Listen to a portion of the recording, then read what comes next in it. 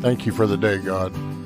Thank you for the serenity to accept the things I couldn't change, the courage to change the things that I could, and the wisdom to know the difference.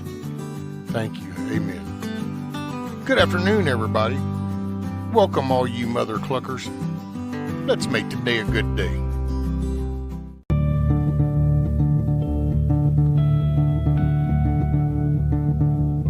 Oh, say, can you see by the dawn's early light what so proudly we hailed at the twilight's last gleaming, whose broad stripes and bright stars through the perilous fights, oh, the ramparts we watched were so gallantly streaming, and the rockets trembling, the bombs bursting in air, gave proof through the night that our flag was still there. Oh, say, does that star-spangled banner yet wave o'er the land under the free and the home of the brave?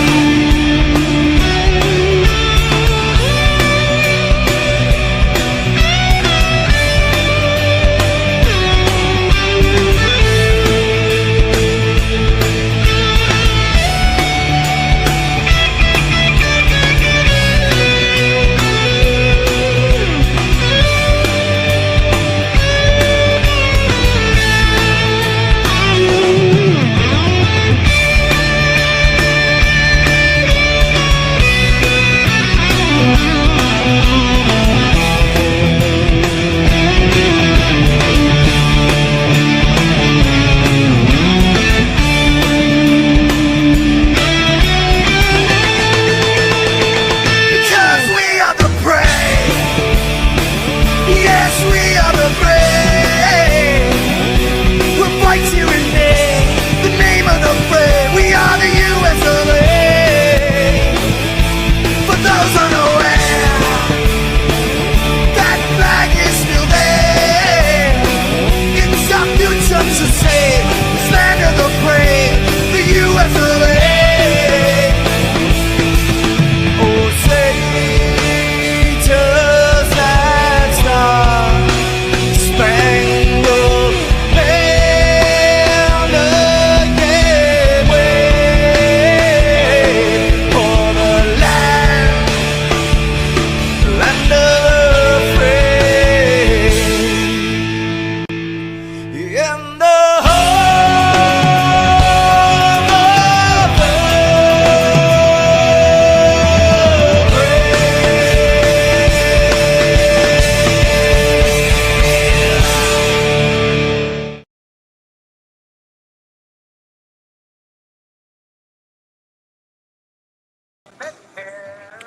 What's up, everybody?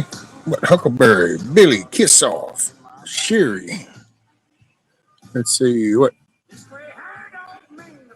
saw KP Heathen, Miss Teresa. So what's up, everybody? I don't know. Just thought I'd come on and been thinking a lot. So just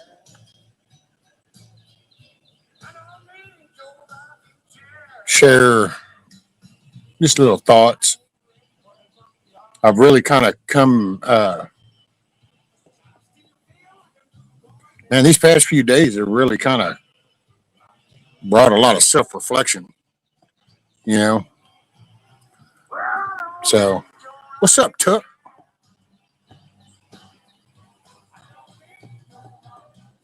guacamole or plain. It's all good. The gagamole. No, I'm just picking. I just give the missus a hard time over it. She's addicted to that shit.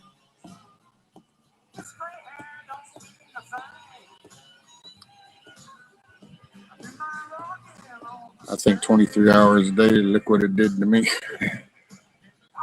It's like I realized, man, because, and this is just, hey, man, it's my 2 cents. If you didn't want to hear it, you didn't have to stick around to listen. So that's the way that is. What's up, Snooks? Find out on your time. Uh, like I didn't know the man. I didn't follow him or nothing like that per se. I mean, I started kind of picking up because I was really interested in the way he was addressing. He showed a lot of the way the youth, younger generation, because you listen to their talking, and that man was just they straight out took him out because he was one of the most righteous doing the talking. Good character, used even vocabulary. No name calling, no screaming, none of that kind of shit. You know, and he was always friendly. But it really got me thinking how, yeah, man, the world, and then you look at these people celebrating, and you just kind of go, wow, man, look how evil people are. And then I don't know, man, it just kind of like, I kind of processed it a little different now. And it's like, this is an evil world. You know, this is an evil world. This is the devil's playground. I'm of a Christian faith, so put that in whatever jar you need to. But so it's like, well, yeah, there's the evilness. But then if you kind of look at like, so what, like, how did they do? You throw a word indoctrinate, program, and they're brainwashed, and that's cool. It's all titles and it identifies, that's for sure. But if you think about it, or I did, and it just kind of occurred to me to see the FCC has control over all the media. Well, in 16, they just flipped switch. Well, the message that the majority, maybe not in everybody's little bubbles when I don't watch that shit. I get it, but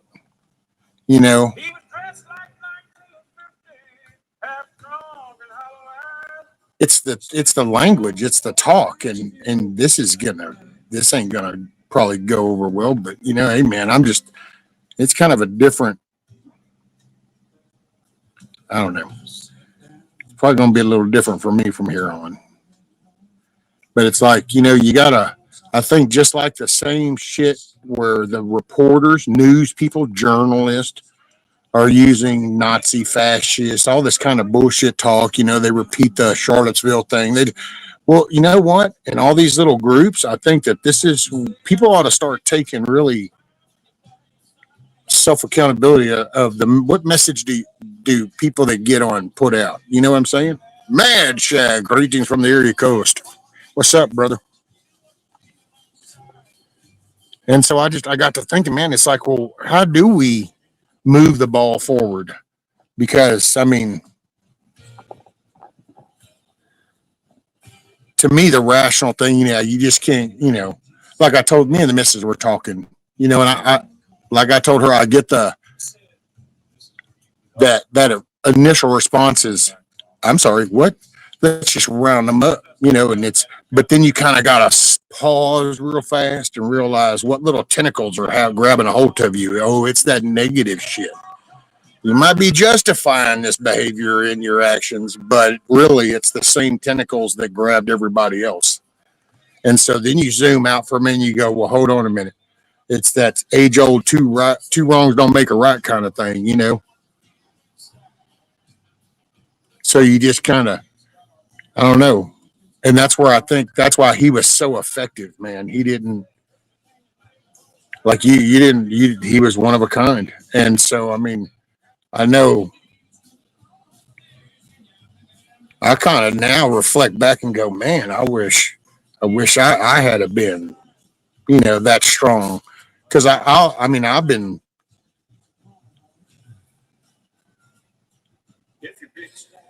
I don't know what the appropriate word nowadays would be because how you say what you think is a word, but it's been twisted for something else. But it's like I've kind of been,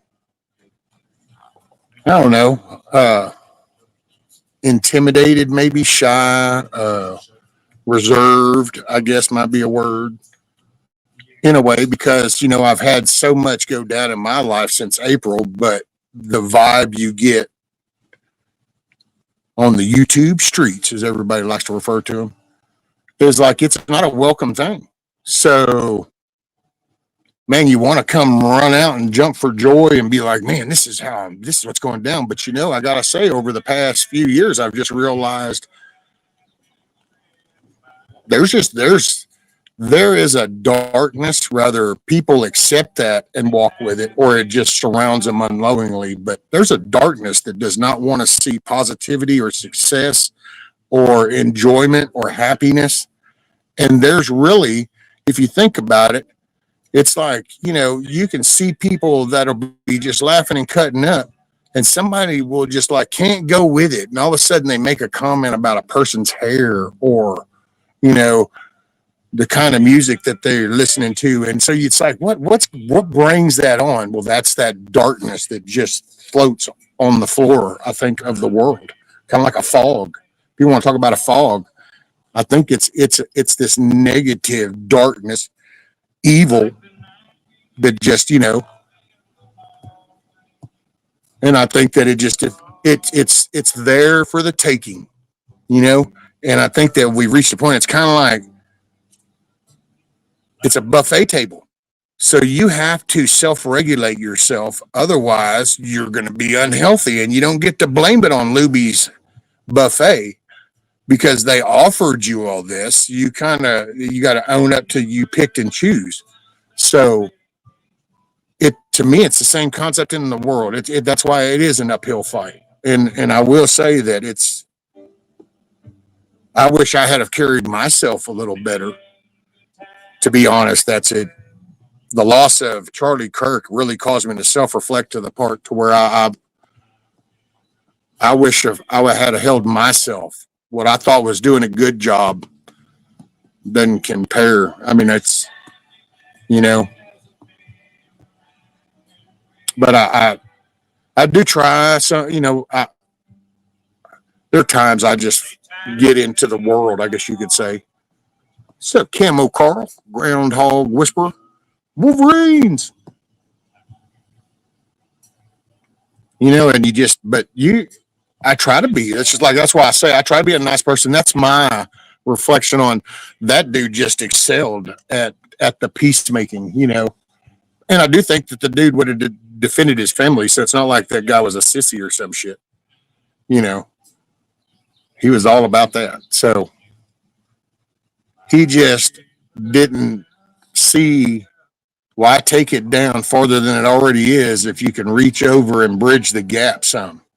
Because, sometimes things are so obvious, you just got to give them a minute to breathe and see it. And look how I listened to one guy talking about, his experience was he had noticed like kids getting baptized in some of these college parking lots after one of the Charlie Kirk events. They're getting baptized with a tarp in the back of a truck, with water, and it's just the message that sent. But then that's why they did what they did. He was so effective. And it's what to everybody's belief. Do you, man? I'm really all about that. All I'll ever ask is for somebody to respect my belief. Do you, boo? As long as it ain't infringing on me or other type thing, I do you, man. It's just, but I do. I don't know, man. I'm just a change is a coming is all I can say for myself.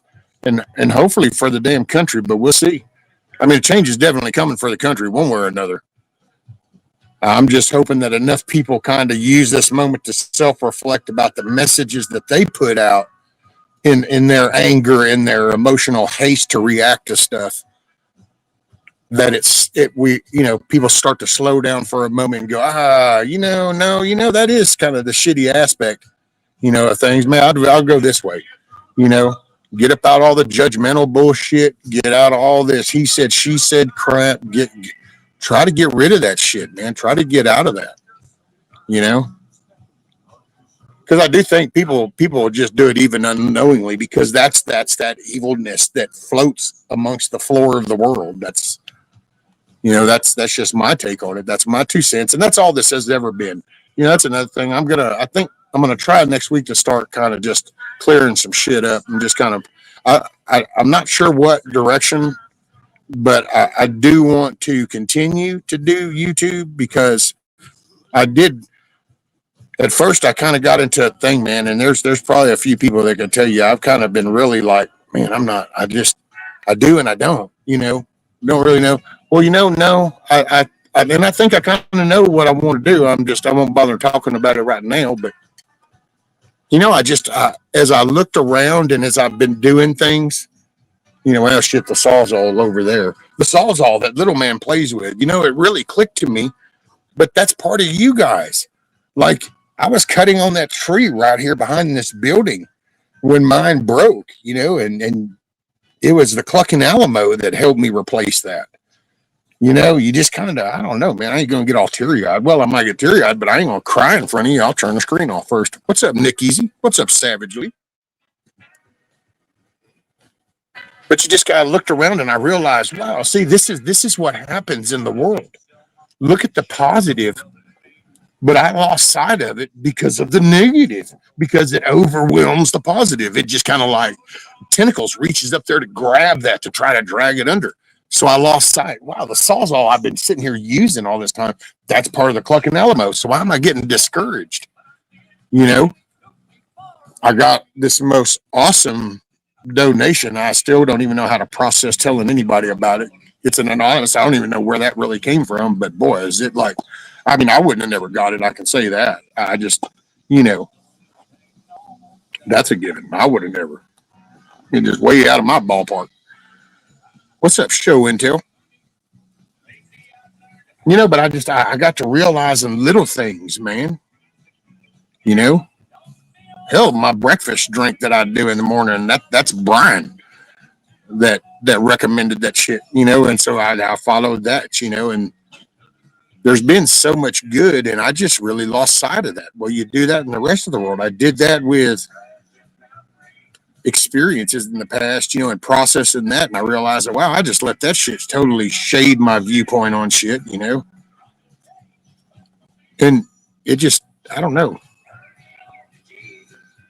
I will say you don't know when your times are coming, and you know what? If you think that there's evil or bad in this world, then you at least need to concede that means that there is good, and you figure out. I mean, I might think that is in Jesus Christ, as my Savior. You do you, boo, whatever works for you. But I mean, you've got to at least, if there's an evil or a darkness in the world, then there's a light and a good. So it just, that's so start trying to lean that way. Start seeing things, whatever your faith or belief or whatever is, I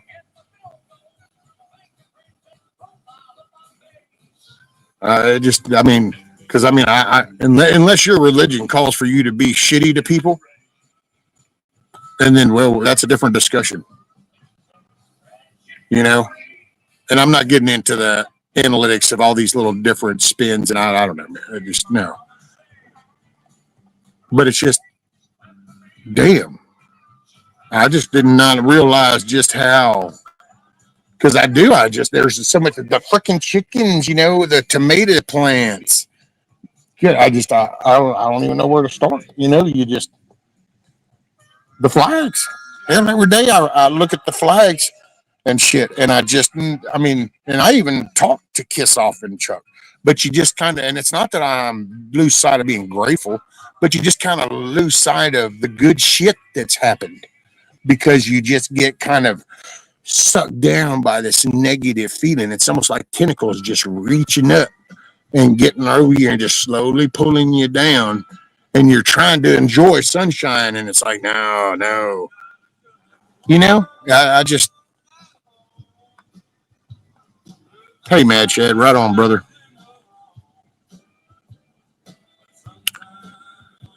Shit, man, you're one that I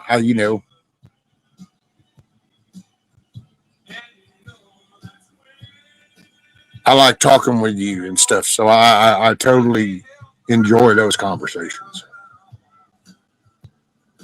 And we don't agree on everything, but it's just but we don't. It's see, and and I need to learn to do that to even people that come at me sideways because I am giving them the power to twist my thoughts when I feed into it. So I just need to shuck the negative, and I just matter of fact, what's kind of come to mind is just like Charlie Kirk would do when they would just be like, you realize that this is a brick wall, and he would always just kind of smile and go, okay, okay, next, and just he just moved on. There was no, oh, look at this dumbass piece of shit, there was none of that. So, and I just need to start kind of just being like, okay, cool. You know what I'm saying? So, anyway, feels kind of good to get all that off, although I didn't quite get it all off, but I relieved the little jiggler on top bubbled a little bit, and I relieved some pressure off the crock pot. Hey, I'll drop this if anybody wants to come up.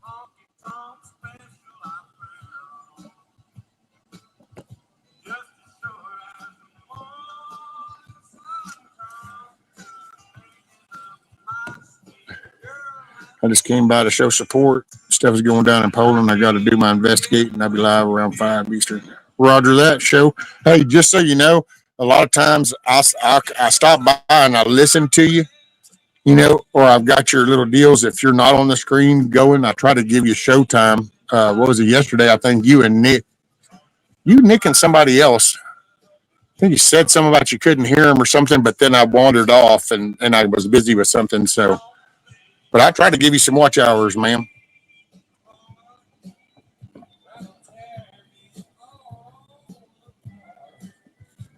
Chance, that's who it was. I was like, man, I knew who that was because he had buy my book. That's it. He had buy my book. Thought that was a kid. Well, yes, ma'am, that's going to happen. Technical difficulties. Now we know why they made up that screen a long time ago, huh? Technical difficulties. We are experiencing technical difficulties. It's like, aha, we hadn't gotten rid of those in the computer age.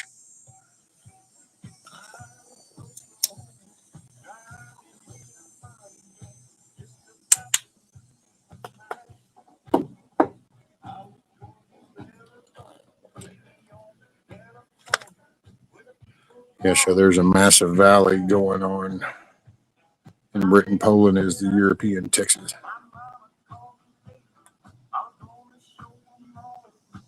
Massive rally.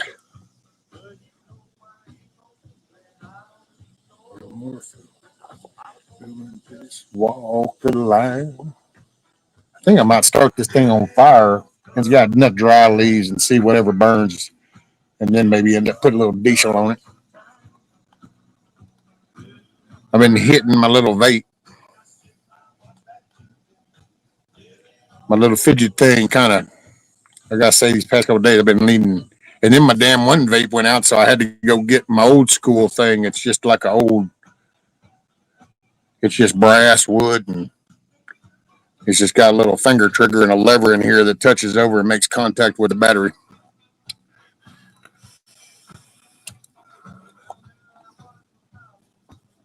Hell, the one I was using on Mad Shed's an old box that I had found. I'm like, man, is that thing still working? I had to fix one little lead on the switch thing and get it going, and that was a box of shit. I did that box. I think I built that box like, I don't know, shit, 12 years ago or something.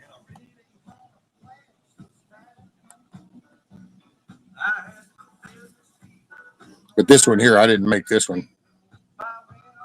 This one here was actually produced. It's called the Slug. It actually has a holster.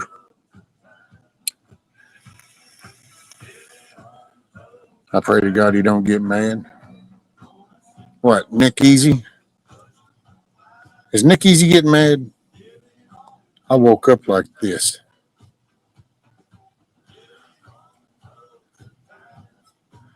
If you're normal, then I'm the world's best speller. Wait, what? So what do we got? Oh, Nick said he's normal? Oh, shit. Damn, my screw I just did my finger right on it and it rolled right out. If we have adult conversation, that means dealing with people and not agreeing or different things. It makes me think. Right on, man. And I'm sorry I missed that as it went by. I'm now scrolling up, kind of catching some of the shit y'all said. It's like, damn, I'm sorry I did not look at the screen. Seems like the more positive one is, the more negative attracts and tests. Yeah, yeah. I identify as normal. Ah, that's where we went off the rails.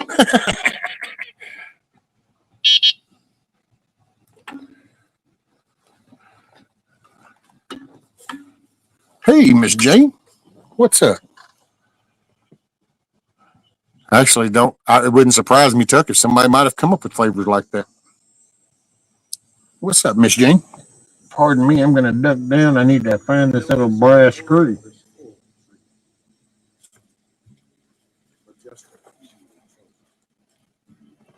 Take your heart out.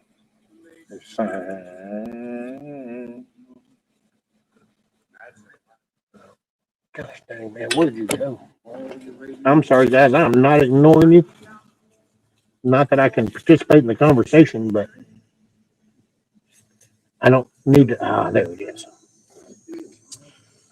Okay, it's the proverbial needle in the haystack thing. So, just so we understand the task at hand. Hey, TJ Katz. Hold on, let me pause this. My rescue sister and I got back in from the garden. I had to cut back my crazy tomatoes. They were out of control. Sister had been cutting up wood to fill the bottoms of the mineral buckets. But damn, I wish I had that problem, TJ. Shit, out of my 8, one actually produced 2 damn tomatoes, and the message yesterday even goes, I don't know, are they ever gonna turn red? And I'm like, I don't know, man. This has been a wild ride. They all started growing in good shape. They look good, but somewhere it went wrong. So it's like, all righty, we shall attempt this again in the future. And I do apologize, Tuck. Here, I'll give you a hug, buddy. Okay, there you go. You shouldn't feel lonely now.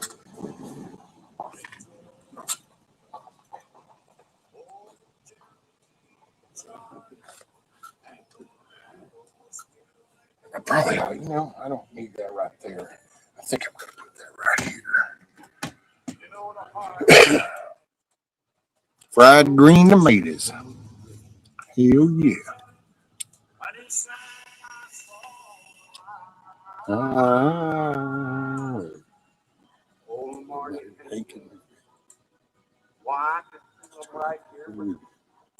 Silver Eagle rolling through the night. Tuck, G so neat. We can 12 pints. Holy schmoly, man.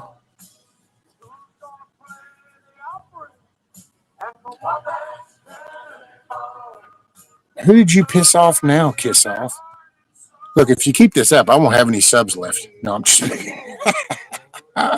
Hey, man, you can be like a buffer zone tester, Kiss Off. It's like, well, if you can't handle her, then what'd I miss? Professional troll. What, Nick Easy? You professional troll?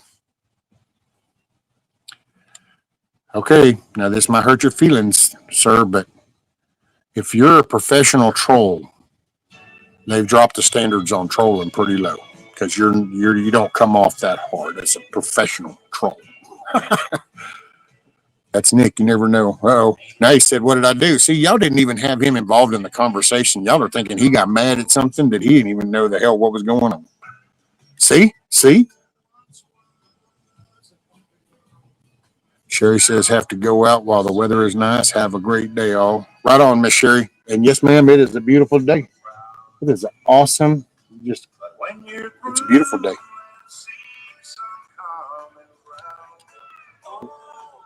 This me.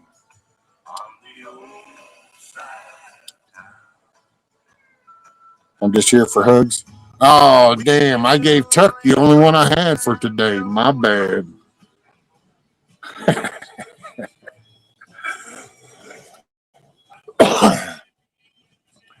What's up, Teresa? Welcome back. So says, I'm no pro. I'm more like a D. But you're sure it's Nick's fault?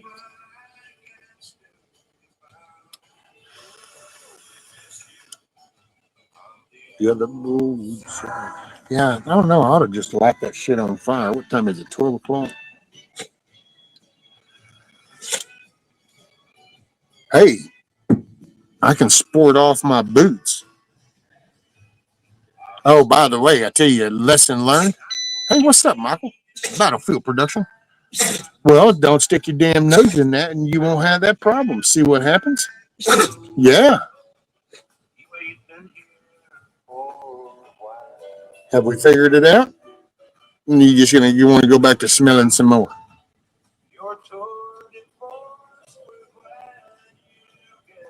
Oh, it'll definitely be different over there, sure. Yeah, see? Anyway. Lesson learned. The boots and the ramp, they don't go so well unless I literally almost have to walk sideways. And that ain't happening. Well, actually, I can do that. I've learned I can do it, but I have to do it from the right side up. I can't do the left side up that high to be the stepper.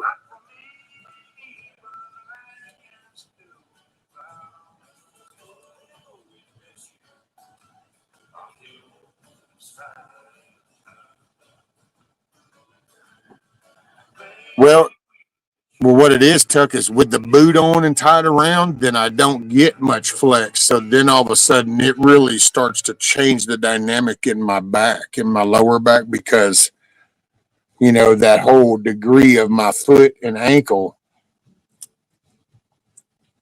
with the boot on, then it doesn't have the flex like I have with the Crocs. I could just kind of like, you know, 20 degree, 35, whatever. With the boots on, it's like, no, step. And it's like, oh, no, that changes the dynamics in the back. So I have not adapted to that by any means. And that might come in the far future. What's up, Grumpy Acres? What ain't happening? I'll make it happen. Make it happen, Captain. And you can't stop me. Yes, I can. What ain't happening? That pile ain't on fire, and bet you can't make it happen either. Bam! Burned just like that. See? You flexed way too big. That was too open of a field to play with, and bam! See there? Just like that. Poor old Garrett. What's up, buddy? I haven't had a cowboy boot since I was 8 years old. It was cool back then. No, not them kind of boots, Savage Lee. These are Tim, what did I say?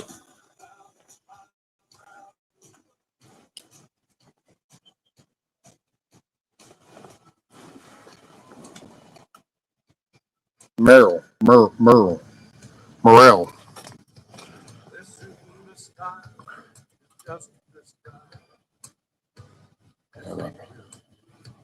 Oh my calf. Here, I can back up in my thing. These are what I'm talking about, Savage. I can do my right leg. These are the ones I'm talking about. Oh God.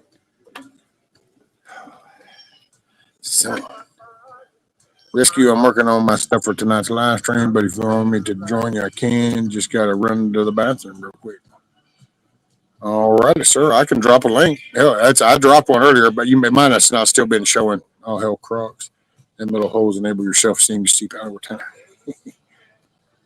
Okay.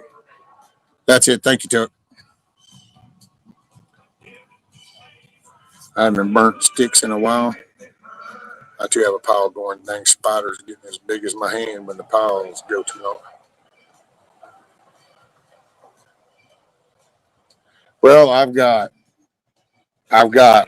uh, a spot with boxes, but I only do boxes at night, and I have another pile of limbs that I've gathered for those that fell. But then this one's kind of been here for a little bit here and there added in it.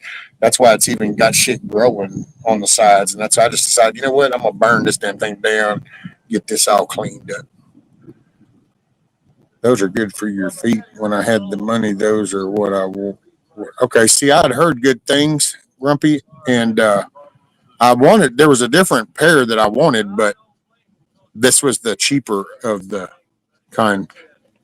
Me and Shad talked, and there was a there's a pair that I really liked, but they're just too dang expensive. I want to make sure that this is feasible, which not like these were cheap, but these I thought might last. That, and I got my black compression socks, and man, those make all the difference, dude. Those feel great.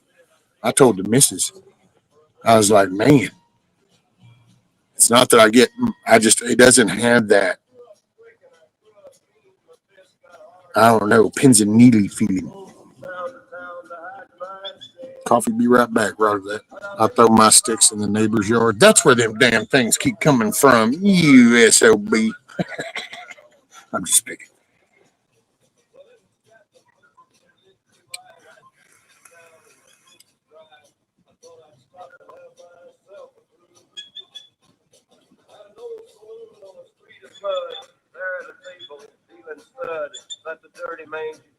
I wish I could climb a tree again, but that ain't happening.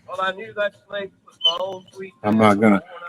I'm not pushing my luck. With God's giving me plenty, more than I can handle right now. He. If it wasn't for, I'm telling you, man, it just.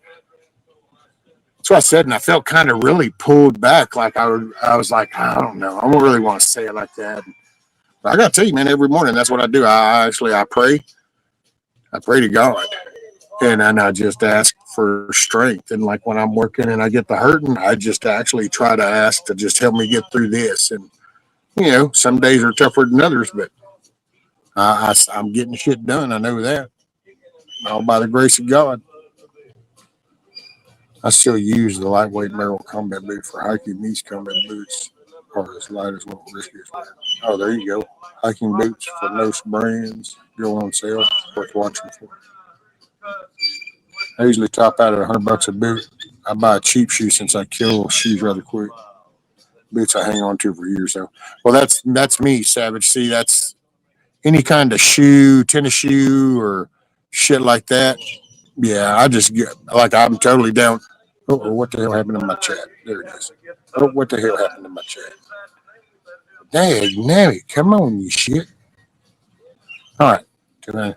Anyway, but see with boots, I'm the same way because I. Matter of fact, that's what I laughed because the missus goes, "Yeah, those look nice." And I said, "Yeah, and they're comfortable. I guess we're just gonna find out here in about 2 months if I stay on them because I'll wear boots out quick." I kind of got a little gimp on my left side where I was shot in the leg, so I don't walk flat. So that always wears them uneven on the bottom, and I'm just hard as shit on them. That's like the shoes I got. The soles separate.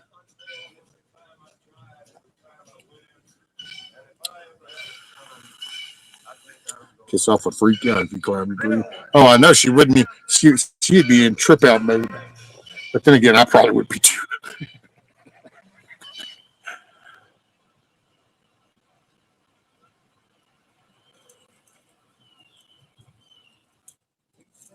I love you till I die. Get out of there. You know what? I need to light the damn thing on fire.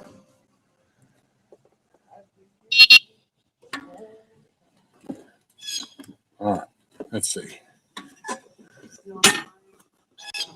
The only thing I will say is, man, sometimes this compression sock on the back, I don't know why, but it's like, damn, man. The rest of it feels good. It's just that every now and then they get kind of sore back there for some reason. I don't know why. Bowtag.com has clearance sales all the time. Size and all available is hit or miss. Still, you can find really good stuff at 60% off. Oh, sure, Grumpy. Put it in the chat on the stream. That way I won't see it. I see how it is. No, I'll try to remember that. My weight beats a permanent footprint inside the shoes. Oh, yeah, that's me, Tuck. Here's my lighter. All right, so here you can watch my fat ass go over here and do it. How's that? So there you can watch my fat ass. Oh, by the way, looky here. So, people are like, oh, Richie's ass is always inside, doesn't do nothing, lazy fucker. Just so we're clear, I don't know if y'all remember, but those damn landscape timbers and the pallets weren't right there. So, shit happens around here. I just not as fast as I used to be. All right, y'all ready for this? Hey, don't make fun of my fat.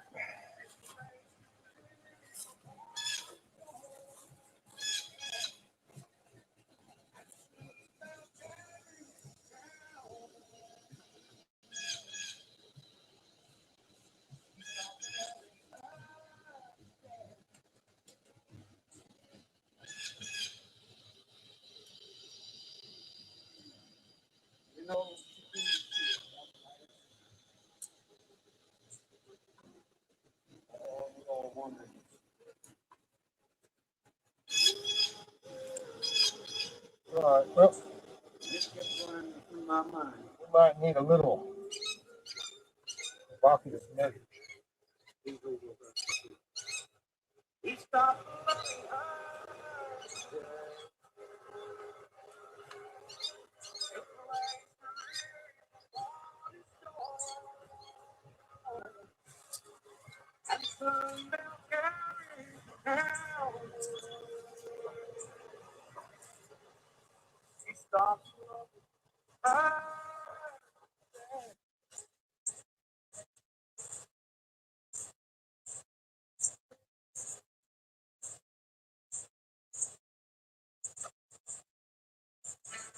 Could be holding you tonight. Could be too wrong, not too right. You don't care about what I think. I'll just stay here and pray. Hey, putting you down won't square the deal. At least you know what way I feel. Hey, take all the money in the bank. Think I'll just stay here and pray. Hey, listen close and you can't hear. That sound you start playing in my ear. Ain't no woman gonna change the way I think. I think I'll just stay here and pray. Yes, sir.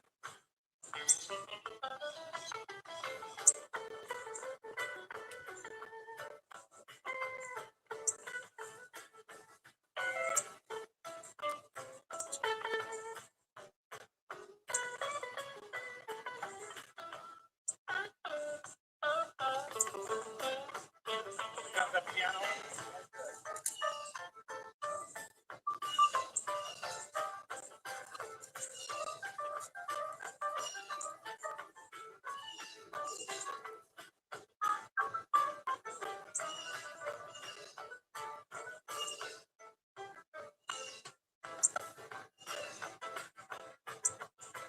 Hey, hurting me now don't mean a thing. Since love ain't here, don't feel pain. My mind ain't nothing but a total blank. I think I'll just stay here and pray. Yeah.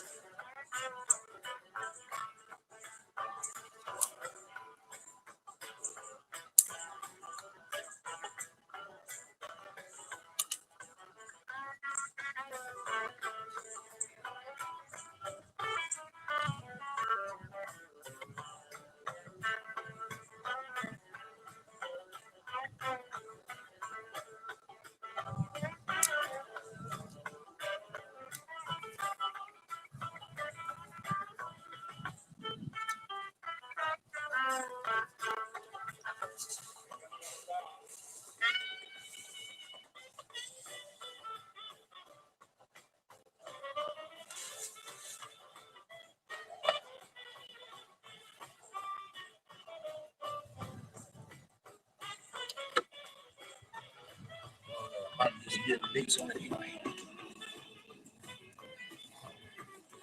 Okay, we can't lay right there. All right, did I miss anything? What's up, covered by CQ?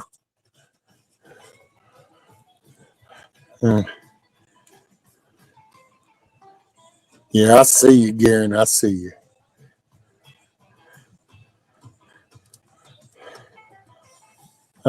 Let's see. Who did I miss coming in? Let's see. Cover by CQ. Yep. Okay.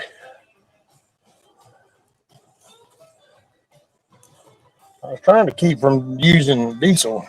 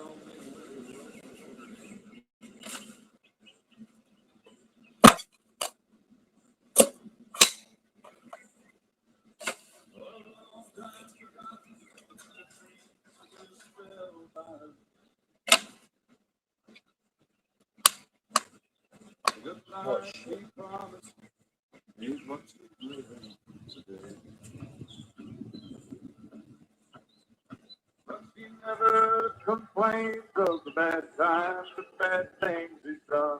So he just talks about the good times he's had and all the good times to come. He's a good-hearted woman, loves a good time with me. He loves me in spite of my wicked ways. You don't understand. The tears run to the land through the past to this world.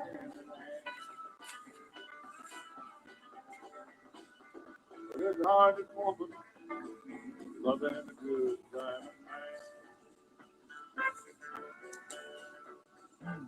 He likes the bright lights and nightlife and good time and friends. When the party's all over, she'll welcome me back home.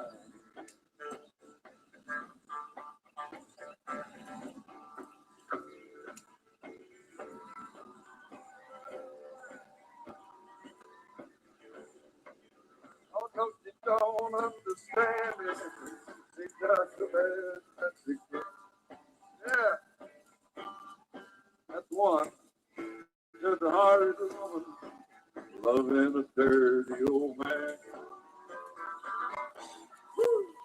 She's a good-hearted woman, loving a good time of man.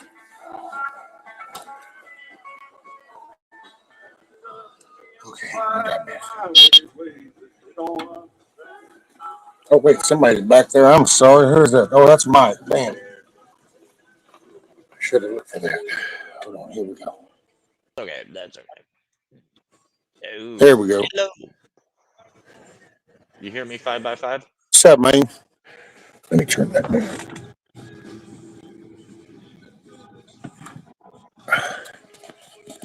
Oh, let's see. Did I miss anything? Management. We're going to go wait.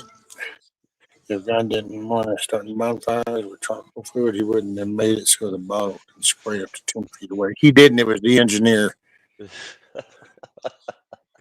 Oh, thank you, Shad. What's up, Chaos? Yep, she's Oh, watching. did Rudy go in the background and take a shit? Yep. Like right in the camera too. I was like, oh, I love that.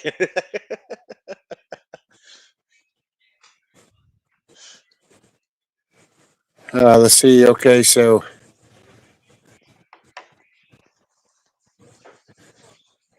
all right. I don't. I hope I didn't miss too much. I don't know. I gotta be careful. That's a grumpy truth right there. I'm gonna make a short on that. What's up, Ronnie? There we go. Thought somebody else would come in. Can they have flamethrowers in Texas? I bet they can. I mean, it's Texas.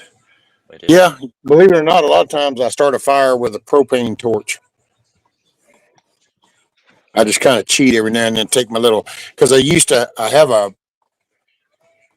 a burner head because I used to do heat shrink on like connection lines, like up on the poles and stuff. There'll be fittings.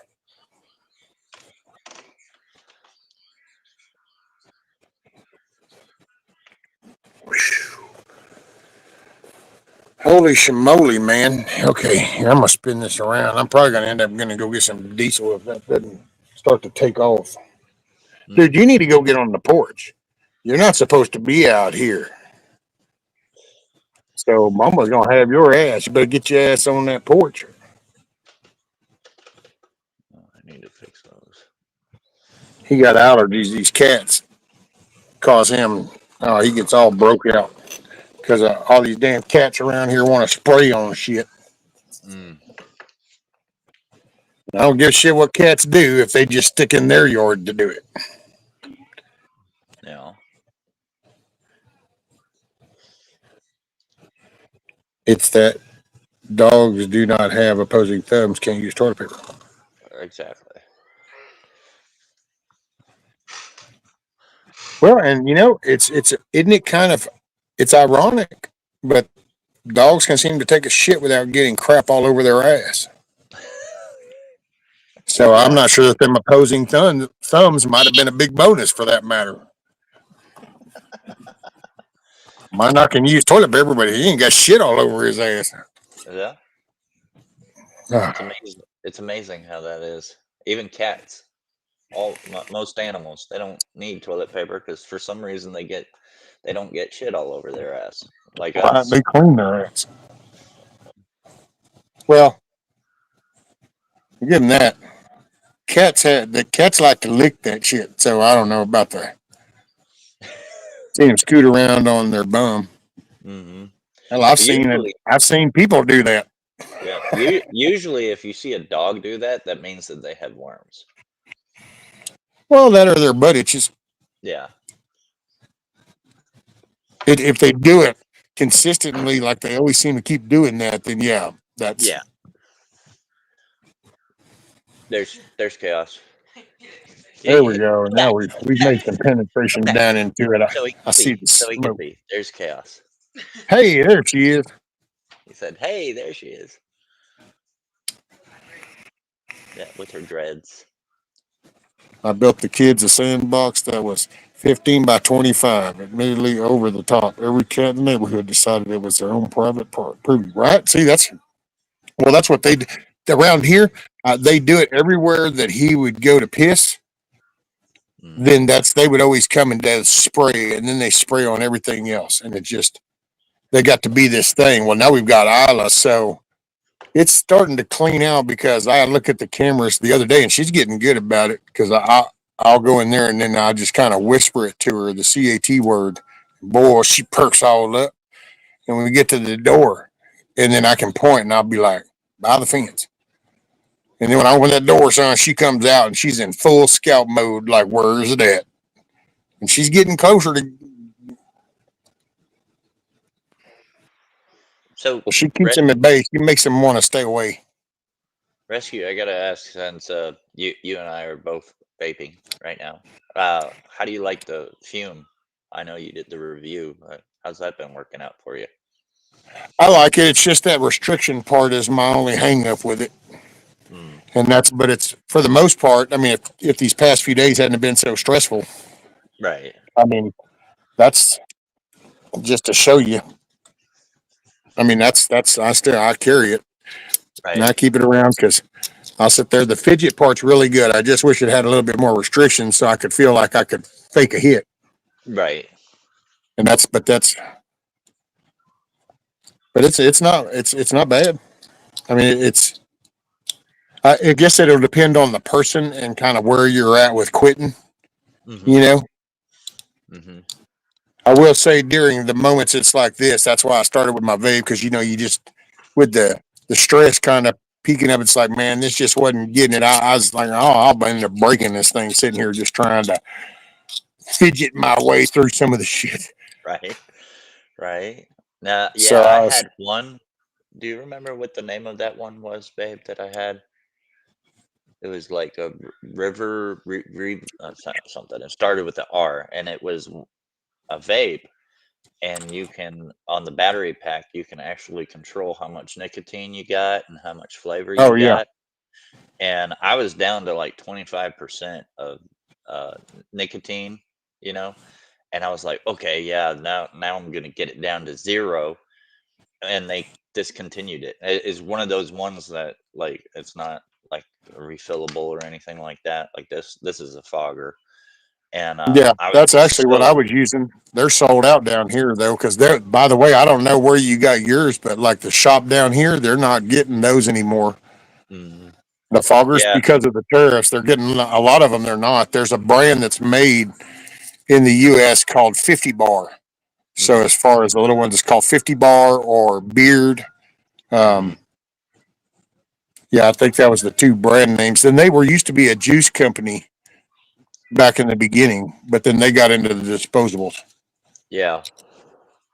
So that I like the fogger. yeah, they discontinued. But my uh the one place that I get my foggers from, they completely, because Arkansas is getting rid of the flavored uh Uh, ones because too many underage are getting well, them. because parents don't want to be parents Yeah. and they don't And want to so, raise kids. That's why we need to make gun laws and we need to make vape laws and we need to make laws because yeah, we can't raise kids to do right and not do wrong. right. And so, uh, Chaos was telling me, oh, and I threw away the battery packs because I was like, well, we're done. I got to find something else. And she's like, let's go down to this one because they're a big, big one. And they just kind of opened up. And we went in there and I was like, shoot, I shouldn't have thrown away the battery packs because they had shelves full of just fogger Oh, refills. yeah. Yeah. And I was like, how long are you guys going to have these because of the new laws? And he said, oh, we have a huge supply and we're going to keep going until they're completely out. And I said, okay, well, I'm going to be coming down here. And he said, That's yeah, what I did. Is they were running out down here. I had like three of the battery packs, and they were getting more. And so I went through the flavors, and I actually got some flavors I really didn't really care for. But hey, man, I will yeah. say one thing I noticed about the foggers though, as the juice gets down to about a quarter in the thing, I felt like I was getting more phlegm. Uh, yeah. I have to Hey, Carolina. constantly have to clean out that. I just take like a little Q-tip and go in there and twist it around and Oh, pull it. so you should have Yeah. saved your little stopper to put in it. That's what I used to do. I would stick my Yeah. little stopper in there because when I stick it, I don't get all the pocket lint. Yeah. But yeah, you're right, man. If people were just parents, well, another thing too, we discovered, we didn't know it, but the one place that I got from, what was it? They were doing some illegal stuff. They were selling some, yeah, they were selling THC stuff, and we're not supposed to be selling THC. It's supposed to be the CBD stuff, Yeah. but they were Hey, Firefly Farm. advertising it. They were advertising it like it was just CBD, and the feds raided them, and so they had to stop. And that's why that guy at the other place, it's called Snoopy's. Yeah, Snoopy's. He was like, "Yeah, we don't do that here." And then he was very knowledgeable. He was like saying the vape thing is not.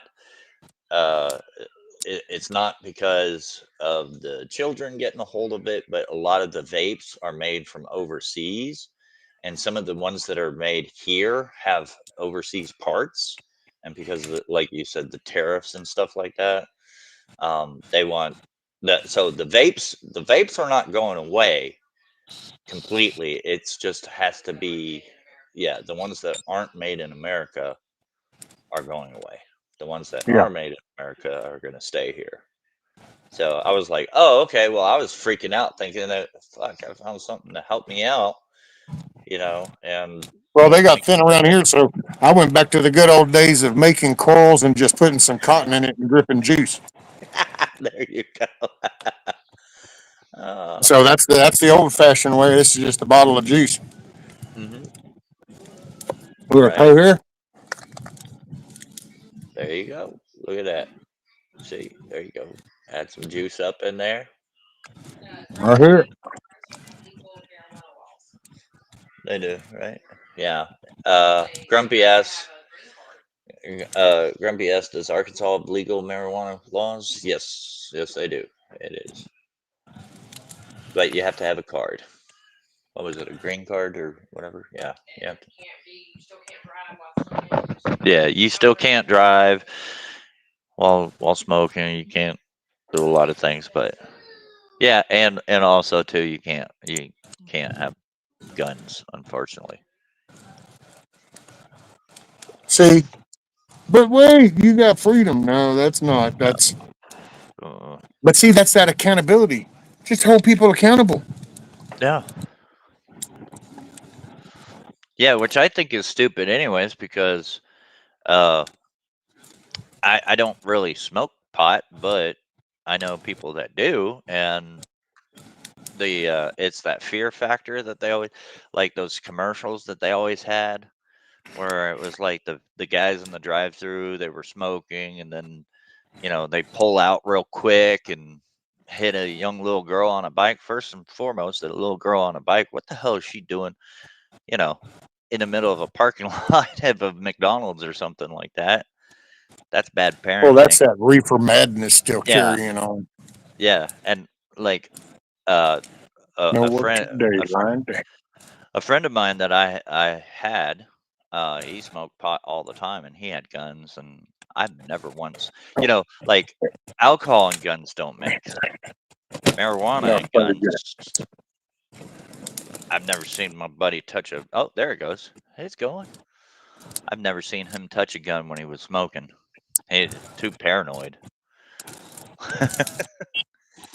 Yep, propaganda. Exactly, Huck. To get all those people that don't know anything about anything, they're like, "Oh yeah, we're gonna get rid of marijuana because if people smoke pot, we're gonna kill people." Nope.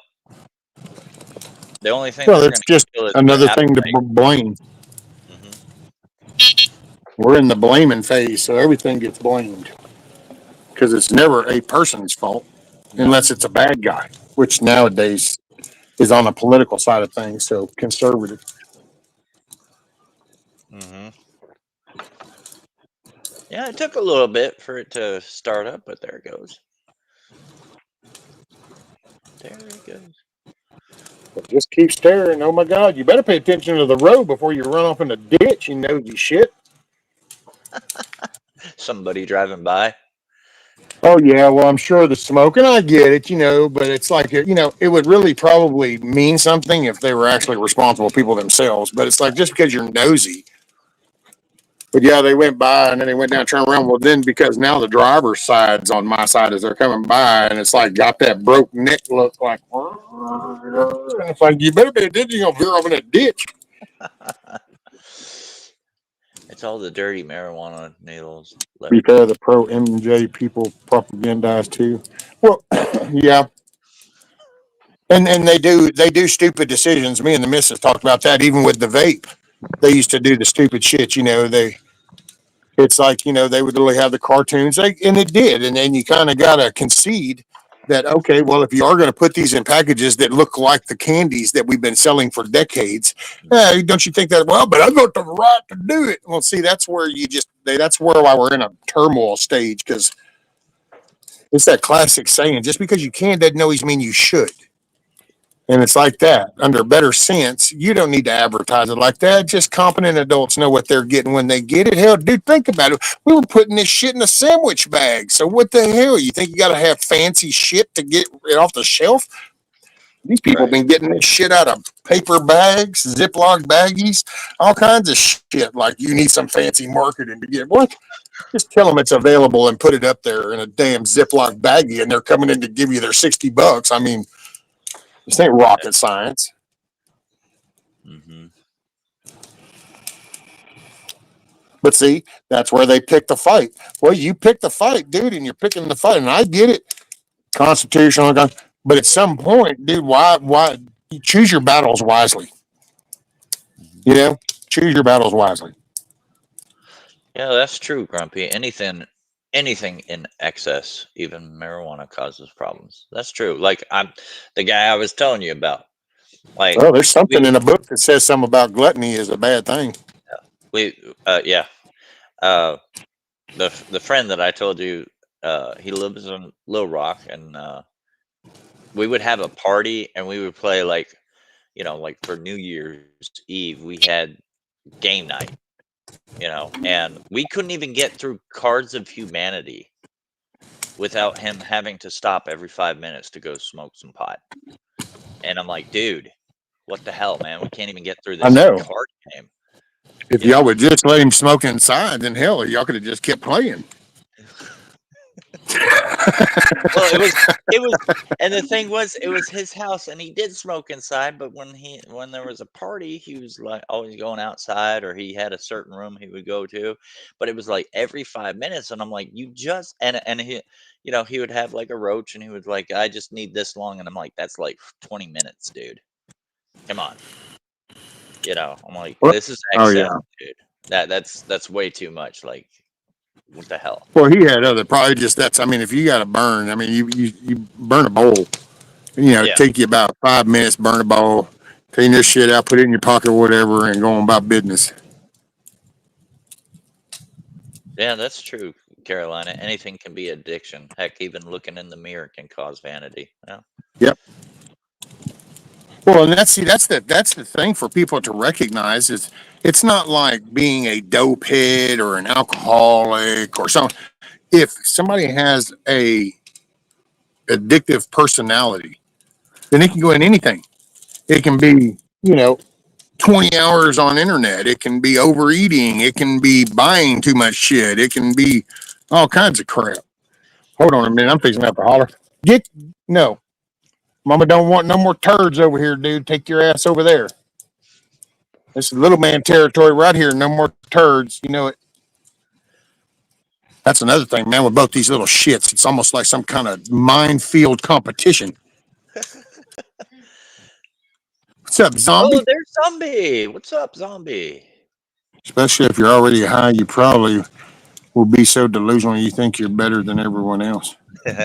Well, one thing I can say, I mean, personally, now I've never been around anybody or seen it where people get so high that they become somebody else. Usually, when people get too high, they fall asleep. hmm hmm That's kind of what I've seen as far as when it comes to marijuana. Yeah. People get high and they'll end up falling asleep. You know, Yeah. uh, oh, nope, don't hear a damn thing. Nope, we can't hear you, Zombie. You're supposed to be smarter than what you're trying to operate, zombie. That's supposed to be the first rule. See, and you can cuss me out, and it's really cool because I don't hear a thing. All I do is I can see them going, and I know he's saying something to me. Yeah. Well, another addiction This is too. my magic moment. We can pick on zombie, and he can go off, and we don't hear a thing. Another addiction too that most people. I mean, I don't really see it as a bad addiction, but some people get addicted to work. You know. I was kind of prone to that, you know, and it's because, to be honest, I used to make running jokes when I would go to work. I was going on vacation. If I was on shift, I was actually on vacation. I enjoy working. I enjoy doing, and because home life was stressful, that was actually my out was to go to work. Yeah. And to be quite honest, looking back now, it's because I can control work because it's hmm my mission, my task, hmm but you can't home. So you Yeah. just Yeah. call it a control freak or whatever. But Yeah. And then you have vice versa where people get, addicted to being lazy. So, you know, I like to be kind of in between, you right, know. On my days off, I'm pretty lazy because Chaos can tell you we woke up at 11 o'clock this morning. there we go. Y'all can still see fire, and I can don't have to have heat on my backside. In Yeah. any given moment, Zombie will join us, but at least he's here with us in spirit. Yep. Still can't hear a word, zombie, but At least we get to see his beautiful face. nope, now you muted yourself. Now it shows you unmuted, but can't hear nothing. Yeah, you got to go into your. Which is okay. I mean, I can pick at you now, and you can't gripe at me or say nothing. You can't push back or nothing. Yeah. Rescue, I'm addicted to cooking and canning and biscuits, so you know what my problem is. There you go. Yeah. See, Carolina? Yeah. I Look, bet you can Chaos hear me says the now, only can't reason you? the only reason you woke up is because she checked the time. What the Oh hell man, now we brought got this an echo. discussion on anyways, man? Hold on. I said, what the? Oh, now you muted yourself. Say it again. Oh, man. Oh, I ain't wait. muted. You're lying There to he me, is. Rescue. There he is. There he is. It's just, is yours lagging on the I video said, for you, what the hell Michael? brought all this? Mhm. Yeah, he's lagging. Oh, It's like yeah. Okay. Yeah, I'm lagging. he reminds me of those That's, dubbed over Japan, China videos. You know, where they're like, "Hey, how are you doing?" Right. See, if you'd feed them damn hamsters better walnuts, then they'd have more protein and they'd be able to pedal faster. But oh no, you cheapskate. you know, when you smoke the right stuff, man, it kind of slows everything down, don't it? That secondhand shit is slowing your hamster internets down. Oh, yeah. I think he needs No, to that get Hey, damn. maybe more that's what Mac's hamsters. problem is. Maybe that's Mac's problem too. He gets to burning, and then that second hand gets them hamsters over there on the cage, and it starts cutting in and out, and and it's because they slow it down. No, it makes them go out in the kitchen and wash the dishes. Strawberry jam, ma'am. Strawberry jam. Don't worry about what Teresa or Kiss Off say. They don't know what the hell they're talking about. It's all about the strawberry jam, ma'am. I mean, Yeah. apple butter is awesome. So if you want to excel at your addiction, you can just go ahead and make both. See, and But I think Carolina wanted to do strawberry jam anyways because that's the first that's thing why she she said. listed it first. Yeah. Well, that's why she said it first. Yeah. She really wanted to do that. That's why she threw Right. that out there first. She Yeah. wanted you to stop reading it there. Right. If she wanted apple butter to be her main thing, she would have said apple butter first. So always go with your gut, Carolina. What you burning back there, Rescue? Oh man, I don't even know if I could tell you. Remember everything that's in that pile. I know there's a desk. Cool. Oh, yeah. There's a desk. There's some Hmm. limbs. There's leaves. I think there's some other just burnable shit. Uh, I think there's still springs of a bed that are in there because that used to be like my catch-all burn pit. Believe it or Oh, not, yeah.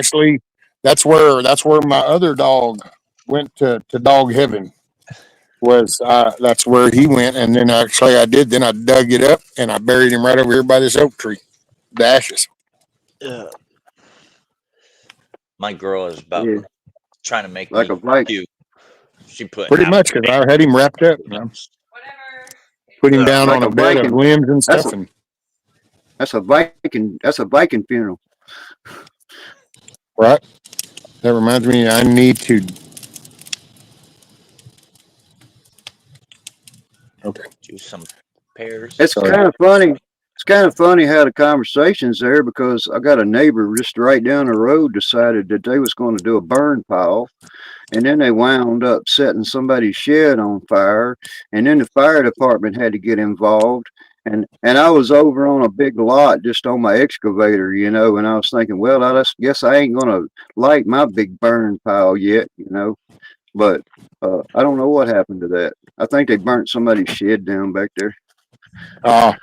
What's up, Rabbit? Yeah. Hey, rabbit. See, look, Carolina, she wanted to do the strawberry. Yeah. See, we knew. We knew. I told you, woman, the best way to a man's heart is through his stomach. So just listen to me. I will not steer you wrong. See, Teresa or Kiss Off, they'd have had you off with apple butter or even something else because, Yeah. but oh no. There you go. Yep. Hate when BS happens. Looks like you're making a little progress there, Rescue. Yeah, I'm getting there. Did you get all your house thing done under your house, or are you still Oh in the shit, no. process? Oh yeah, that's He said, "Oh shit, no." no, that was I'm having to come to terms with some. I'll figure something out, but as it stands, that's pretty much when I have to own up that that's out of my ballpark. That's above my pay grade at the moment. So Just just go on, put yourself on square footage cleanup. And you clean up so many square feet a day, and just forget Mhm, about it the rest of the day. You mhm, know, well, that's I I go do my like, little project. It depends on what my project is. Kind of determines the length of my day. Some of these yeah, projects are kind of like I get out there and I do my little hour and a half burst, and then it's like, okay, no, I'm fixing to go lay down, and then I'm just vegging. mhm. yeah, it's all about square footage, man. With me, I mark off Mhm. 10 by 10. When I get that 10 by 10 and organized, and I just call it quits for the day. And the next day, I go 10 by 10 again. I'll be right back. I'm gonna go make some more coffee. Roger that. It actually adds up because at the end of the week, you got a 70 by 70 square foot area kind of inorganized, Right. and it only takes 10 foot by 10 foot a day. Really. Inside 2 weeks, shoot, I got my whole place clean, Hell organized. yeah. Peach cobbler is the bomb diggity. The bomb diggity, bomb diggity. Yeah, Carolina, she loves that Mickey D's, man. But, I guess if your body's done adapted to all that crap, Isla, what are you tripping on before you go running it, somebody? What'd you see, I Isla? What think I you like Sonic's. I think I like Sonic's onion rings better. You know, Sonic's got some Yeah. cool onion rings. Around here, to be honest, nowadays, if we're doing any fast food, now the missus, she eats all kinds of shit because them women she does lunches with, and they go out and have lunch here and there and everywhere, whatever. But me, oh no, about the only fast food I do anymore now is a Whataburger. Oh yeah, you was doing That's Whataburger yesterday.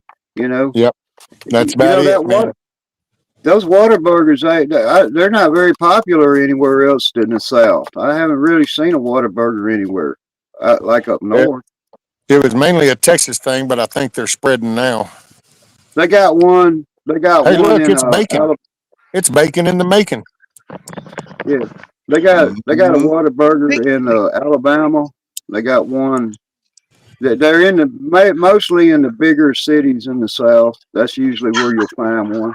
They're not that popular.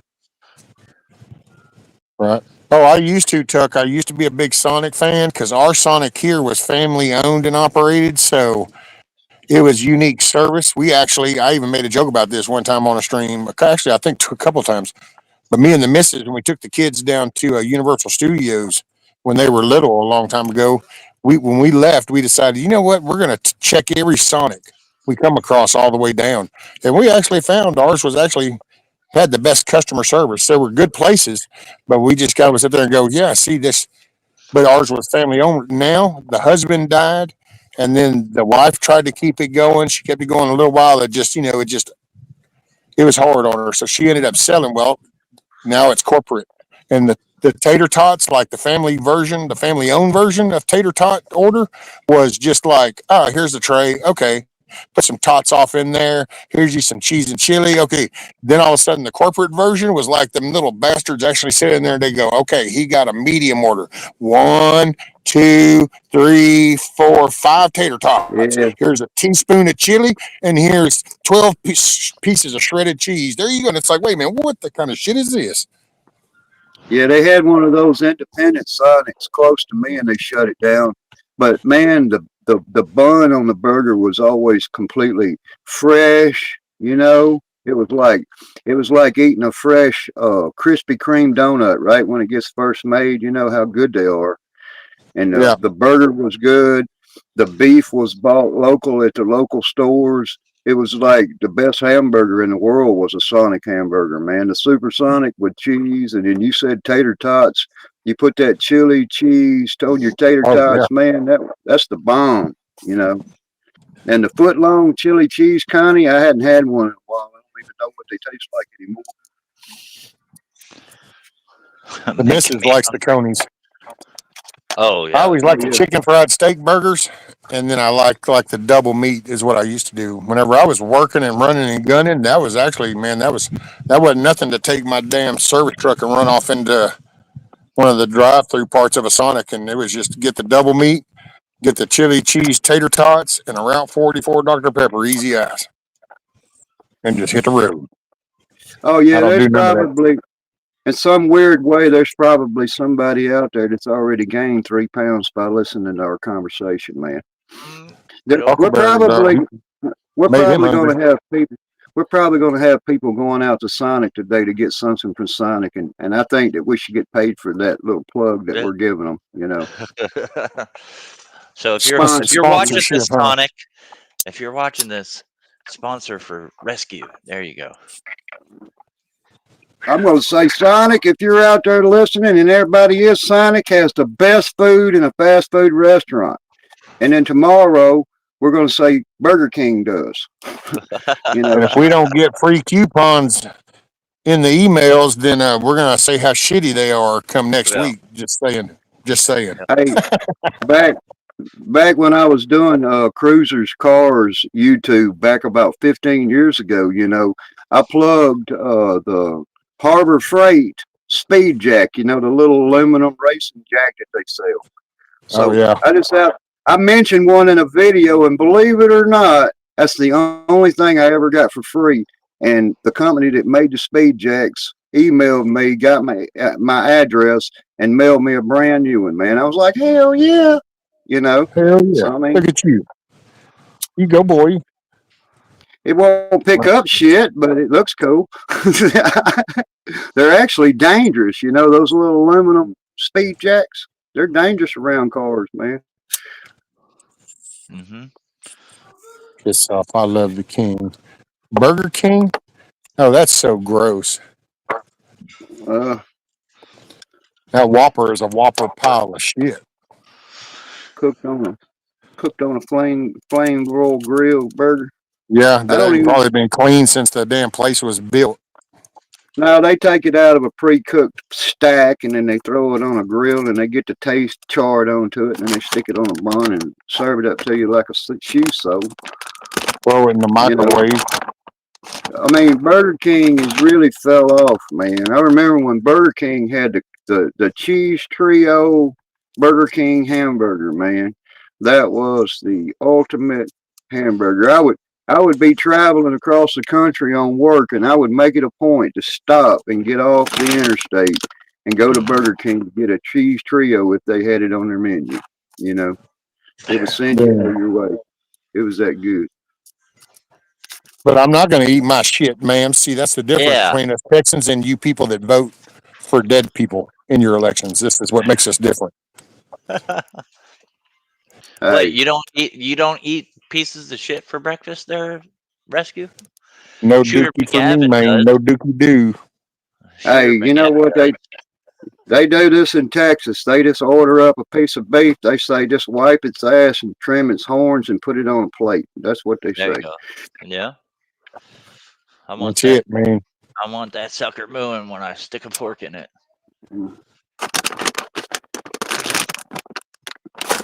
No, Carolina, don't you know? It's not to each his own. It's my way, or else I have to do something stupid. No. It's his way. It's his way or the highway. And they do that too. Like people get tricked. The water content that they put in beef, like ground beef, and Mm-hmm. then the better varieties are the ones that's got a more higher fat content in the beef when they grind it, so the flavor comes out in it. But nowadays they're putting shoe soles out there. It don't even taste like a damn hamburger. It tastes like I don't know. Oh, You know what I mean? dude, you It's can odd. you can tell this commercial meat. I mean, it might be a bad awakening for some people, but if you want to know just what the difference in the meat that you're getting from that store, that's probably raised in a pen that doesn't get out or anything, feel free to go to your local little cattle guy and buy some beef from that and taste that beef and watch that beef cook up, and then you'll kind of go, "Oh, what was in that grocery store stuff?" And you'll be like, "Yeah, that's what's up." Oh yeah. I personally, You know, I love it, we and I personally we'd love actually, brisket cut meat. Man, brisket cut meat is the best. yeah, we would take that. They got a store up here close by me, man, and they got that big old brisket setting up in there, and it's got this like it's got like an inch of fat that runs right through the center of that brisket, and it's just cooked so perfect. When they slice a piece of that brisket off, a big piece of that that flavor of that beef fat comes off with it just a little bit, just a little. Oh man, it's Oh well, then succulent. if you take like brisket meat and you grind it up like hamburger meat, you can literally, I guarantee you, put that shit in a pan right next to go down to your local grocery store and just buy you a little pound of that meat and watch that shit Oh yeah, fry up. You're always having to chop that store bought shit to break that fat and that gristle type oh yeah, content up of that beef. That brisket cut will just it'll just be fine little pieces of meat. It's like oh that's yeah. the shit. It's the bomb diggity. What's up, Moonchild? Moon. I will show you what the difference is. I'll go buy a small pack just to prove a point. Sit it right beside my own cow, but far enough away so my meat don't get sick. I'm gonna tell you, you know, there's a lot of people that just they don't go say, hey, I'm gonna go get a brisket slab and throw that thing in the cooking and cook it themselves. They're just eating somebody else's version of it from a store or something. But when you take the time and you know somebody that knows how to cook that brisket, you put See, that on a plate, son. You got something to talk about. You know. right? Look, Moonshot said I was raised on our own beef. When I moved out of my parents and bought store meat, I thought it was smelled spoiled. I know. Yeah. Because Got they an don't. It's off not. taste. It's the it's because you in like farm raised as that term goes, but cattle range cattle type stuff. Well, there's something to be said about that big sack of meat that gets to walk around and lay down and get up. It's exercising all the tissue in that muscle and that meat. So it's Yeah. different than that shit that just has to stand still. It's like the chickens are the same way. Go to the And store and it's buy that chicken from Tyson, and then go out and get a yard raised chicken. And because of the meat, it's the the muscle texture, the meat that we eat. Well, that's if it's not conditioned. People do the same thing. Hell, look at the older you get and the more you sit still, you fall apart.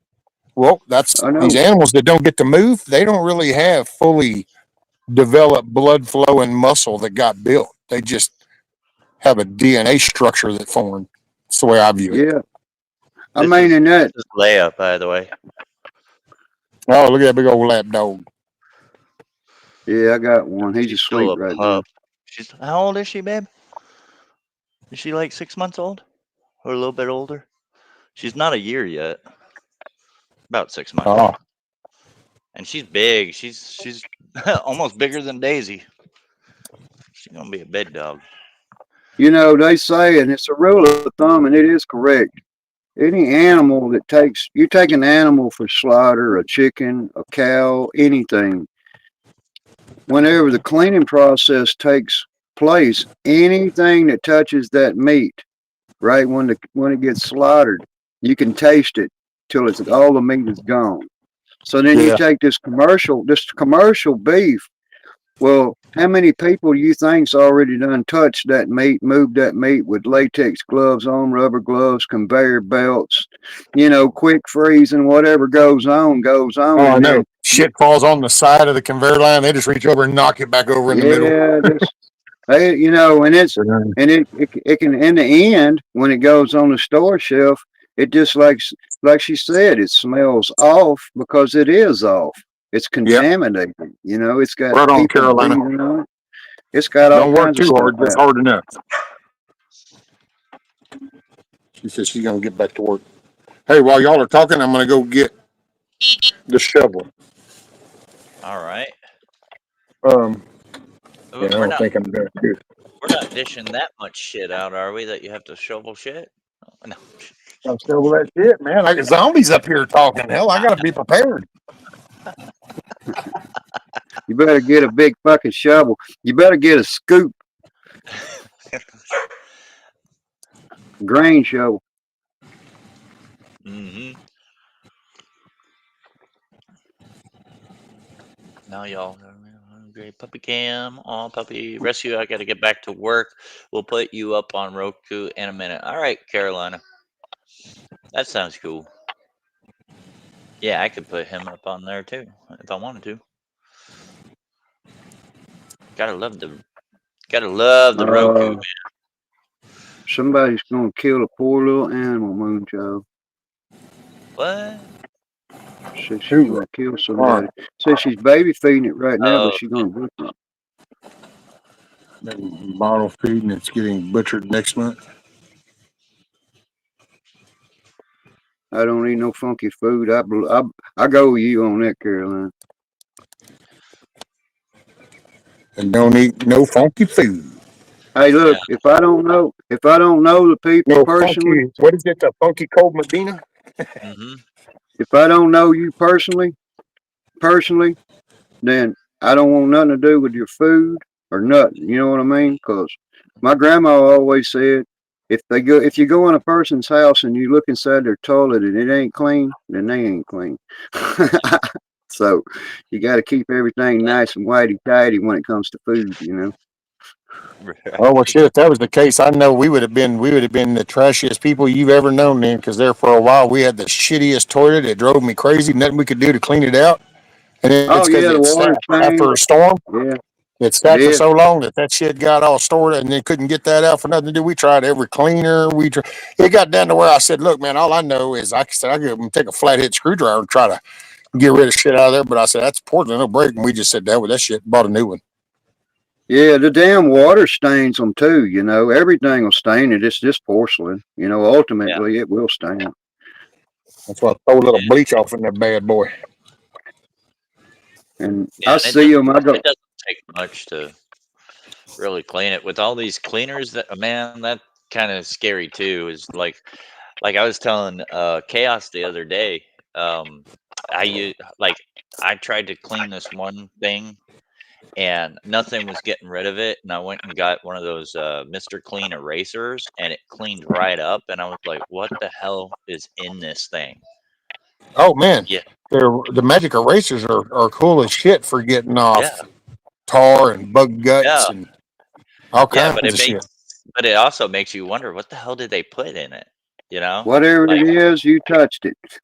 yeah. Whatever it Well, is, no, you touched I don't touch it without any latex gloves or rubber gloves on because I'm like, no, I'm not Shit, touching it Because with my bare you hands. know, you get older like rescue. You know, over the hill, and everything you've ever touched, and you start having something kind of growing on you, and you're just like, what the hell? What caused that? I'll tell people it must have been something that we touched. Mm-hmm. Mm-hmm. Mm-hmm. You you know, can die from dysentery. Yep. Oh well, yeah, man. Yeah, it was another very thing, scary.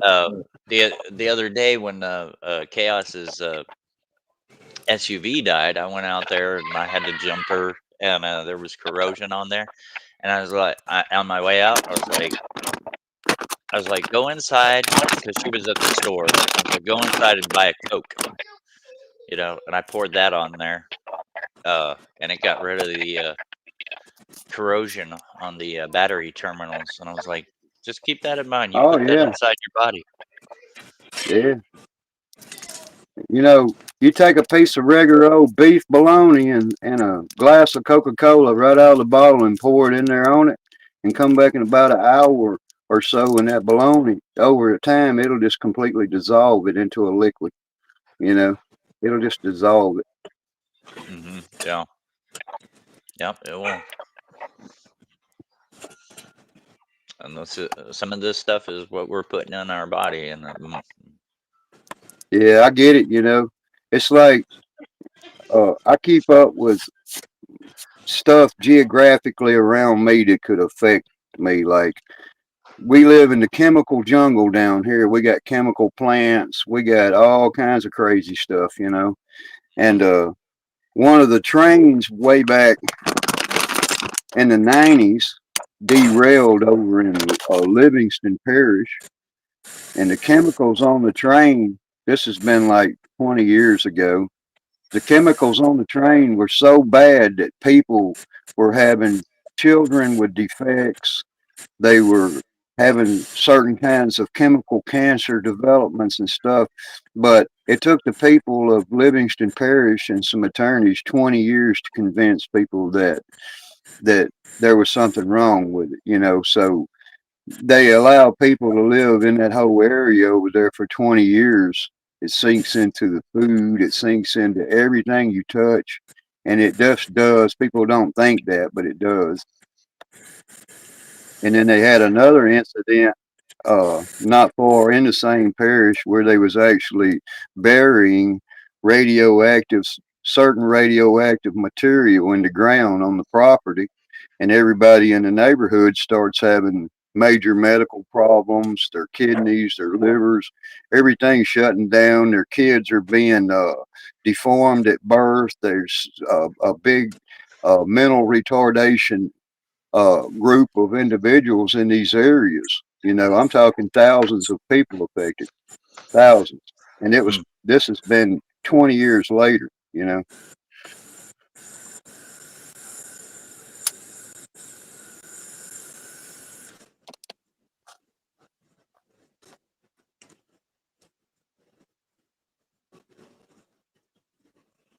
Well, everybody, welcome to the rescue show, you know, Clucking Alamo. We got rescue out there. He's shoveling the fire pit.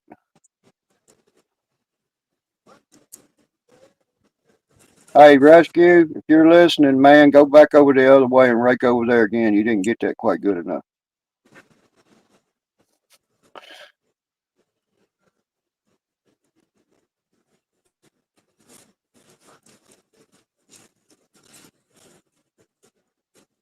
Mike, you have the stage.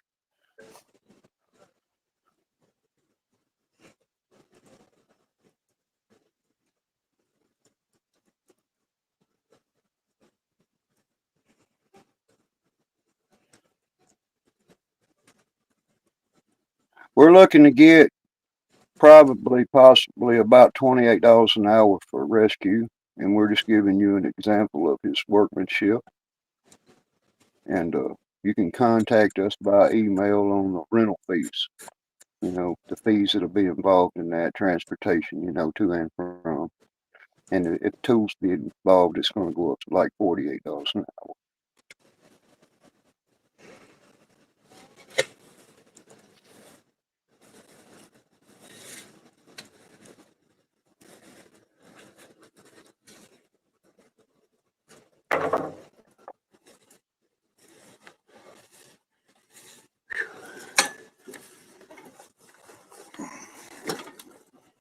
Okay. Did I miss the plan on how we're going to take over the world? No, I've got a couple of people bidding on you at a labor price of $38 an hour. That's gonna. One sec, I'm going to answer the phone. Hold on.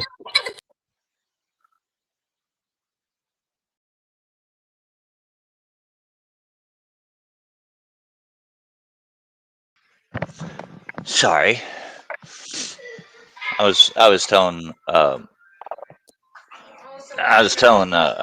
Chaos a little bit something about how stupid people are, and like how these people don't have reading comprehension. They're doing a memorial at Jansen Park at 6 o'clock tomorrow. Oh, For Charlie Kirk. Chaos just told me they're doing a memorial at our park tomorrow at what? 6 o'clock for Charlie Kirk. Yeah, Charlie Kirk, man, that's a fucking tragedy. It really is, man. Yeah. When you can get shot and fucking killed, you can get shot and killed inside our free United States for fucking expressing the fucking First Amendment right of our founders' laws, then shit's gone bad. If we have something attached to something inside this fucking country that's killing people for exercising their rights, and that's your God-given rights. That's not anybody else giving you them rights. That's American. Yeah. When you practice, you know. Well, tonight's stream that I have going on, it was supposed to be covering Jesus in the Bible and the Quran, but because of the recent events, I have changed it, and now we're going to be talking about. It's still spiritual battlefield, but we're going to be talking about good versus evil, and I'm gonna use three examples. Charlie Kirk is one of the example. The other one is the Ukrainian girl, and then the other one is the guy in Dallas that was beheaded by a coworker. And we're going to talk about good and evil and the battle that's So between. I try to explain it to people. I look at it a certain way, Mike, is to say that whenever you walk into a place of worship and you gaze up at that ceiling and you see an angel up there holding a sword, okay, Mhm. the purpose that the angel actually has to hold the sword is what people forget about. You know, there has to be a sword Yeah, against the evil. And the yeah. Lady Liberty, she has the scales of justice to prove Hmm. it, you Hmm. know. So it's getting to the point, like I said, it's something. Whenever you say, "Hey, the free country of America is tired of this tyranny," and you push back, you better expect a fight Oh because yeah. it's not going to be easy. It's not going to be easy to run all of this. I want your son to be a girl because you wanted a girl instead of a boy. I want all of this stuff completely out of my system. And when America does that, then you're going to get these issues, you know. Hmm. They're going Hmm. to they will exist. You know, I Yeah. mean, I try to put my message out there to people to say, hey, look, I've got two beautiful, wonderful grandkids. I want my grandkids to benefit just because they live in an area where they have sidewalks and stuff. I want them to have the benefit of going to go down to the park unmolested, unbothered. I don't want to be robbed. I don't want my stuff Mm. broken into. I want all of this criminal element to get its ass back in the closet, you Mm. know. And Yeah. it's not free. Freedom is not free. Oh yeah. You gotta Yeah. work every day to And maintain it. the U.S. needs to be the prime example to return back to morality, is what we need to do. Like Yeah, like you were touching on, zombie. You know, thinking that a boy is a girl and a girl is a boy, and you could just change that. That's not morality. That's based on yeah. nothing. You know, like No, even science doesn't cover that. Like people are picking and choosing the science. And it's so hypocritical, especially when like COVID went down. They're like trust the science, but yet when you counteract that with well trust the science says that there's only two genders and a boy can't be a girl and a girl can't be a boy, and they're like, oh, you're just a hypocrite, or you're a I, bigot. And it's like I'm gonna put you this. can't keep moving the it's the goalpost every single time. I I hate no, to but put the this way people message. respond is what's setting that tone. See, that's more people actually need to start responding to those conversations, just like Charlie Kirk used to Yeah. not get emotionally invested in it. Hmm. Don't Yeah, do the name calling. Don't do the cussing out. Don't do the screaming. Don't, just, and then if they're not going to accept it, then you got to move on. Whether that's, a family member or what, but there well, has to be that accountability, and we've got to remove that gray area where we participate in these debates. Let's have a Hmm. conversation about it. Well, I got to tell you, my take on this is there is no neutral ground, and there's no meeting in the middle. There's not a we involved. Over 500 and something riots in the last few years, and it was all done by the Democratic Party and under their initiation. So that is what it is. Facts are facts, and it's Yeah. time. and It's then time that people stop giving in, but also not reacting all this emotional. Like, man, fuck that shit, dude. I can do whatever the fuck I want to, man. You stupid. You believe that there's more than two genders? You can't talk like that. You just turn Yeah. people off. Me Hmm. and the missus talked about that down here at a little area meeting. If you're sitting in that room talking to everybody around here, and you were to sit there and go, well, this is fucking stupid. The minute you said that fuck word, Yeah. that's it. They forgot That's what it. the whole Yeah. conversation was about because a lot of people don't absorb that. And so if you really want to reach people, yeah, you can reach people that agree with you that way. But that's what he shined for. And that's actually why he was a target, because he was so effective. Because he never, regardless of what they came at him with, he never emotionally reacted. He just would Yeah. smile and go on your little tirade and okay. Yeah. And then he would just factually answer. And that's what we all need to start doing. Yep. Here's the way I see it, you know, Exactly, and Huck. I don't see that it doesn't say, hey, look, and this is for you and Mike and Rescue there and everybody listening. You cannot save a person from tyranny until you've saved yourself. Mm-hmm. You have to submit to your beliefs and your religions and your God given rights. You know, the facts of the matter is, it's sort of like you don't just go out here and say, hey, I want a little girl instead of a little boy. You give opportunity, you try to clean up your own messes that you've made over the centuries, and you say, hey, look, how about these boys that's down here in these orphanages that doesn't have no leadership, no parents, no nothing? You know, how about them? You know, who's responsible for cleaning up This this is the mess? turning And the point. one, and Yep. once you try to get yourself out there and you say, hey, look, I'm not trying to come across as some kind of hard ass colonel. You understand the reputation and the responsibility that went behind that before I quit, you know, and done something else. Mm-hmm. The fact of the matter is we have to take responsibility for everything. Everything. Our agreements inside our constitutional laws.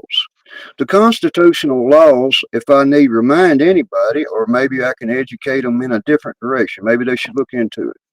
The constitutional laws was an insurance between us, the free people, the sovereign citizens of this country, in a contract against the tyrannical government that could take place, and it's a way for us to defend ourselves from it. It's only a contract that the government makes. The corporate governments and stuff, they decide, they make their rules, they make their policies, and then it steps all over people's agreements on the original contracts of agreements that we, the free people, had with them. And people, they don't really know to look at it that way. And it's sort of like we have everything pushing back against everything. We have everything pushing back against Supreme Court laws. They're all about trying to change a law. When they realize there's a problem, then that's when the law seems to be changed, instead of just going by the laws that we already agreed on. We had more peace inside this nation then than we do now, you know, and you have to be able to save yourself and just take the time to listen to the people that says, hey, look at the real problems. When you start telling the truth of the matter, the truth, and you don't give anybody else any propaganda, it's truth, it's real, you know. And inside this country, we have actually sheriffs inside counties that are unincorporated that abide by constitutional agreements between free citizens and the government inside this country. Because if they're not willing to keep the agreement with us, then we should not be willing to keep the agreement with them. They're not worthy of keeping an agreement. That's what all this says. Oh, It power's says out. whenever you structure your laws, your rules, everything that makes you your country and what makes you strong, when you sacrifice that to tyranny, then you got to be able to bring the flock back to America. Teach them how to be American again. You know, whenever you agree to call yourself a citizen, then you're abiding by the two-party corporations of things, and you're not being, you know, you're not an American. That's un-American. It goes against the constitutional agreements between the citizens, the free citizens, which puts us in charge. There is no democracy in that. There's no reasoning behind it. You know, We are I'll a just be happy Republican if nation. men start acting like men and women act like women, and we actually get mature adults to calm down and talk Yeah. rational and mature and educated. That would be really cool Uh, because then they might yeah. understand what actually the Declaration of Independence, the Constitution, and the Bill of Rights actually means and what it implies to and how it can be used and exercised. But right now, you have a bunch of emotionally affected people that are just either to hell with the conservatives. They're a bunch of fascist Nazis, or you got the other side that's a bunch of blue-haired nose ring retards, and so there you go. I mean, I until mean, more people I come to the mean, middle I just, ground like he was at, then people don't even really understand the rights that they have. Hell, you got people that don't even think about voting because it doesn't matter. here's, That's why I said that whole programming that happens in college, it ain't just at college. It spreads Oh yeah. across social media, and it's on all hey, the sides. Every little group, every bubble has it. you got to remember though, you got to remember your sovereign rights inside this country as an American. This is what it says to you. It says to me. It means that it's going to take some time to balance things if it ever becomes balanced. But it strikes back to the orphanages.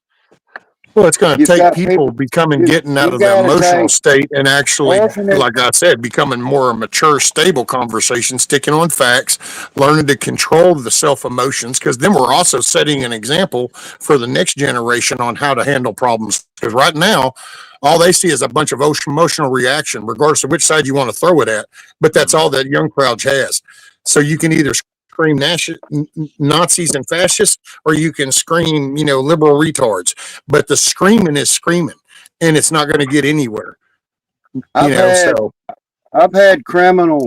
I've had criminal cases and I've had domestic cases and civil cases inside my career before I retired. Oh. And the biggest thing is that a judge ever had to say to me, he would say, I don't think he'd, that's true, he'd say, Kickoff. he would say, don't hit below the belt. And what that means is to tell the exact truth. It doesn't matter how hard it is to hear. Well, It you can means like, fight a good fight and still be righteous in your foundation. That's where yeah, people. That's where that has been so grayed out. So people justify their actions, even though it's the same thing. It's like if you just go out and start always, popping them in the mouth because they said something stupid, then that ain't no different than what they just did to him because they just killed him by what he said. Yeah. So what you've got to that's, do is just shun them, and yeah, you've got to shut them down, and not do that perpetuating. Let them drag on. It's like if you go watch some of these little, I don't know what you want to call them, debates. That's what they'll call them, like that oh Jubilee yeah, thing, dude. Sometimes that's the stupidest shit because it's Yeah. like, well, seems to me like you're kind of given a big platform to just keep repeating these words of fascist, Nazi, yeah, conservative, I know. crazy MAGA. I told the missus, going, you want to know how programmed people can be that don't even think they've been programmed? I said, go look at what people will say about MAGA. I said, you got one side, yeah, that's all MAGA bad. But I said, you've got these others that are constitutionalists, patriots, Americans, and MAGA is retarded. That's those Trump followers. And I said, see, so just in their own brain, their brain isn't clicking, going, wait a minute. Am I saying making my country great again is a bad thing? This doesn't make sense. No, no, no, because they've caught on to the rhetoric, and this is what's been screamed in their head. So this is what it's bam. So it's not just one side. It's really all over. That's where Yeah, I'm telling you, man, the evil and the hate is like a fog around the the world. And scary, it's just the like it scary lingers a thing. foot or two off the ground. And if you stand still or your mind gets idle just a little much, that fog just reaches up and starts to grab you. And you either think, man, Mayhem's a real asshole. That fucking dude, I don't know why. Or, oh, look at this, man. And that's where all this griping, and that's the negative. That's the opposite of the You know, positive. So just look at the and behavior as a whole. people listen to this one is, I mean, people have a tendency to I believe don't think that's true though. One sec, zombie, real they, quick. I don't think that's true, Kiss Off, because the report. I mean, his dad turned him in. I don't know for a fact, but by everything that's going down, he apparently lived with his parents, and they apparently even went to their house. And I don't, maybe not true, but at that's the FBI public announcement over the the things that was involved in apprehending this scumbag. was Who was what? highly electronic. It means that he was traced through other people, through third party people, everybody else's previous texts. They threw a net out there and they looked inside the net and identified certain sentences, certain keywords, and certain other things. And then the pot kept stewing. So eventually his parents already knew what he did. And then ultimately they communicated that indiscrepancy amongst themselves in the beginning, but then it got discovered and they ultimately turned him in. The reward had actually reached $100,000 to be Well, settled. whenever they saw it, that dad went to his minister, which I gotta say, Yeah, man, I can't even get that in I yeah, run that through my head like, wow, can you imagine making that phone call? I yeah. mean, you know that the actions were bad and everything, but you know what you're fixing to have to do and what you're doing, and it's like, man, I don't know, I mean, but that's what I definitely a say, judgment call. here's where we're at in this battle. I mean, And who people you are talking going to about, be, Rabbit?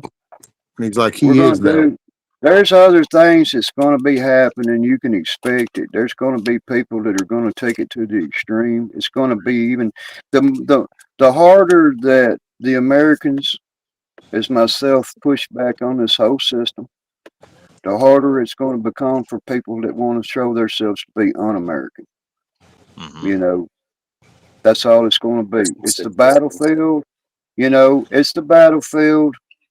You can call it whatever you want between good and evil or whatever, but when a person sits back, and I say all of my career and all of my life, and I managed to stay breathing this long enough to see my granddaughter and my grandson, well, I'm willing to step my ass out there on the battlefield and defend my rights for my family.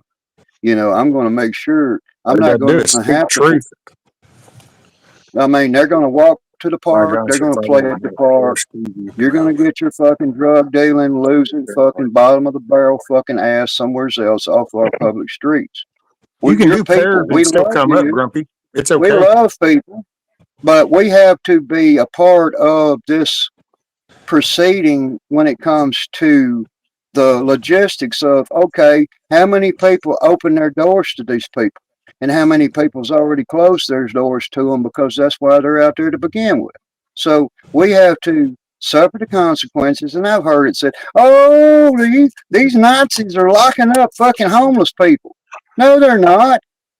That's the olive branch. What are we supposed to do? Let you sit out there and fucking die on our fucking streets? Is that American? No, No, it's they not. just want It's you to sit un-American. there and argue about it for years and years, and it keeps everything generated. See, it's just like that. Yeah. Homeless. Well, then here's my point, and then this is all I talk about the homeless epidemic. How many people are actually trying to do better in their life and not just grifting off the government? We'll start there. It's kind of like the abortion conversation. Are we going to at least admit that the DNA is created when those two things meet and that's a human life? And now, if you're wanting to be able to do abortion, we start here, but let's not deny the life. And people that want to But go, yeah, yeah, no, they just don't participate in the conversation. See, that's the problem. there, Everyone wants to do this hate reaction. Like, man, I'll throw down. And it's like, that's just not going to be, I don't know, man. Like I there it said, when you is. watch his old footages and you I would just recommend anybody try to communicate like he did. That would be the best way I'd put it.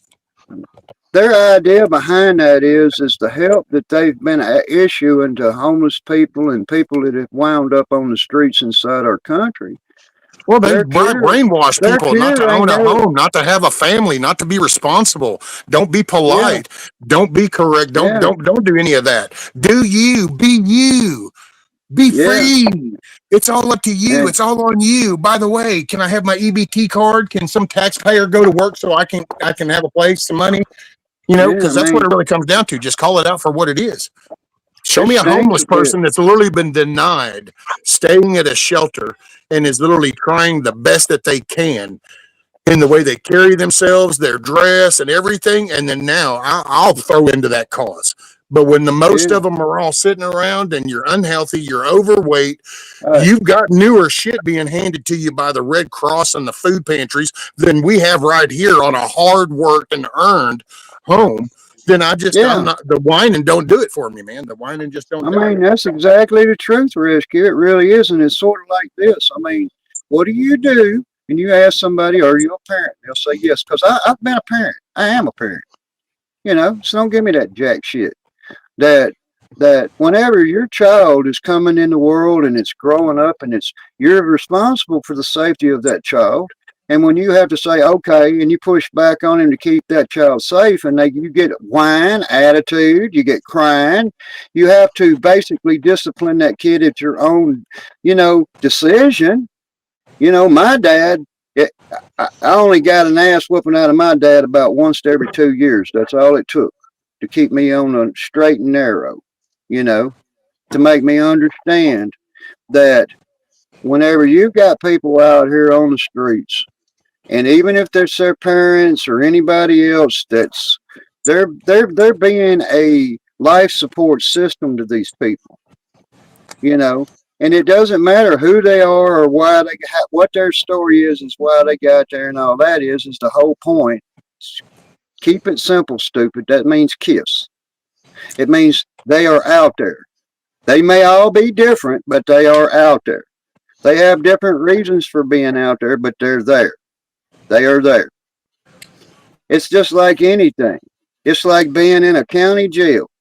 You'll go inside a county jail and you're going to meet somebody and he's going to say, hey, I got some tobacco. You're going to say, damn, you got tobacco. Well, then they're trading that shit for food. They're trading that shit for like money inside that jail. Well, the people are doing the same thing in the homeless encampments. They're trading it around. They're hustling. They got their hustle on inside their encampments. But the fact of the matter is people are getting murdered. People are ODing. You got this shit, and then you expect me, of all people, to go walk my granddaughter and grandson down the sidewalk to the fucking public park and let them play on the swing sets without being subjected to any of it. Any of it at all. No, that's because we stopped having parents and we stopped encouraging parents. And the parents stopped parenting. People stopped worrying about the message that they were sending to the youth. They just wanted to do them. They gave the kid an iPhone. They got their iPhone. There, get on your Instagram. I'm on my own. I want my own likes, my own thumbs up. It's not about the kids, man. The kids can do them. They can do them. Just there you go. And that's what it's become. Think about that's the rhetoric. My mother don't parent, and so people don't set an example for the youth to follow. So then that's why you end up with these Kia kids that go around here and carjack and shoot at people and shit. So all the crime, it's parent orientated. It's screwed up homes. Excuse me. My mother, when I was a young teen, my mother, with me and my siblings, two close siblings to my age, we're all boys. We want to go hang and do boy things outside in the city. My mom would say, be home before dark and don't get in trouble. And you know something? We didn't. We just didn't. We slept in a house with a fan in the window and screen windows and the screen door just latched at night in the city of New Orleans. You understand? I grew up with two different environments of working men. I saw respectable, treated their wives good. They were good with their kids. They owned businesses. They worked jobs. They were just mature, responsible men. And then I also hung around biker thugs. But even back then, biker thugs, there was a mutual level of respect almost. It's like, you didn't jack with nobody's kids. You didn't jack with nobody's family. You didn't do none of that kind of shit. And so, and all that conversation, well, those were prime examples. So then you could pick the society now. Everybody's a preacher. Everybody's a biker thug. Everybody's the perfect of everything.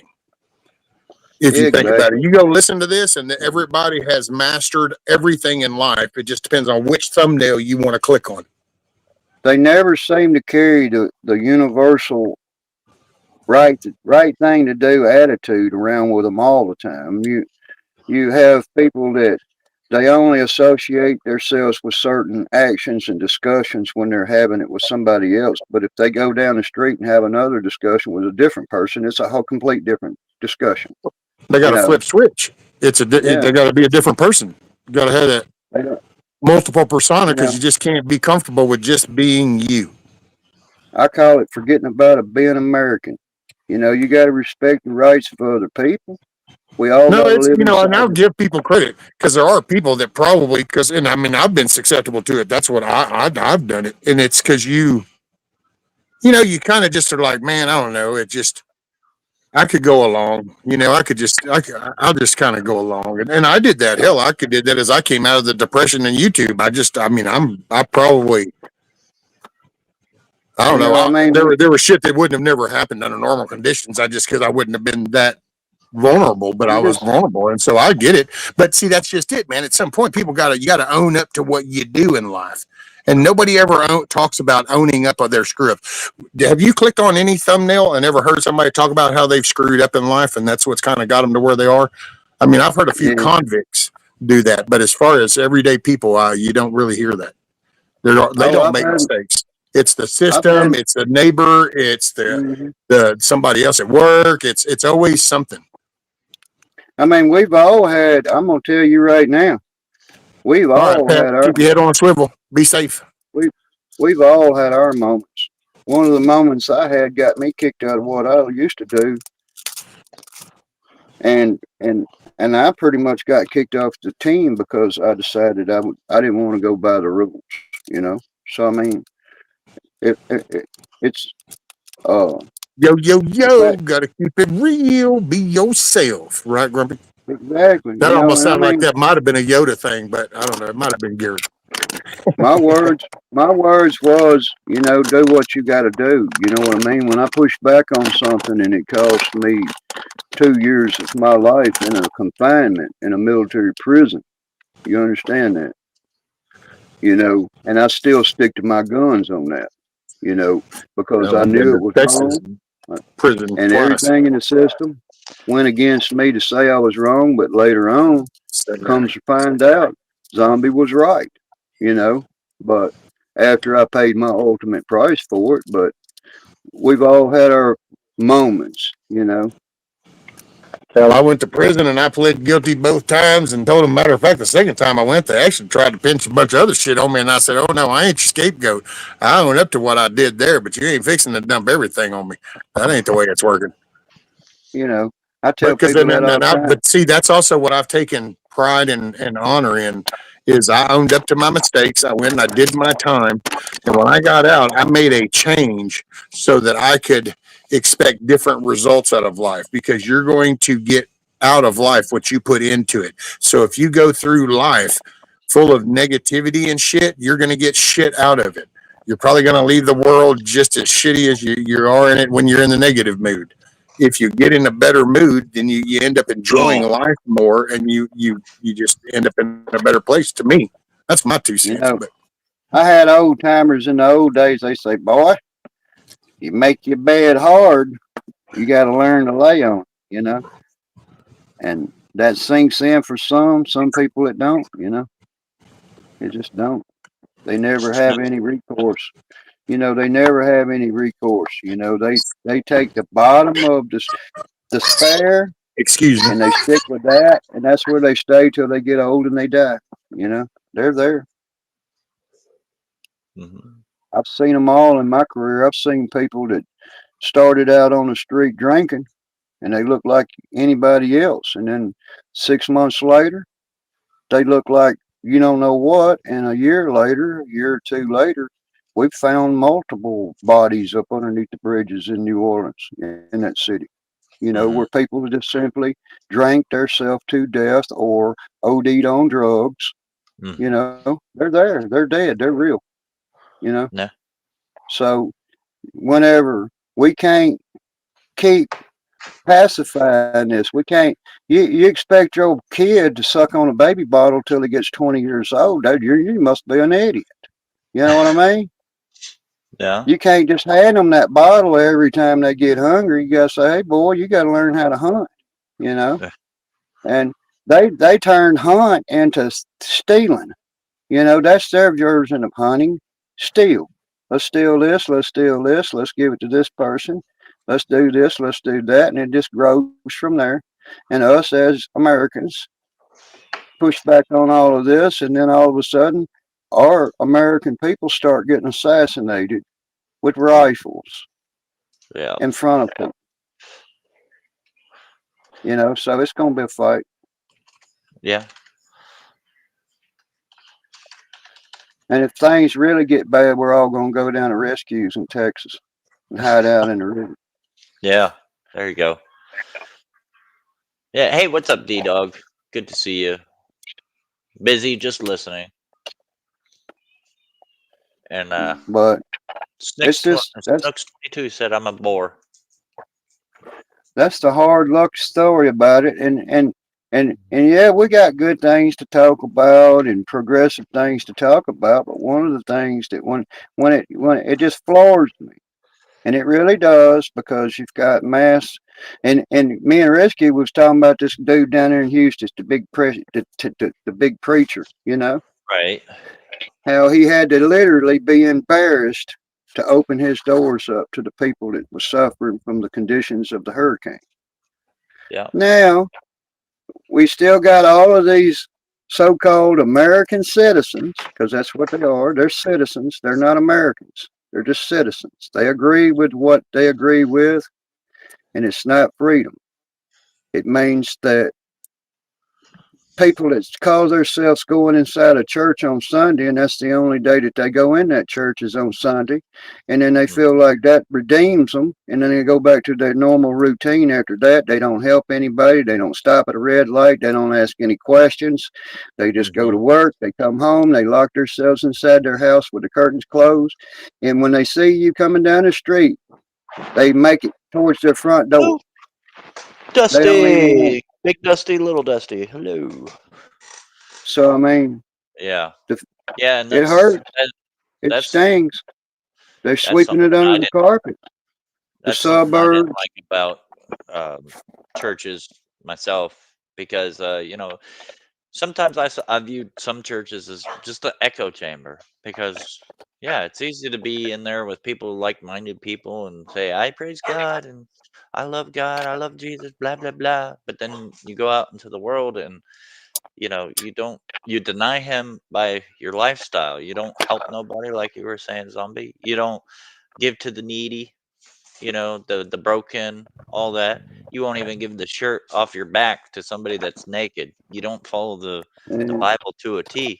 And I was just they like, I can't do that, man. Like, and they put Joel their Osteen they put was, their they put their funds and their wealth inside the church uh, possessions.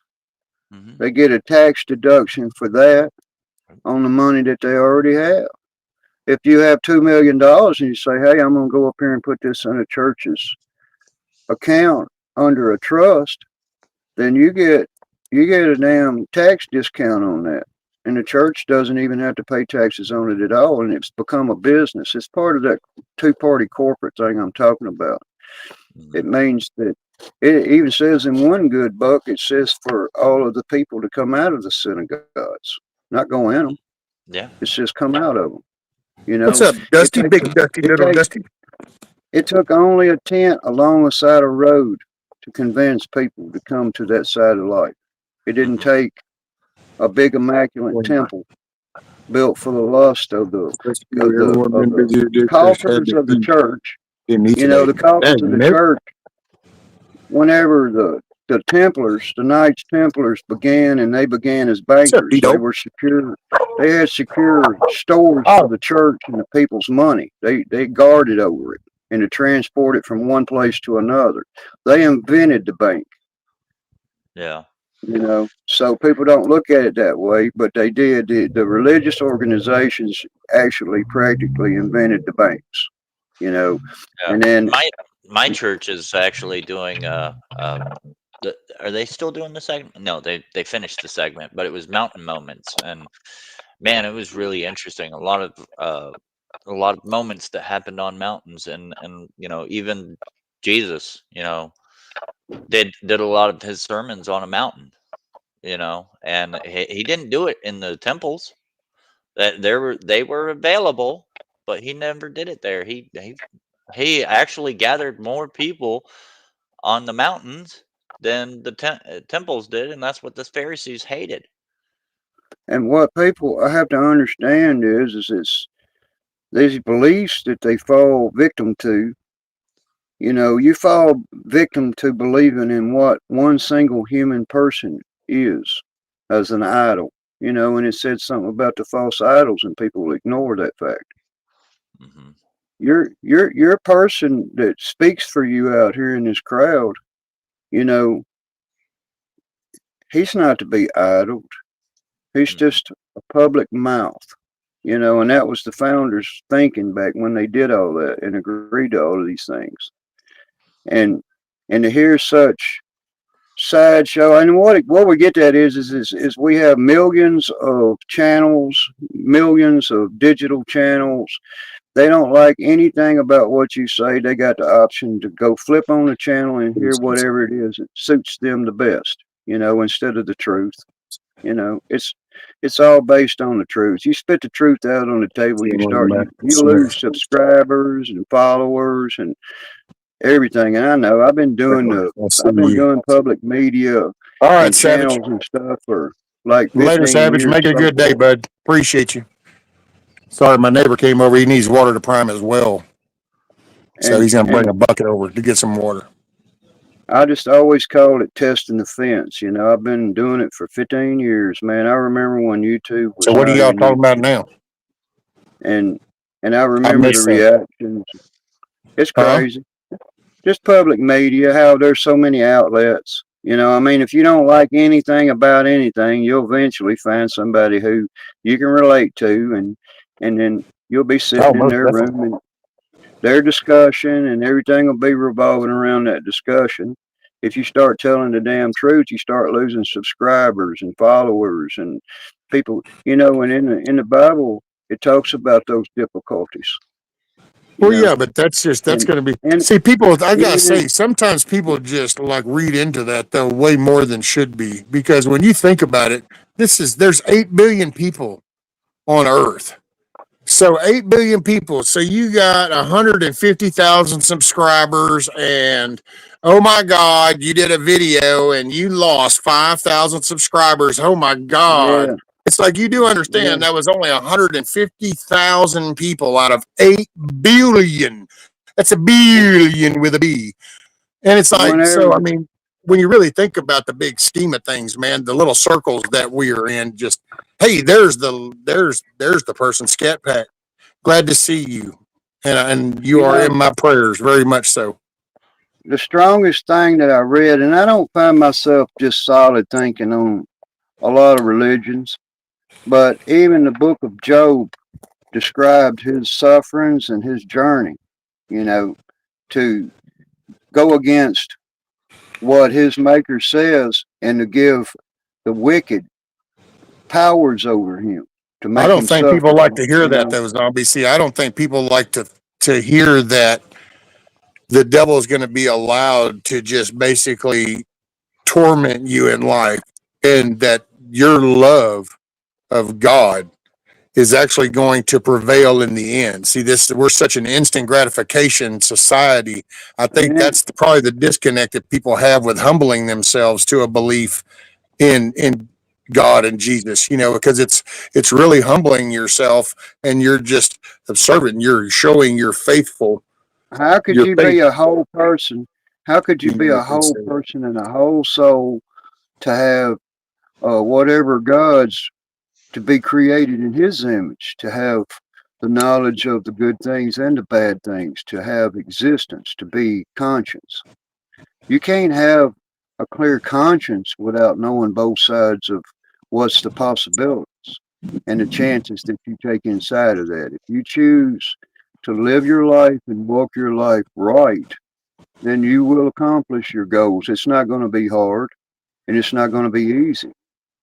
You know, more or less, it's probably going to be a little harder for a lot of people than it is easy, but they gotta understand when they Well, say, doing "Hey, the I got right to thing in do," a world that has been basically, this is the devil's playground. So this is the devil's world. So this is he's consumed with allowed, evil. We're born and into people sin. So swimming upstream is always hardest. So that going against the that's grain, allowed. doing the right thing, being good is going to be a challenge. It's going to feel almost impossible at times.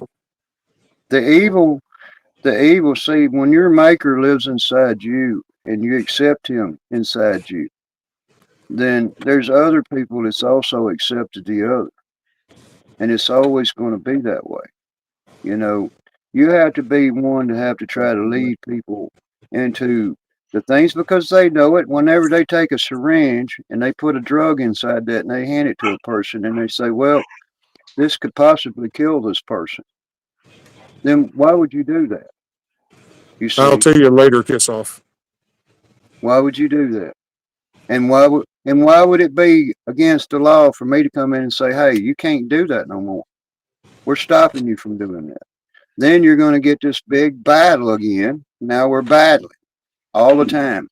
It's the good versus the evil, and we have to pick the best candidate to represent our voice. And right now, it's kind of like all we got, you know. When you put a person under 34 felony charges and criminal charges in a court, and you do everything you can to try to lock this person up for the rest of their life so we never have to hear about this person ever again, it shows the teeth. The bear showing his teeth. There he is. There's the serpent's head. That's the serpent head. That's the one that's saying, hey, we're going to spin on law enforcement. We're going to try to cause chaos inside this city. That's the ones that are complaining about, well, you're actually going to make our streets more secure inside our country and in our city. You're going to make our streets safer. But we don't want that. We don't want that. We don't want you to make our streets safer.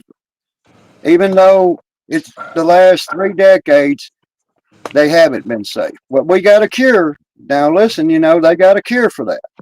But when the cure Well, comes that's right also, in I your mean, face, if you've gone 3 decades with unsafe streets, then at some point it's the populace of that city that's allowed that to happen. exactly.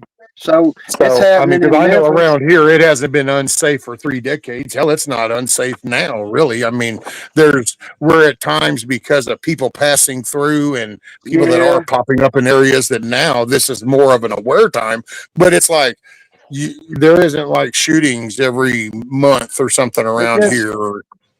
it has a way. It has a way ultimately if it's left We do have unchecked. catalytic converter problems, but them damn things seem to grow legs and just haul ass for some Yeah, reason. I don't know. I mean, It's crazy.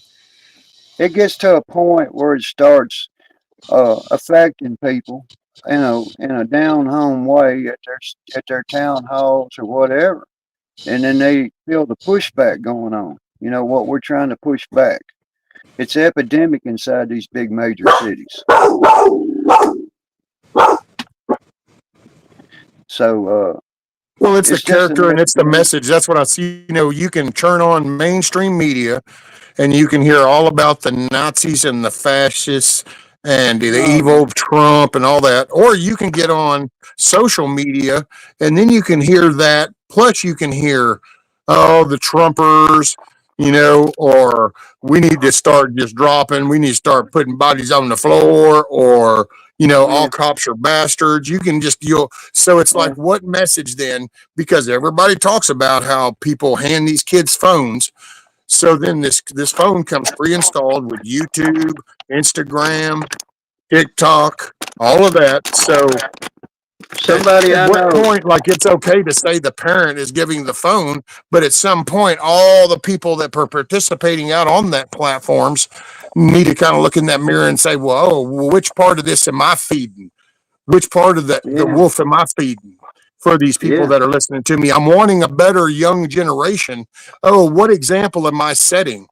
And that's where I think some yeah. of these people that just glorify shit, you see it in all the decoration, it's like, dude, you're just trying to market. And that's, it's one thing to make a buck, but what message are you sending while you're trying to market that?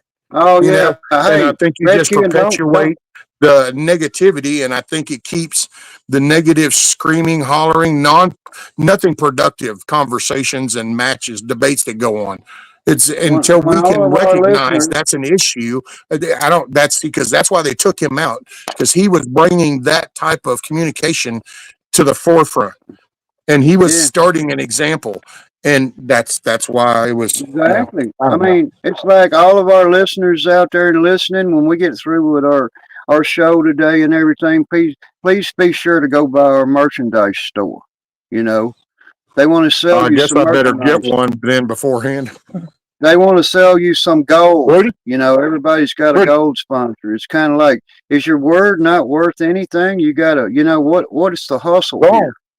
You know, where's the hustle? You Oh, know, okay. Hold on 1 second. I got a neighbor coming over. 1 second. some of these influencers, man, they got hundreds of thousands of fucking people that they're influencing, man, that just believe that that's the cat's meow on everything that they say, and they're only being their sucker because they can't stop. Oh, send me super stickers, send me money, send me this, thank you, you know, all this other stuff. And then they say, hey, this is what keeps me on the air and have the time to do these 20-minute broadcasts. You know, it's like, wait a minute, it took you 24 hours to come up with 24 minutes of bullshit, you know, and I'm going to pay you for that.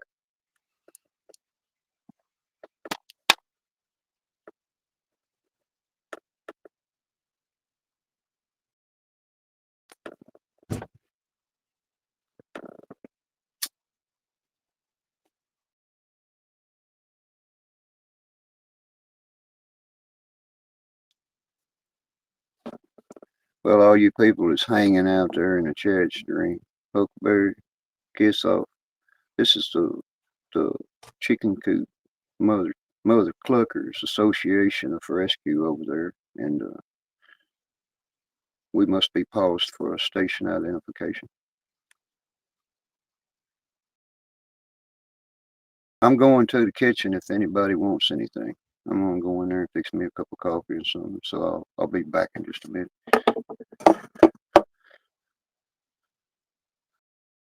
Yeah.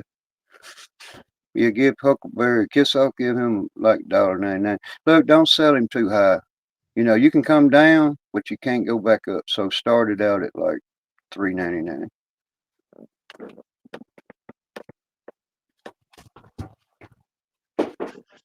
Sorry about that. The little boy is the little one's not feeling good today.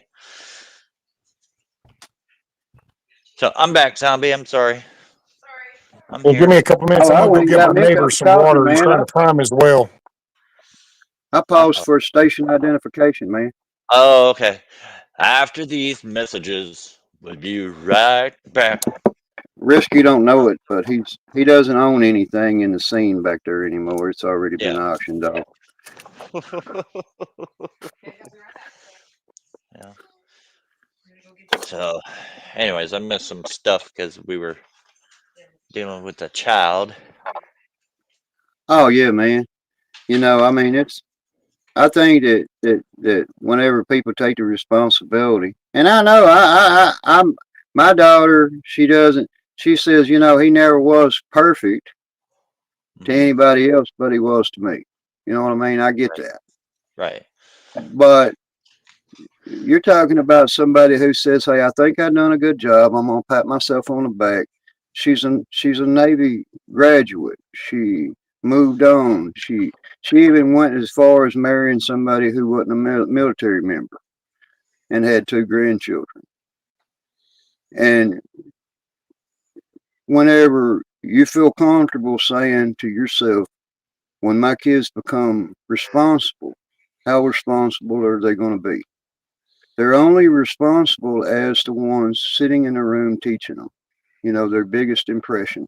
And if they get that from a screen every day, then most of the people, like we were saying about media, if they get their education from YouTube or something, then they're in trouble, you know, because there's so many aspects of YouTube and the different channels. If they don't like what you're talking about, they're just going to leave the room, you know. So it goes that way, you know. I don't Yeah. know if that's I don't know if that means anything to anybody anymore or not. Yeah. Well, like earlier Snook said, I don't talk enough. I need to interrupt. Well, the reason why I don't interrupt a lot is a lot of times I sit back and I listen to two people talk and I'm gathering all that information. And that's the problem that we have. That's why, like, these people that, if you notice, I was looking down, I was responding to people. There were people that something Hey, that I said. give me just a couple minutes. Yeah. I'm gonna take this water over to my neighbor so he can prime his well. So I'll be back in just a couple minutes. Okay, all right. But Man, you know, I posted, somebody said something about like how they were bringing up, what Charlie Kirk said, and people were saying, hey, you should burn at the stake or something like that. And all I said was, in this day and age, you have to watch what you say. It's not what you say, it's how you say it. And with society today, it's not what you intended, it's how somebody perceives it. And then the people that are responding to what I said, like they're laughing at it and they're responding in ridiculous ways. They're arguing the same thing that I'm saying. They're just saying it in a different way. And I'm like, you do realize you're arguing exactly what I said. And that's the problem. Like people, and I will yeah, come back to them and I will say, you have you either have reading comprehension problems or you're willfully acting ignorant, because I said exactly what you just said to me, but I said it in a different way. And instead of like reading it over or trying to clarify, because in the age of text, it's everybody knows. it, Like hell, Keel and what Key and what those two black guys. They had this skit where they were talking to each other through text, and the other one was like, "Oh, so that's how it is," and yeah, they were getting it yeah, wrong, and the other guy was yeah, taking it as like, "Hey, yeah, let's go out," and the other guy was like, "Yeah, oh, you wanted to go out? I'll beat you,"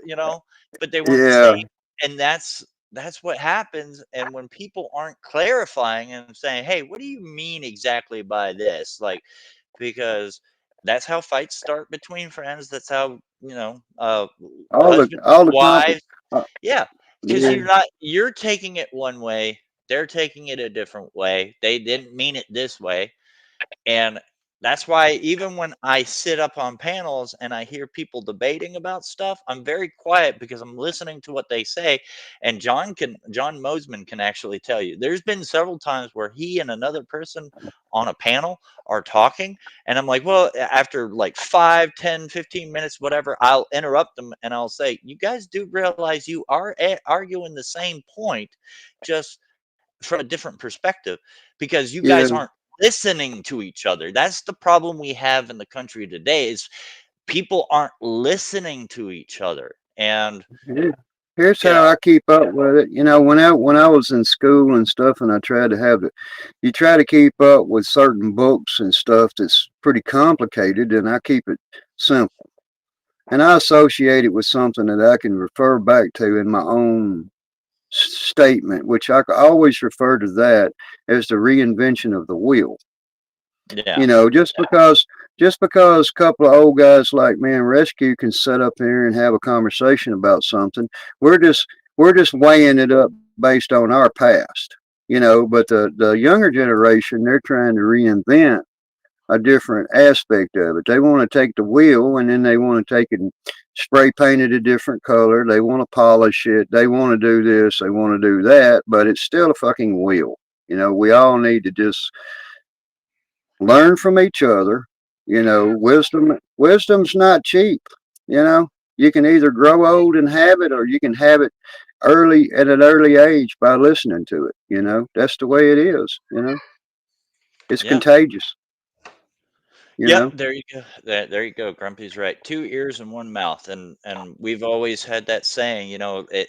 What information is being put out there when you're speaking to somebody. Sometimes it goes in one ear and out the other. And there's a difference between hearing what somebody says and listening to what somebody says, you know, and you can question somebody's, hey, you said this. What did you mean by that? Instead of hearing it or hearing it and go like, oh, you're this, you're that. How dare you? It's like, whoa, whoa, whoa. If you don't understand, raise your hand and be like, what do you mean by that? yeah. Exactly. But people don't do that. It's almost like we have trigger words. If you say a certain word, somebody's all of a sudden triggered and not they're reacting emotionally, and they're already gonna, You know, say, they've oh, well, made words. They've made words about that, Mike. It's called you can't handle the truth. I think a famous actor did that in a movie. You Oh know, yeah, you can't yeah, handle the truth. yeah, Yeah. yep, exactly. I want the truth. You can't handle the truth. And it's true. And a lot of people nowadays like that has become a meme for today The because only lie, the only lie that I've ever been willing to accept, it was big enough.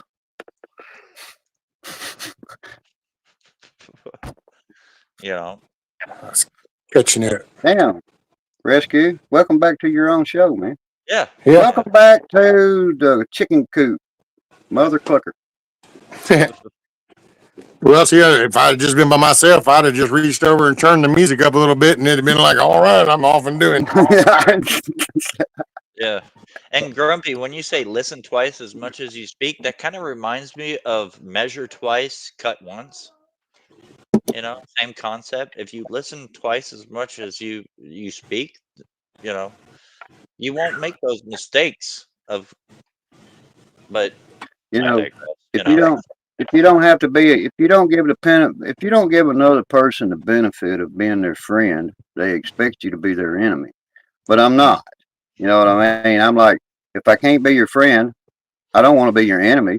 You right. let these people and these things live inside your head for 30 minutes, this thing, 40 minutes, this thing. Next thing you know, all of those hours that you thought about all of this bullshit going on, no matter what it is, you seem to get nothing done with your own self. You can't improve yourself based on other people's actions that it took inside your head. You know, so it takes up your brain. Don't let things live in your brain. Don't let it live in your head, you know. Don't be an Right. enemy. Don't Mhm. practice being a friend, but don't practice being an enemy. You know, I see Exactly. people all the time. Oh, I'm gonna get this person back, or I'm gonna get vengeance on this person. You know, I mean, Mhm. they take it out in their head, and then they get their family and their wife will be mad, and then all of a sudden their kids will be mad, and some Yeah. innocent guy that just walks down the street, that's all the kids are standing out there on the curb going, "Hey, fuck Yeah. you Right. know, piece of Right. shit, you know," and they don't even know what the fuck is going on. So that's the influence, you know.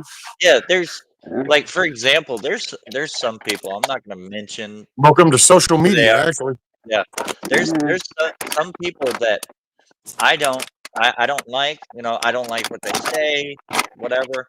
That doesn't mean that if they come into my live stream and they say hello to everybody, I'm gonna be like, you know what? You need to get the fuck out of here. I don't like you. No, like I'm like, hey, how you doing? Welcome to the channel. Welcome to the Oh show. yeah, God it's people like, hey, You know? knows. give it to God me, people give it God. to me, let me have it, give it to me, Right. you know. Yeah, Yeah. Yeah. let's hear your shit, Jack. Right. Right. But there are people out there, that will do that. That would be like, you know what? I don't like this motherfucker. Mods, ban them, Well, ban it's them. the echo bubble. It's the echo Yeah. bubble. Hmm. By the way, is there is it like driving home some kind of important point with all the f bomb drops, or is that just curious? Just asking Who, I'm me just or him? saying, man. everybody. I mean, both of you. Oh, I was just, it's, yeah. I question myself, so I catch myself because it's like you find yourself and you're like, yeah, why, the missus brought it up because it's like I don't know, it's actually becomes it just you just do it. Hmm. Really got no rational reason. Yeah.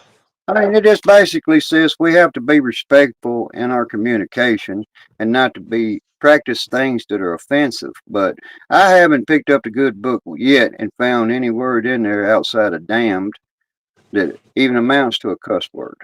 You just Yeah. got to Right. show that respect to another person, and if somebody Right. finds a certain word disrespectful, and Hmm. another person's not going to. You know, if somebody Right. comes along and says, "Fuck you, zombie," and I'm gonna like, okay, again, Yeah. I just got fucked three Right. minutes ago, and now I got to get in there again. You know, Well, you're wearing me out. it's What am I interesting that gonna do with you? What am I gonna do with you? Well, it's it's interesting that you guys talk about that because I did watch a debate on not Rotten Tomato but Angry Tomato or something like that, where it was Andrew Wilson and another guy were debating about curse words, and the one guy was like, curse words are a sin, and so Andrew was like, no, not really, because it's societal norms. Like, is it better to say, screw you or fuck you? It's the same thing. It's just a different no, word. it's not. No, not to me. Now, as far as if you're going to dip into scripture wise, then it's going to be the character of the vocabulary you're Well, saying. So, if in societal terms that would be considered trash, you're downgrading your integrity by using the vocabulary. If you go scriptural like that, in my opinion, I mean, what happens? What happens if you're trying to say, I "Hey, already checked I it. need you to jump off of this. It's not going to kill you. It's not going to hurt you. You got to do this. It's going to save you." And they go, "Fuck you," and I say, "Okay, fuck me then. Figure it out." You know what I mean? yeah. So, I mean, you can take it either way you want to, but you're going to say "fuck me," but I'm still going to drag your ass off of here to get you I but don't. safe. that doesn't have You know? I nothing to don't do think with it's. nothing. No zombie. Yeah. I mean, you can scream "screw you" or "f you." I mean, it's Yeah. that choice of word, and it's a character in an Yeah. emergency situation to be different. I'm talking in just everyday communication. Why do people instinctively choose what society would consider trashy vocabulary to Oh try yeah, to man. display a message that has any meaning to it? When you think about Yeah. that's kind of a hypocrisy in a Hey, way. You're trying to make a it's a, valid point using what society considers the vulgar language. So it's kind of like a hey, oil and water. hey, when I in know Rome, exactly you what speak you're saying. like the Romans do, don't you? You I know, I Nope. and it I means I No. see. I Otherwise, see because I what. don't want to go with the hell with the rest of the demons. I'm gonna tell Yeah. you right now, motherfucker, you come in my yard, I'm gonna fuck you up. That's what I'm gonna do. Can you understand that? You know, I mean, you speak the It's the language when it's choice of appropriate. words, though, zombies. So, Yeah, like this. yeah, So, I does it get mean it. You more know, if you drop the MF? Does that like make yeah. the bullet hit harder? Oh yeah. So, You got it to put does a the bigger hole sauce, if you say put it's an MFer that bullet cuss than word just a sauce bullet? on there. But I the get. fact I get is, what Rescue's people saying. can be vulgar. You know, they Yeah, can be yeah, vulgar Yeah. thanks. with it. At least I'm like, I don't know. Am I? It's like, I guess Yeah. it's going, but then I thank you. Okay. I think in actuality, what it is just the intent behind it because you can use other words. You know, like I said, for example, "screw you" is the same as "f you." You know, it's the And same see, thing. to me, So, the thought would have been the same as far as if you're right, talking spiritual right, level, then that whole thought itself was the same. right, Hey, right. we gotta make But we gotta you make know, men have to be men, and the only way they're gonna be men inside this country is they gotta right. be American. And their But skin's gotta And it get a has little jack thicker. crap to do with cursive language because I grew up No. and I know that I am probably twice the men that they're a quarter of right, this but population of this country is easy. And I I'm didn't grow up with a dad that cussed out my mom because she was his ex. So I didn't grow up with a yeah, dad that called his ex a POS or a mom that called her ex husband, a sorry bastard. I didn't grow up right, with any of that. I grew up with parents that I were mean, divorced and got along. And I grew right, up you around screw men up. that owned businesses and that helped run businesses. And I grew up with a mom that was a professional woman, very talented in various fields. So, see, this is why the character of the adults in the room matter. It's not that yeah, I'm some like saint. My God, I went to the penitentiary twice, but at least I maintained some kind of balance of rational right and wrong, as in harming other type things. I might have done some bad shit, but it wasn't just to innocent people and it wasn't just out of viciousness. Well, there was a reason why that didn't go and it goes into other people. I did time with people that it went into the other way. And it's right, the parenting, it is the home life, it's the nuclear family. It's really the Here's how key. I see And it. in taking It that doesn't. nuclear family concept, it translates that even if you're not in a married couple, it's the behavior of the adults in the nuclear family is what's actually making the difference. Because yeah, then you actually have men teaching young men how to carry themselves as a grown man instead of some emotional, irrational tirade shit and that just bouncing off, jumping from this to this, staying focused. What's your priorities? Hell, do you spend most of your time griping about shit that doesn't even affect you directly? Oh man. So I mean, Yeah. teach, but they only are going to learn by example. People can get up here and say the words kind of thing, or they can read it somewhere, but if they're not watching the norm, Mhm. that's why he made it. Yeah. He was the outstanding point on a college thing. Well, we as Grump, everyday people grumpy, need to do that. grumpy's I'm in the standing back. at the door. See, how come where is it? Oh shit! Man, See, it it doesn't just, even show me to scroll down. Oh, I kept looking over there, going, "Well, okay, I guess it's going to show me like a little scroll thing if he pops yeah. up." There's oh yeah, nothing. man.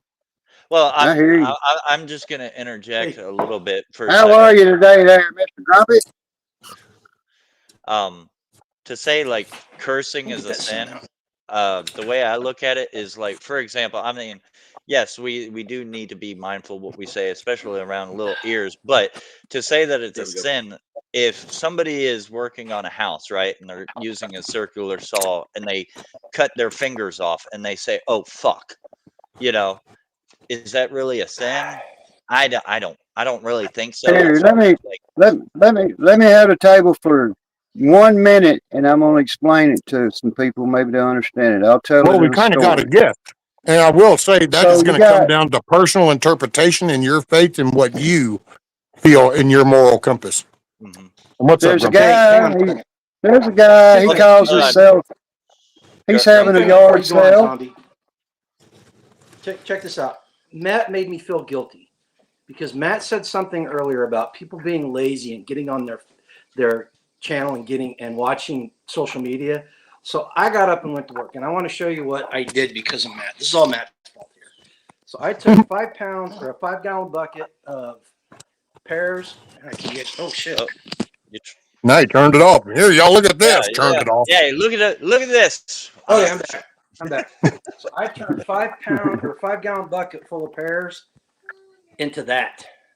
We're gonna make some pear jam later on. Nice. I got glass jars sanitizing right behind me. And it's hotter than heck in here. As far as the Grumpy. curse words go guys, the Bible, if we're going to talk about scripture, the Bible says we should refrain from profanity. Right? Plain and simple. Now, is it a sin? I don't know. All I know is we're commanded to refrain from it. Now, realize I say that as a Marine Corps veteran, and I guarantee you that I can curse better than about 90% of the world's population. Right? I've had a lot of practice at it. So I am a hypocrite. Mhm. Church is full of hypocrites, and there's always room for one more. So there you go. But Oh so yeah. I just that's what I You're wanted only to a pop in on that. hypocrite if you think that you've been righteous. Like when I speak that, I'm just pointing out. I mean, I do it every day. I was But gonna tell you. if you don't speak about it, then it won't come awareness for people, and you make that the redundant habit. That's not good, in my opinion.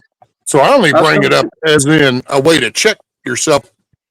I don't know. I mean, well, yeah, there are people that go through life without doing it, but I know I have not been It's one. a sign of a weak mind, in my opinion, and I curse. So I'm pointing I'm pointing a finger at other people. I got 3 of them pointing. Well, it's a back sign at me. of frustration.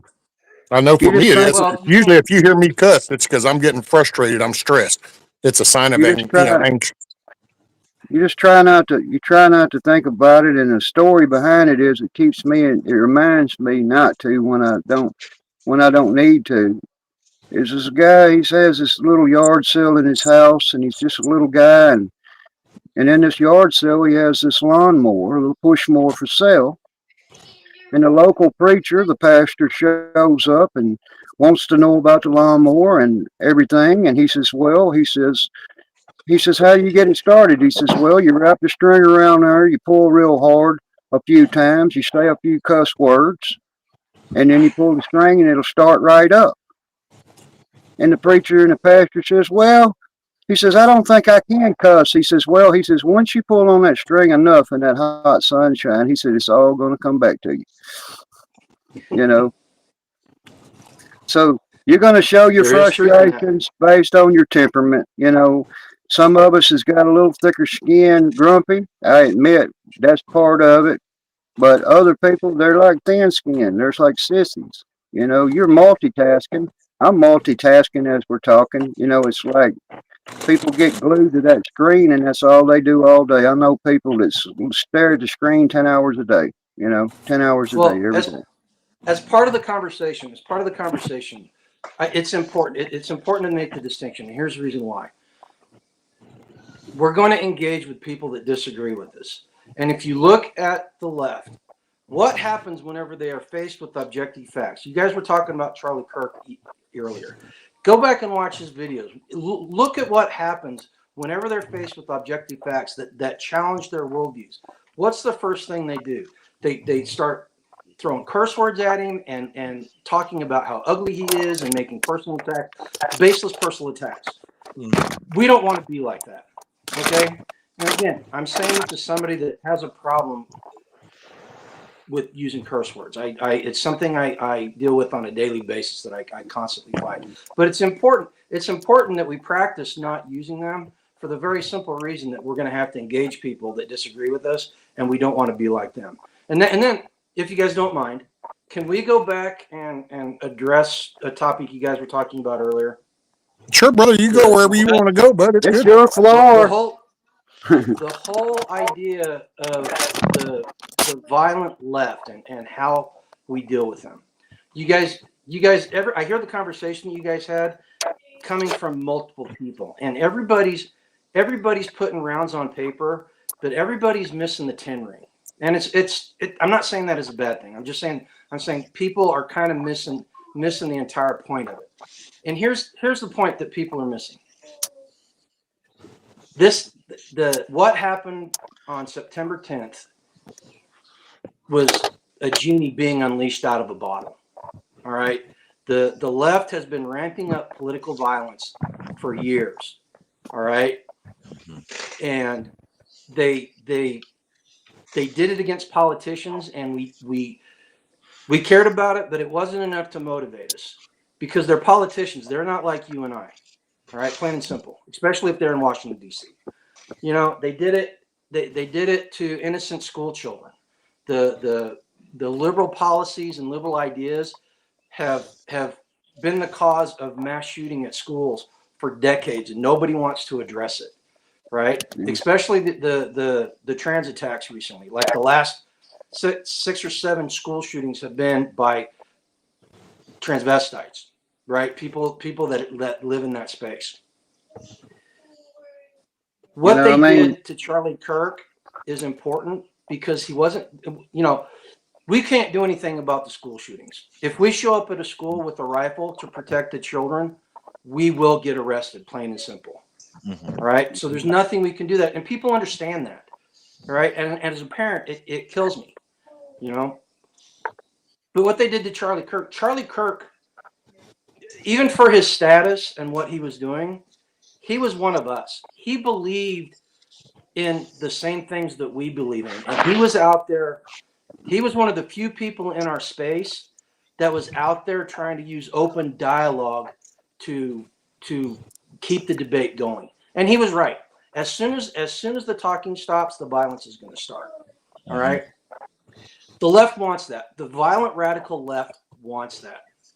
So how do we do it? How do we deal with it? The first step, the most important step, is you have to understand that it is an existential threat.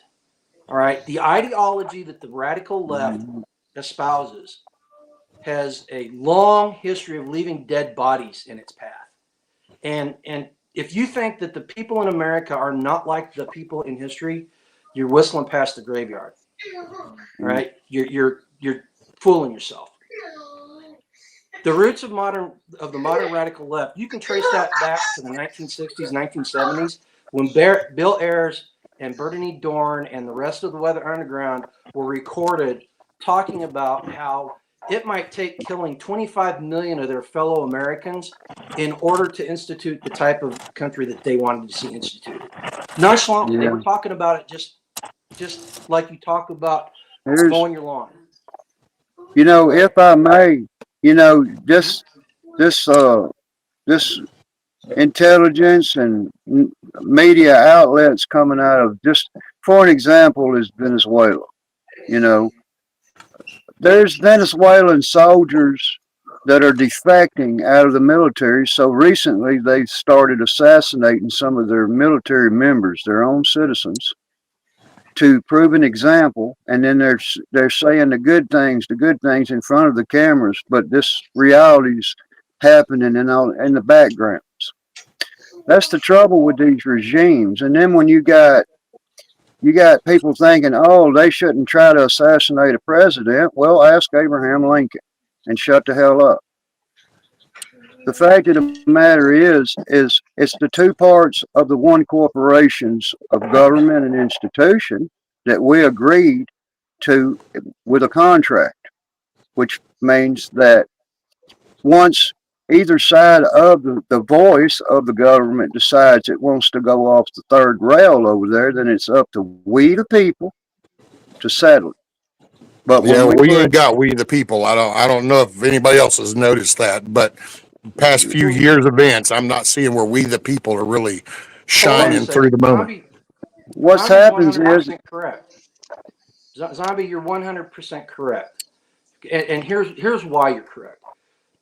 Once you understand that it is an existential threat, the ideology literally stops bloodlines. It eliminates bloodlines. It will take out your entire lineage if it's allowed to fester and grow. So the next question comes up. Well, what do we do? All right, and the open dialogue is part of the answer. But we've got people on our side that are agreeing with people on the other side that propose that support the radical liberal ideology, that are saying, oh, no, we don't want any violence. There cannot be any violence in retaliation. They want us to take violence off the table. All right, and the first step is understanding.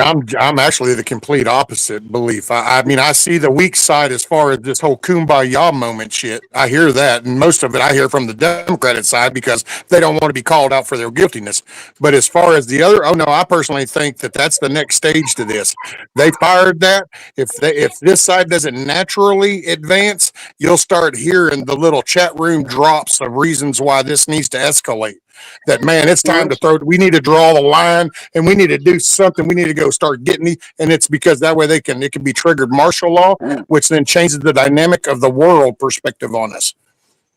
And Just like we did when we took kick curbs to them. That's why we did what we did, and we did it the way we did was to set the level on the world stage, so the world saw that we had a valid, legit reason for doing it. Well, that's my heard take. So there's a lot of truth in what you said, Rescue.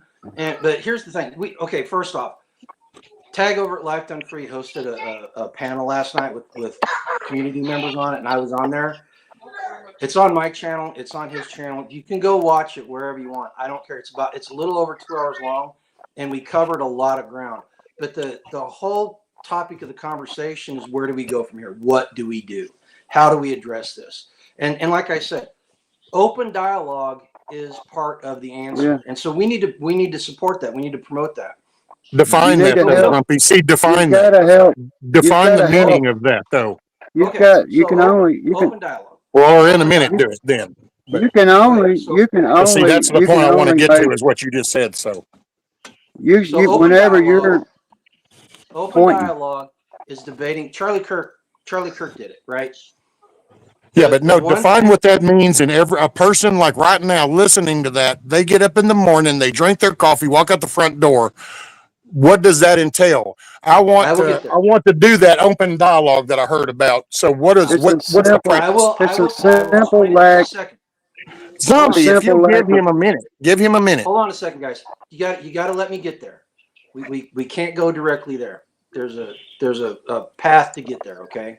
See, not to me though, Grumpy. That's all I was gonna, because I get what you're saying, but it's making. And I don't mean no disrespect, sir. I think you ought to know me by now that I do not mean no disrespect when it comes out like this. But it's like there's a lot of grandiose words to describe this big problem. When, see, from my perspective, I would like to just see men be mature stable, responsible men. And I think that just that little pebble in the pond would send waves, because I just hear so much radicalism, if that's the appropriate word to use. It's the extremism, if that's another. But it's not on one. I mean, yes, all this action shit is stemming from one, but I think that's because the other people from the other side, they're getting pulled into this vacuum to engage in that back and forth. Let's throw water cans at each other. Let's throw tear gas at each other. Let's go and clash out in the streets. Although at the end of the day, none of this is going to accomplish a thing other than to take us farther down the ladder. So what we need is really men to go out here and engage in a conversation with a neighbor. And I've done this, and I'm not trying, I don't want to say it like this because I'm not trying to make this some preaching shit. But I think this is, because I know this is what I experience around here. It's one thing on this YouTube shit to talk to fellow people that are existing in the YouTube world. But if you just walk down to the store and you kind of ask, what is your take on this? It's usually going to be fed from general narrative of some mainstream news thing, because that's what somebody's turning on every day. And instead of going into some 30-minute tirade of how corrupt the media is, and they're lying to you, and we need to start going, okay, oh wait, this person is believing Fox, CNN, ABC, CBS, whatever. Well, no, do you know that they said that, but have you heard the whole thing? Maybe listen to this, because if you'll notice, the one thing Charlie Kirk did was keep it toned down and keep it always on the communicative side. Well, that was in the verbal language too. That wasn't some magical wand. That was, he chose to engage in a conversation. And that's what I think we need to start doing is focusing on some issues that you think are going to grab the people around you in your area. What's going to spark that for them? Because once you spark it, it'll burn itself. You just got to open that door. I respect. Anyway, and I'm sorry, I didn't mean to take the floor from you, Grumpy, but I guess that was. That's I told okay, you this but before, man. You got to stop bottling it up. You got to start letting it out, okay? You can't be bottling up like you do. Well, because it's the example. Rescue. He's Mr. Passion. It is so He's simple. passionate. Kids, if I got guy if I right had here, YouTube on the big everybody screen, see? when I have little man here, look at all the shit that he would listen to in the background that makes no sense whatsoever, that his brain's going to try to process. But oh, hey, man, it was all cool. Well, what's the meaning? It's freedom or speech. And it's like, once again, just because you can do something doesn't always mean you should. And the minute we go back to being adults in the room and we compensate that, we understand that, we don't listen to this hyperbole talk about, oh no, there was a shooting, we need to come up with a gun law. We'll laugh at them. We don't have to scream back, my right, because you just died off into a dead field. What we need to do is laugh at them and continuing pushing the agenda for a Second Amendment, our 2A rights. And you do it in a fashion. You can get, and I'm not saying don't get emotional, you can get pissed off and you can express that. The mature adult part is can you come back to the calm part?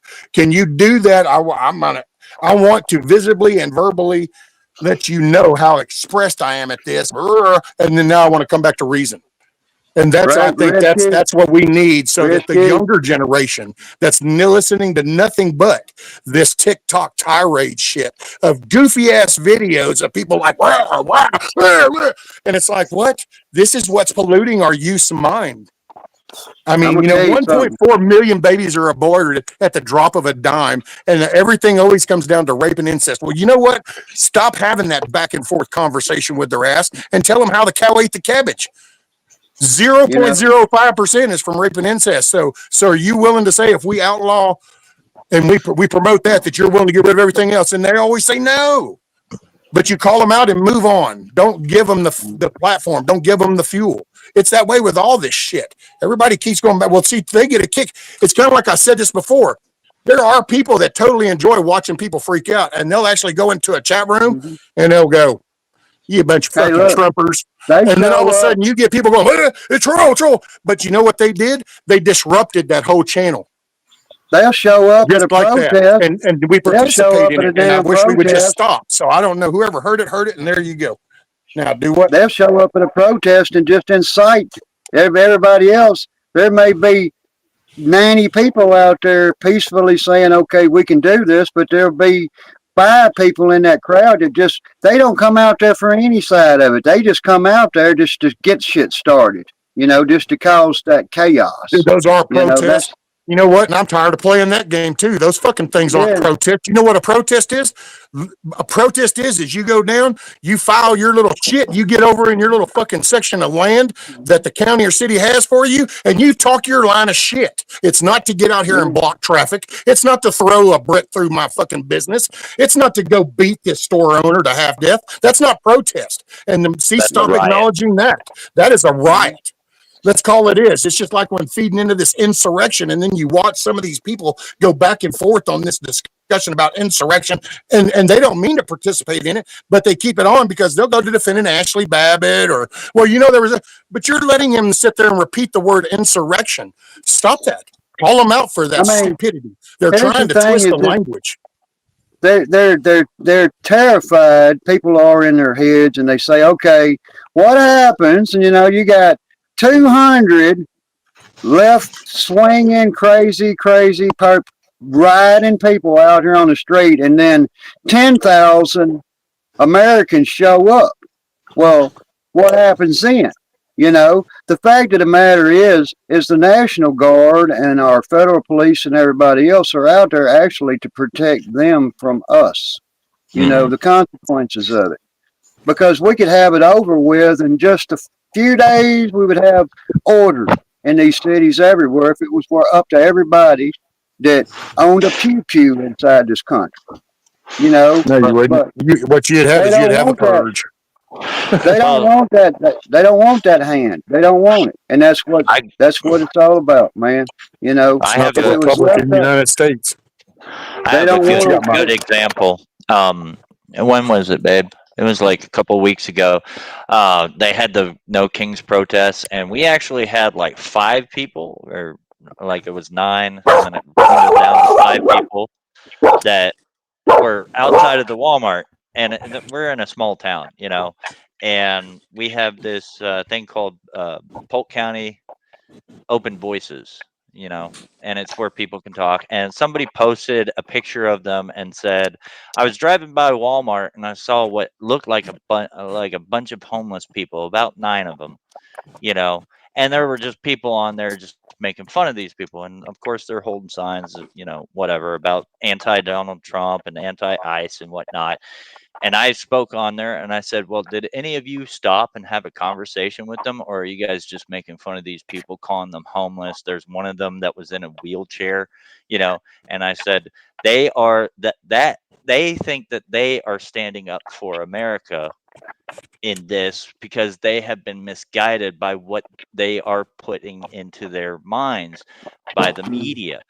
And what you should have done, instead of posting it on here, you should have had a conversation with them and found out why they think this way.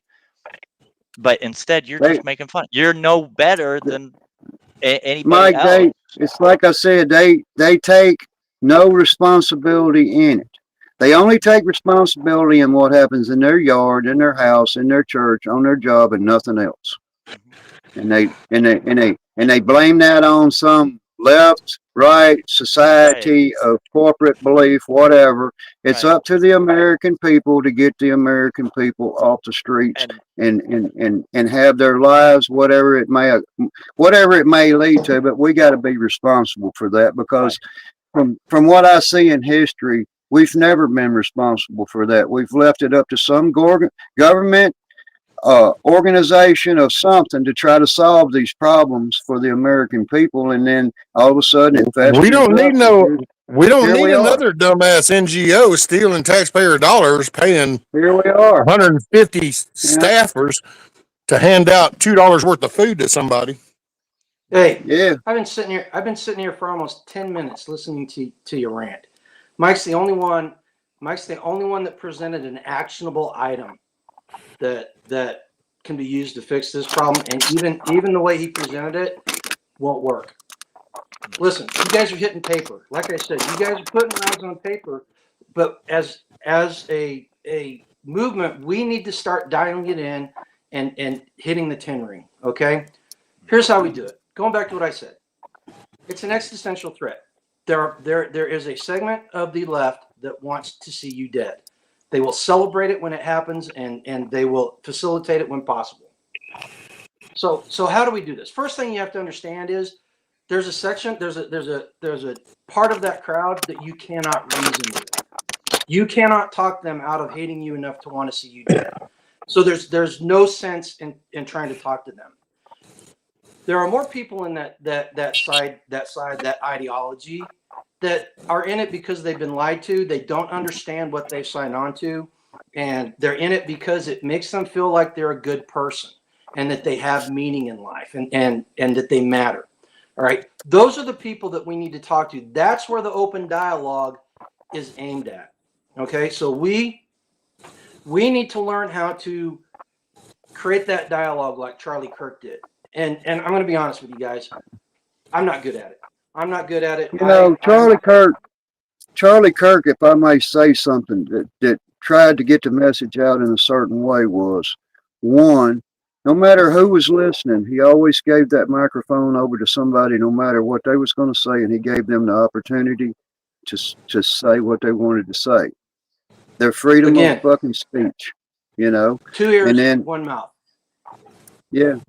So, you know, to approach it, you know, there's going to be people that's going to fall off the field in this battle of whatever it is. They're going to fall at the wayside. But the people that choose not to forward, keep marching forward.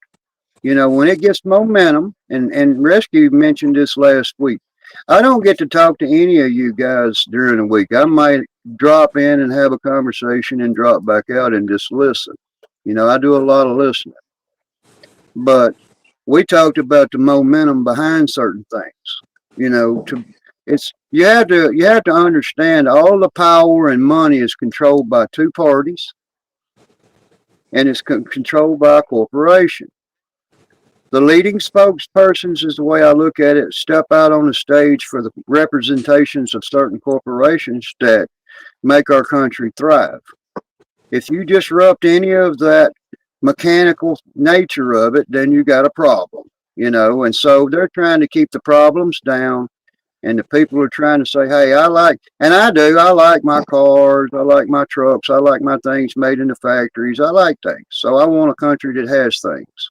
In order to have things, then you got to have people, you know, and you can't have one mechanic you can't have one car dealership in the city of Chicago. It's got to have every kind of car dealership. There's a lot of people inside this country. It's got to be rule of order.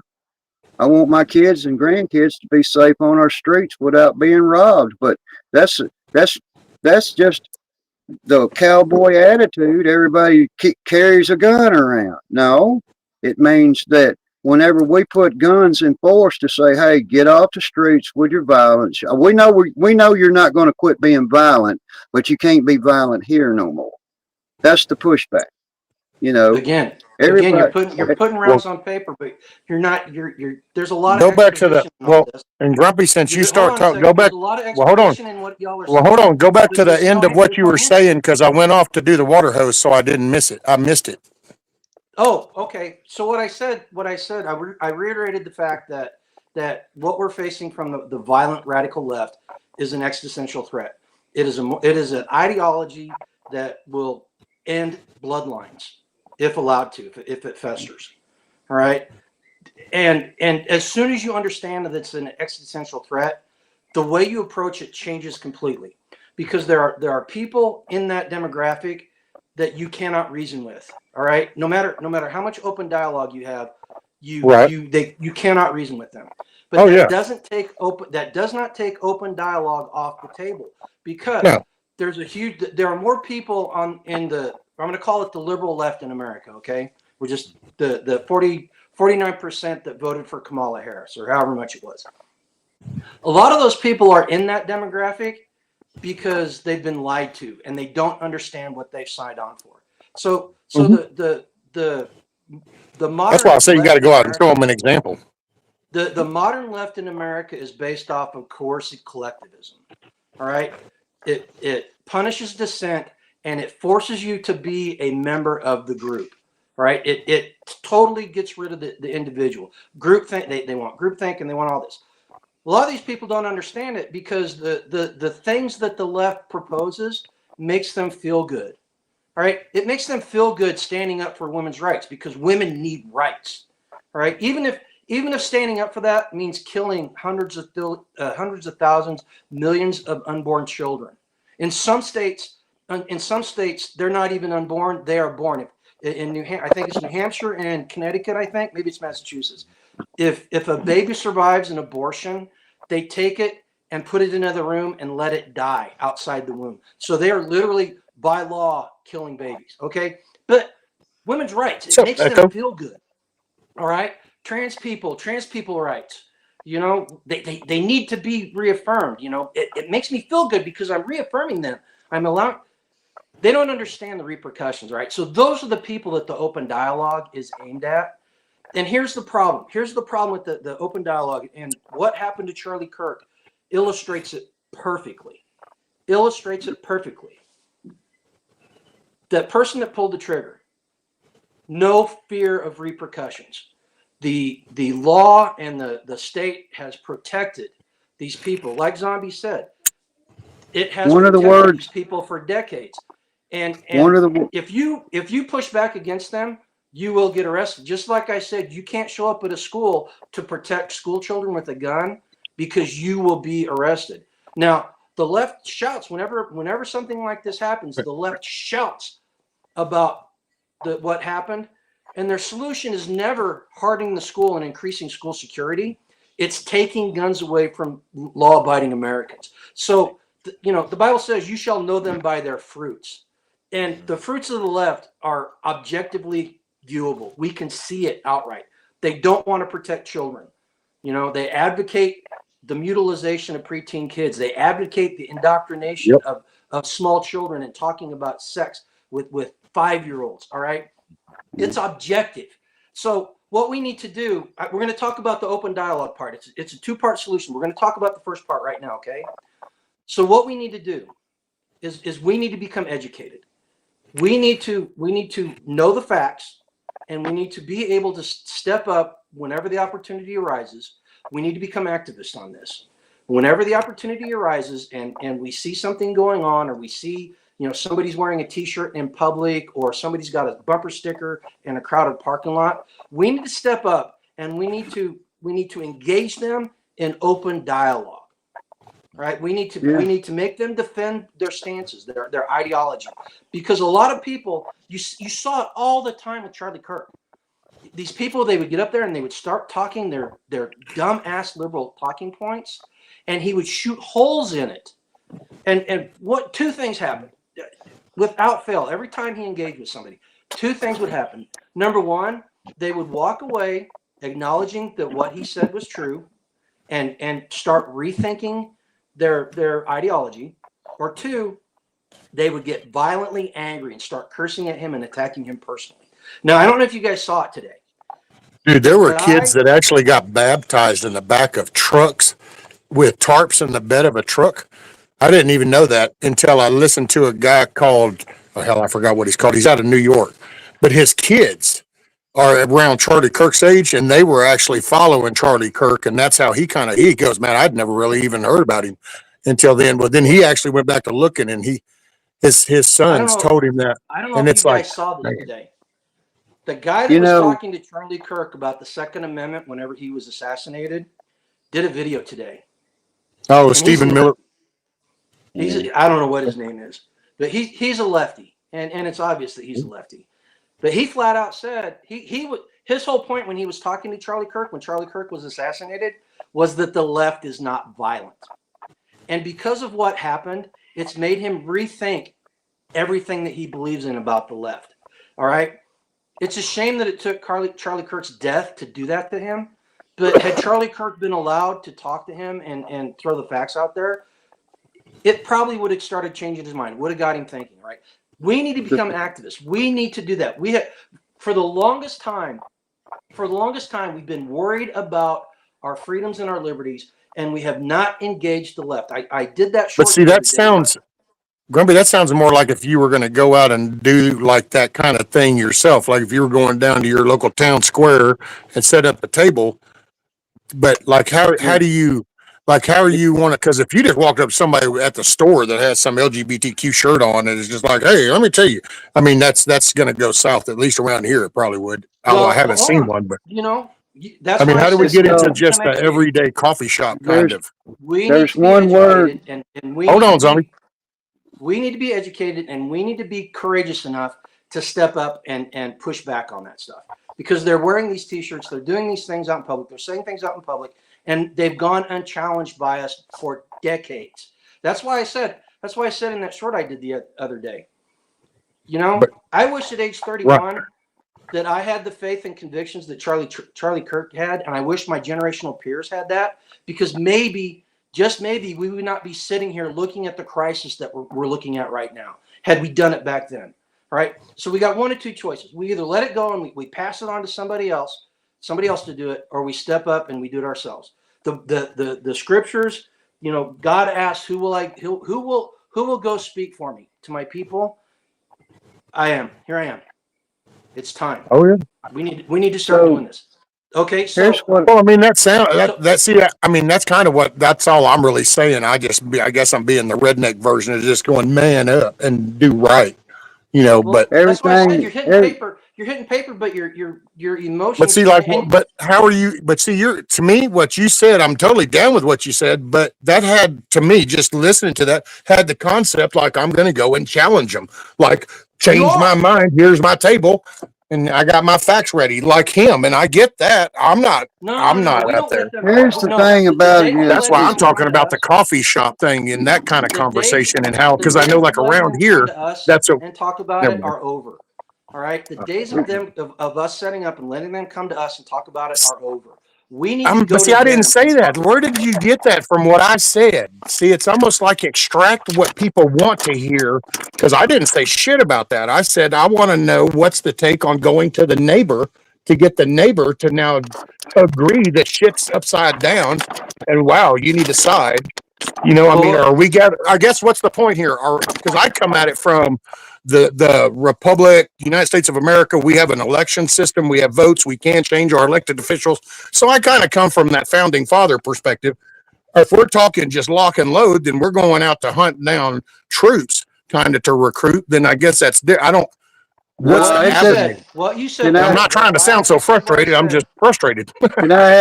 I have a Okay. moment just for a Well, moment? no, hold on a Just for minute, a zombie. moment. I'm trying to Hold on a I second. want Grumpy to kind of zero in on this. Let zombie say his piece. I just hit the 10% battery part. I need to go get my charger and plug this Oh in, shit! or I'm gonna lose I connection. mean, So I'll be Gonna right leave from me the back. way hanging now. All right, I I'll be get right it, back. what Just so y'all Grumpy. know, for history's sake, if I go off the wall now, it's Grumpy's because he fed me just enough information to leave me running wild in public now. So I'm just Oh saying, hell yeah, I'm not it's getting real accountable anymore. spicy.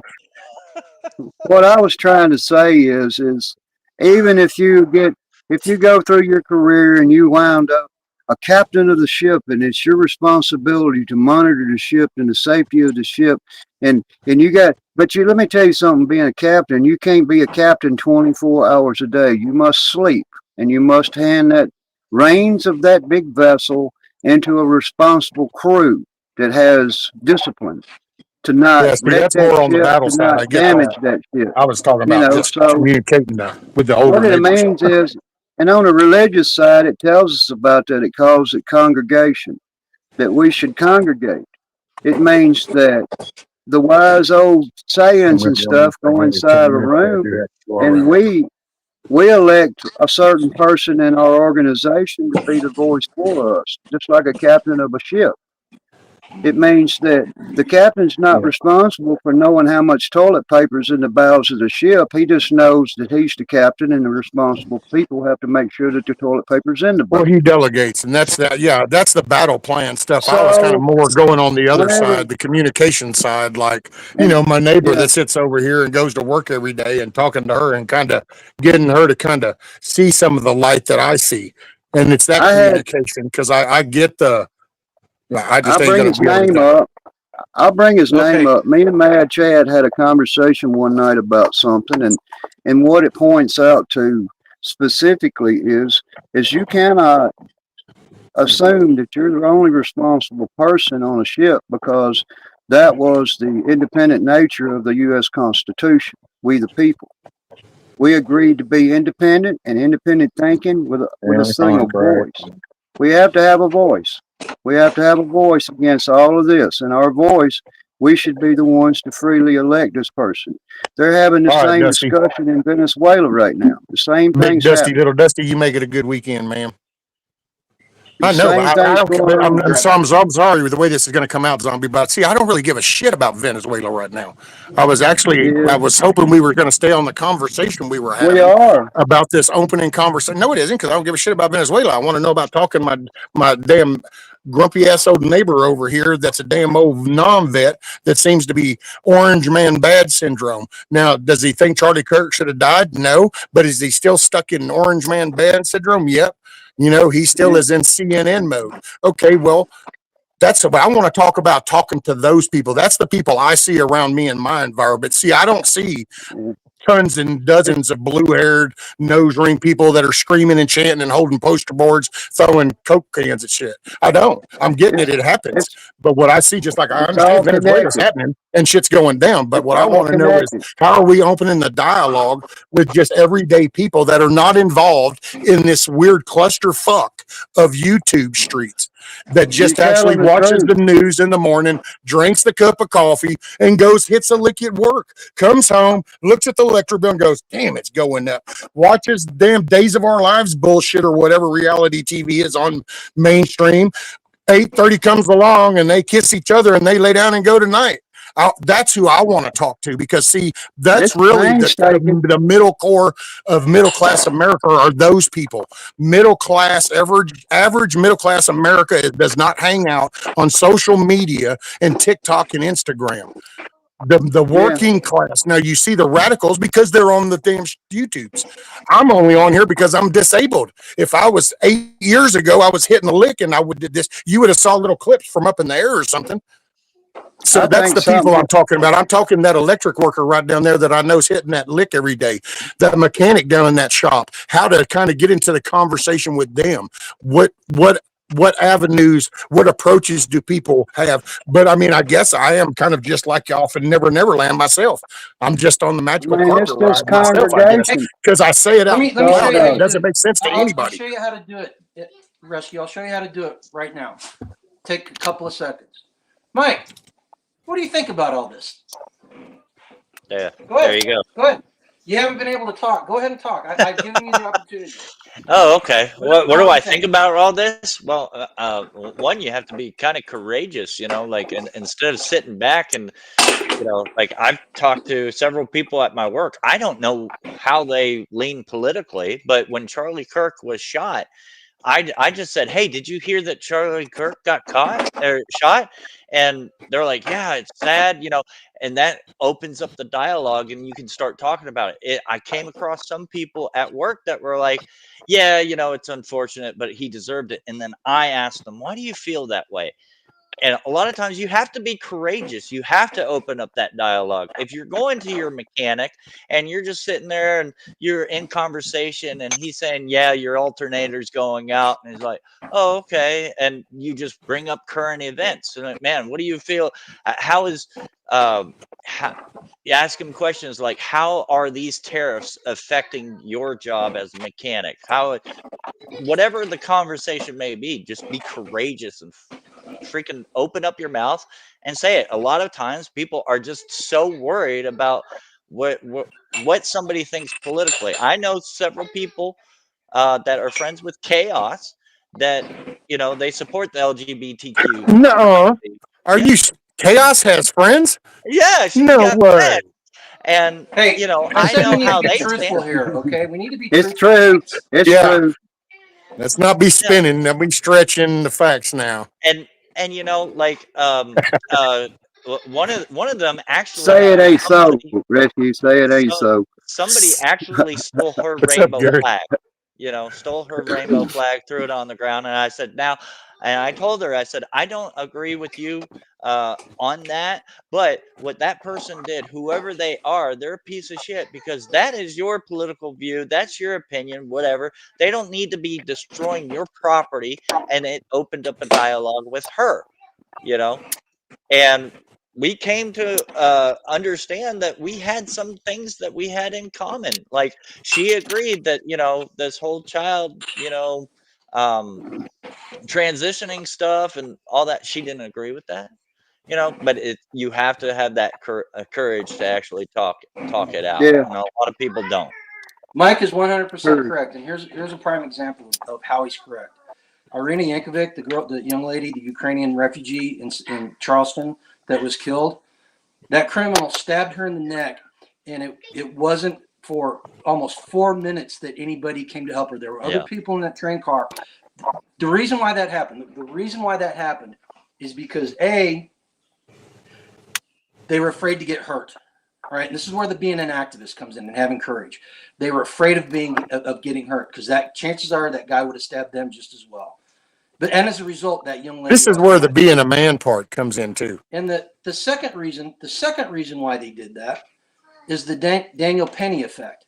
They knew that if they would have stepped up and done something to stop that guy and something happened, they would have been vilified, and chances are they would have been drug into court in the big blue city and held accountable for saving that person. So these are the two things, and that's a microcosm of what conservatives and patriots have been doing for decades.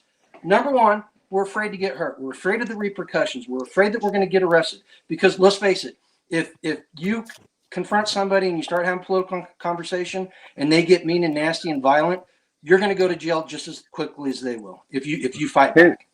All right. Here's how we fund all of this, Grumpy. The fact of the matter is, we're going to go down to the stores and we're going to have some big boy panties made. It's going to say big boys panties on there, and it's going to be in the form of briefs or boxers. You realize by the time you buy so much to apply everybody in your zombie, you've made China a billionaire country. You okay, Grumpy? You sell them off to the millions of people, and when you say put your big boy panties on, this is what we mean right here. Come right here, rescue. That water was a little higher than I thought it was. Yeah, I saw. Oh man, I saw that. Something rescue. Yes, I'm pissed off because you fucking said this, rescue, and I'm gonna put you to the fucking fire on this. Yep, do it. On that note, now, I'm gonna hop off. Thanks for having me, Rescue. I say some. You going? All right, be safe, Mike. Appreciate you, buddy. Have a good weekend. Yeah, you too. Something put you right there in front of that camera for a reason. So don't you forget that. Yeah, it was the right hand and the joystick on this chair. Yeah, you know what I mean. So when you got nothing left but your mind and your voice, then by God, you better be using it. We're only going to get older. And we can live with regret easily in this society, but I would assume not to have to live with so much regret. So when I live my lives from now on, I put myself in good fate, and I learn what it takes to be an American. You know where I'm really at, zombie. You put it like that, and I'll sum it up. And this is why I get frustrated, and this is why this is here comes the focal point to Rescue's problem. You see enough violence, and you see enough of that shit, and you also see that you don't really. There's nothing. All my experiences, what positive? I mean, can I say that this side won? Yeah, but was that side really worthy to win anything? No, they shouldn't have won shit to begin with. But so I've seen it, and it's like, I guess it's frustrating when people just talk. And I'm not saying y'all in this conversation we've done it. I'm just over the years of YouTube now experiencing it. It's like it's all quick for 5.56 type shit or something. It's like it's time to lock. It's time to load up. It's time to put on your H harness and let's get ready. And it's like, I'm sorry, is anybody even like focusing on the core? But then I even get more frustrated after I found out that there's states, because I'm ignorant, man. I haven't dug into politics. I don't know how I just Texas, I got a general idea. This is where I was pretty much did most of my racing. But like, I had no idea states actually vote their whole house things in one term type at times, the whole damn thing. And it's like, wait a minute, how are we getting so upside down? And so I get frustrated, and it's like, you don't ever hardly hear anybody talking like about the good shit. It's like, you actually have to go dig for anything to show some of the machine progress that like Mike Lindell's done for the past 4 years. Like, you actually have to go dig through his shit to find something talking about any of the progress that's been made, Yeah. because that's just not the hot topic. That's not what's trending. I mean, I And it's like, well, completely that's get it. I sad mean, because that's actually the core to our shit. it says that if thy eye offend thee, pluck it out. But the other side of the coin is you're not gonna forget what it took for you to pluck your eye out to begin with, what caused it. So I What? mean, you can't unsee it. You can't That unhear it. You Louisiana can't shit's unsee good it. shit. I'm gonna say right now, I don't even have to sample it. I just get secondhand You know effect. what I mean? You know what I mean? You can't unsee it. You can't unsee it. And if something hits your brain and you just can't seem to get your mind off of it, then you Well, have it's to so quick to go resolve it. into that. It's just, and I'm not trying to disrespect, because hell, there's probably people that experience that are totally geared up to ready to do it, man. They're excited because that, I get it. Hell, with It never firefighting, you gets get the any arson bug resolve. that's actually the firefighter because he just loves that adrenaline. So you get it. Yeah, But, you know, you got but to most resolve it. people You always that got to you see resolve it. that kind of shit, I don't know. And I don't know, dude. Like I said, I've been locked up twice, and that was back in the 80s. That wasn't nowadays. That was in the 80s. That was the old style shit. But Yeah, it just, I they mean, call it fake. you watch somebody get gutted, you watch all this tirade shit go down, and you realize that, wow, that all just went down over some 20-cent stamped envelope. Ain't that some shit? You know, You know, 15 some people just went to the hospital with serious injuries and shit, and 2 people died. And oh, damn, that can of bugler must have been some badass shit. And so you start seeing the rationale applied to the sanctity of life. And then yeah, that's what I was then you come up on these moments in life and you're kind of like, well, I'm an American and I'm kind of patriotic because I believe in my country. And so I would fall into the we patriot we term.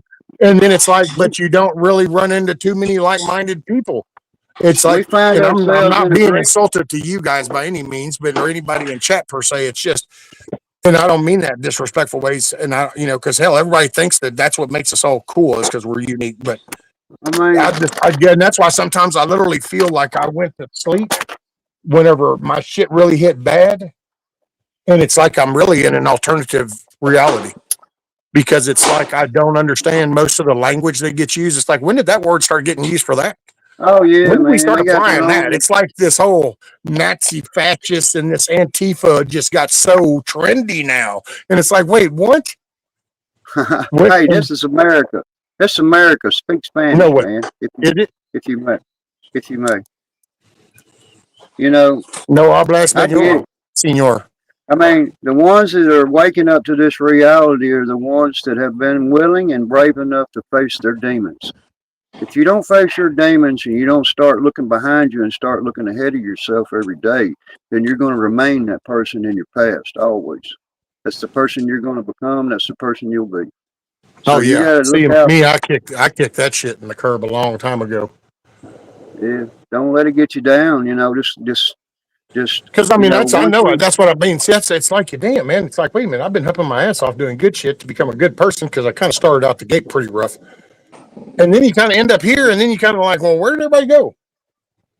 Here's what You I'll know, say, Rescue. nobody gives a I shit about forgive owning a home. Nobody gives a shit Rescue. about voting. It's just we're going to cater to I the forgive you. illegals that are coming across the thing. We've got the homeless stacked up because it's the big bad government. We got freaking aliens that are fixing to probe our happy ass every single day of the week, and it's just like, holy shit, dude! Wasn't Yeah, this like campfire kind of yeah. shit they were talking about? You mean this is like an everyday trending thing? Yep, here we are. Buckle up, The Buttercup. hardest thing, the hardest thing I ever seen a person try to do was forgive themselves. And then the second hardest thing I ever seen was them to be able to forgive somebody else. We all need to learn how to forgive ourselves and each other and get the shit right, get life right, Hey, And if I we want to know say we're not this, going to get it and right, guys, don't take this personally, guys. I've been on this live for almost 55 minutes. I've been on this live for almost 55 minutes with a 10-minute conversation in mind when I came on, and what's happened here is exemplary of what's happening all across this country because people don't understand what the real threat is. All right, you guys are chasing rabbits. You're chasing white rabbits down holes that don't matter right now. I beg to differ, sir, There's a but lot of okay. exposition. There's a lot of exposition going on. So then, But what do you see as the ultimate threat? Like, what is the ultimate I threat? told This you is what the it right ultimate there. threat is. Radical leftist ideology is the threat. Radical leftist Okay, so now how do we ideology. address that threat? Just by I keep trying to confronting tell you them guys, directly, or do we confront anybody between I us keep and trying to them? tell you guys, but you guys keep chasing rabbits and going squirrely on me. I'm just point Okay. blank asking because I mean, see, Okay. So I beg to for differ anybody, because I think I've said the same thing. It's just that I don't use fancy words to say, you know what, dude, man up, be a grown man, you know right and wrong, start doing right and saying no to wrong. And then yet, but that okay, gets dissected down into a fancier way to say it. And I'm just a blunt dude, I guess. And I just, no, because I look and it's like what you taking said care of a caused. child. Why does that have to be written into a book to take care of a Wait a child? That second, should be Rescue. instinctual. And so when you got somebody that doesn't, then it becomes an obvious. It's like the light switch. It either flips on or it flips off. Rescue. We can't What you choose. my comment that was aimed at you about what you said was because you made the comment in your tirade. You said, well, it's just like going and setting up a table and doing change my mind. And no, it's not. It is not like that It at is if you're all. going to confront those very people that are screaming that shit. Then I mean, it's either that or you're going to go get on the street with them. No, you're out on the street with them anyway. And I guarantee you that you, me, Zombie, everybody else. You really run has into them spent. people every day? Well, you probably do because you probably If drive I go into to somewhere to go Topeka, to if I work. go to Topeka, yes, I do. Yeah. And if I go, So you if got I a go city. to the little 3,000 Like she person does. town, If she I drove to run into Houston, them then every, she might run into a couple or into Austin. you But know, see, you don't run and into people. nothing like that here. I could take y'all on a road trip into the store. We could take a tour through the town, and you wouldn't see any representation of anything you see like that we all talk about. You won't see Well, posters in a window. There won't be a rainbow flag hanging from this house or store. to address your question about how you handle it, I showed you how to talk to your neighbors about it and find out if they are one of those people. You ask them what they think. You just in passing. Okay, Ask them but what they I think, said that and though. if I they pointed out I got a Vietnam vet that has got orange man's bad syndrome. No, he doesn't agree with what happened to Charlie Kirk, but he's still got orange man bad syndrome. And everything you throw at him, then have you he'll talked say, to "Yeah, him? but Trump this." Have you ever confronted him and make him objectively defend his position? Have you ever done that personally, or have you just Yeah. let him rant? Oh no. Even his own son and me both have. Okay. And Well, that's you what I'm know, talking about. That's what yeah, but see, that's what I'm you trying to get other people to kind of talk about are those moments because you don't hear about those moments. You you hear are other. becoming an activist. And the problem with what I'm saying is See, I that when guess if that's the trending word to say, I don't know. no, you are being an activist. You may not realize it, but you are being Why? just Why like do I have to? I mean, what does that? What does that imply? How do I fit in all of a sudden into this word? because you're going out there and you're actively engaging him. When he starts talking the stupid stuff that he talks, you are actively engaging him. If he was Isn't flying the that kind rainbow of like flag, just people thing? Like, you mean there's actually a specified definition for that action? apparently you've not been around a lot of leftists because a lot of them are allowed to say anything they want to say with nobody pushing back. Okay, If somebody, and here's the thing, Rescue. Dude, you go down I'm there and try talking to about. set up a picnic table talking about snipping kids' little ding dings off and being okay with all that. Yeah, you're not gonna. Yeah, sheriff's See, and department will probably be called, but it won't be for anybody here. It'll be just to hurry up and I'm get you out of here talking before about something happens. everybody. I'm talking about the entire conservative and patriot movement. I'm not talking about you as an individual. I'm talking about the entire movement. As a movement, we have failed. We have failed miserably. And the proof is that Charlie Kirk's widow and their two children will never see him again. We failed. Yeah. We allowed this to happen. All right. So we have to get out there. The left has zero problems getting right here in your face and giving you what for. And the problem is we never push back. We don't push back. You know, I'm talking figuratively. A lot of times it's literally too. But we as a group do not push back because of what I said, like the Charleston stabbing. Okay, so what do you do if you have this, but it doesn't matter? Yeah, they still keep. That's the second part. That is the second part of the equation. All right. The first part is the open dialogue, which I think I covered pretty thoroughly. The second part is the fact that we don't listen to the so-called leaders and we don't listen to the pundits about violence. All right. Violence may not be the answer to the problem, but violence is an answer. And as long as it's on the table and you're willing to engage in it if necessary, and that's the big part, that's the courageous part, being willing to engage in it if necessary, that's how you do it. Because here's the thing, Chase Hughes had a fantastic live last night at 6 o'clock Central Time, the only time zone that matters. And he was talking about influence, okay? So there's 4 levels of influence. You've got thoughts, which is the highest level and the weakest. That is the easiest to change. Then you've got feelings. Feelings are the second weakest, or the next one down. They're a little bit harder to change, but you can change them. But those changes don't last very long. The third layer is behavior, and the fourth layer is impulse. That's the thing that whenever the popo hits you with the flashers, your butthole puckers up, right? That's an impulse right there. That's why most people flinch whenever you fake throwing a punch at them, right? As I said before, you cannot reason with the people that want to kill you, all right? You cannot reason with the people that want to get violent. You can start reasoning with them, but if they're going to get violent, they're going to get violent. And you have to be ready to reciprocate violence with violence, all right? And that means, number 1, being courageous. Number 2, understanding the laws in your area. Number 3, understanding the escalation of force continuum. And number 4, being morally ready to accept the fact that you may have to end somebody's life in order to save your own, all right? And we have not been that violent. You know, if I was a business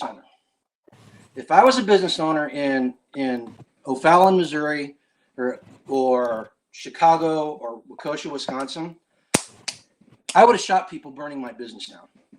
Repercussions be damned.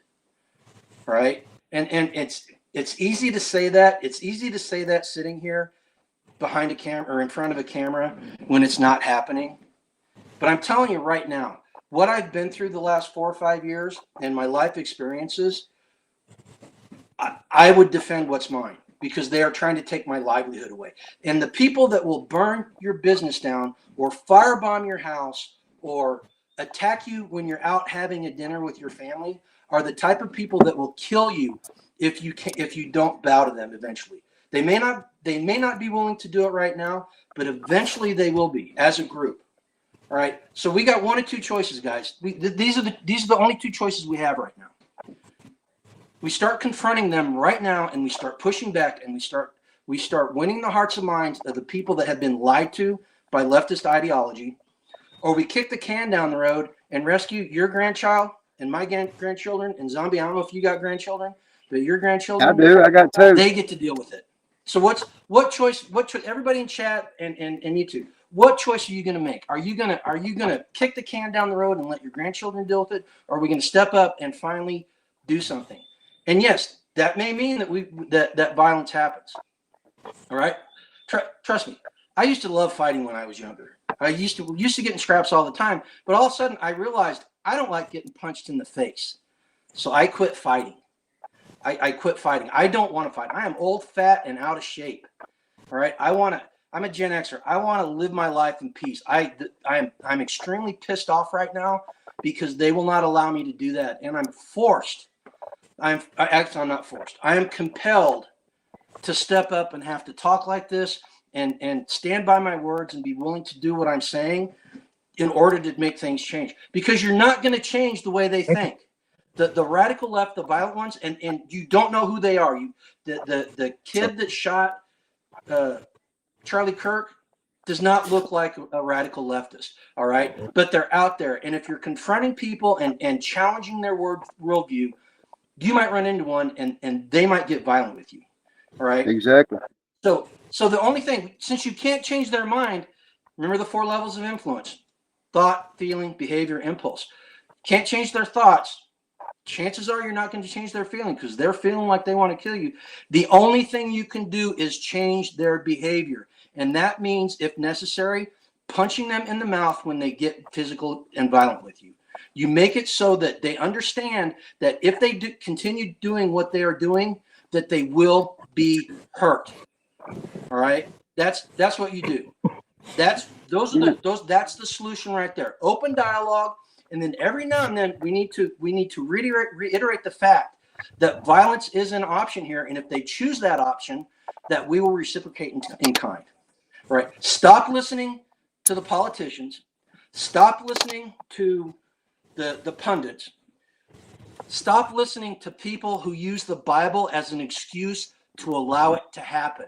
All right. There are people out there that will say, well, the Bible says to be peaceful. No, if you read the Bible, the Old Testament is rife with situations where God passed judgment on people, and then he used his believers as a way to enforce justice. And all justice is somebody getting what they deserve. It's neither it's either positive or negative in why what the justice entails. But so if there's somebody telling you that you don't fight back and you don't do anything, then they're wrong. They're picking and choosing what they believe or what to put out there. Okay. In the book of Ezekiel, God's talking to Ezekiel, and he says, I'm going to paraphrase. I can't remember exactly the verse, but the key words in this, my word is a song they will not hear. Right? And we're surrounded by people that have been shown firsthand that the paradigm has shifted. All right? They aren't going to go after Trump. They're not going to go after politicians anymore. They're going to go after people like you and me who have the same values and the same ethos. All right. They will shut us up. And I'm going to be honest with you.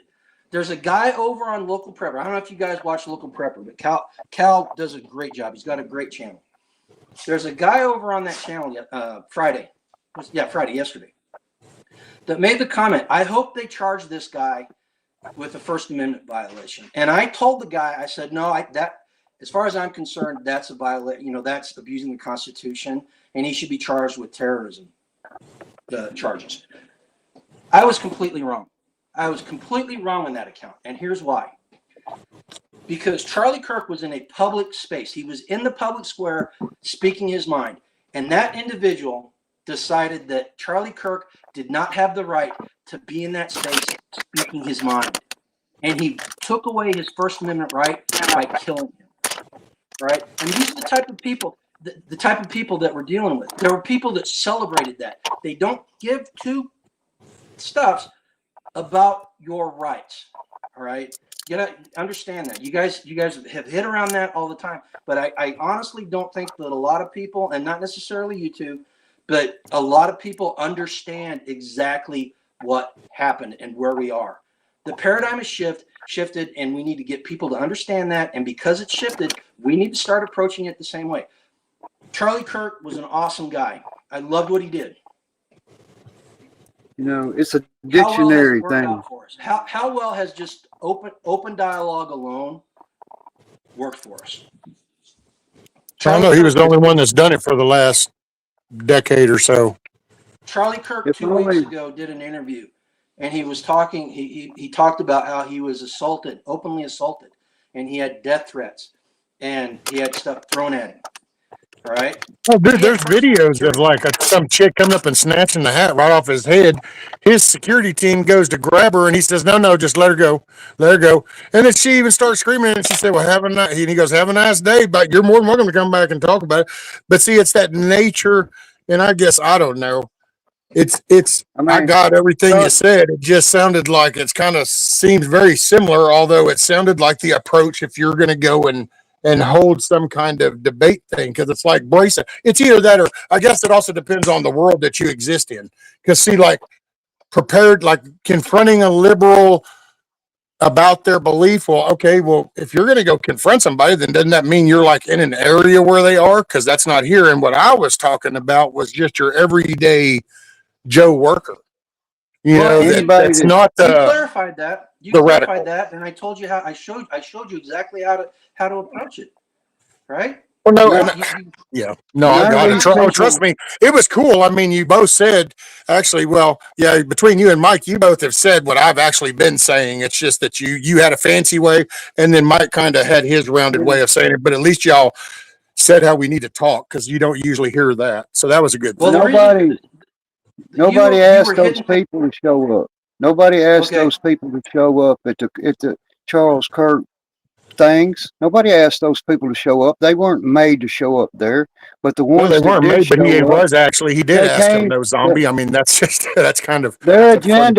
Their agenda for showing He up, actually their invites them agenda to that. was to hate, to prove him wrong, and he had to remain silent, become that human It's dictionary of because truth. he stayed calm and he stayed Yeah, on point and he exactly. didn't get sucked into the emotional reaction vacuum And that the happens with lies this digital and the platform lies, stuff. That's what all the made him lies and very effective. untruths. Yeah, the truth. He spoke the truth. Well, if you want to You say know, the truth, and yeah, when you talk calmly, respectfully, and use appropriate language to convey a message, it usually hits exactly. its target most of the time. Let's say Yeah, so. you know. Is asking me. So you want us to walk up to them nut jobs, stroke their hair, and say, "Let's talk." Nah, I'll bust your ass first. That's exactly what I'm talking about. All right. You are behaving exactly like they do, and that's not what we want to do.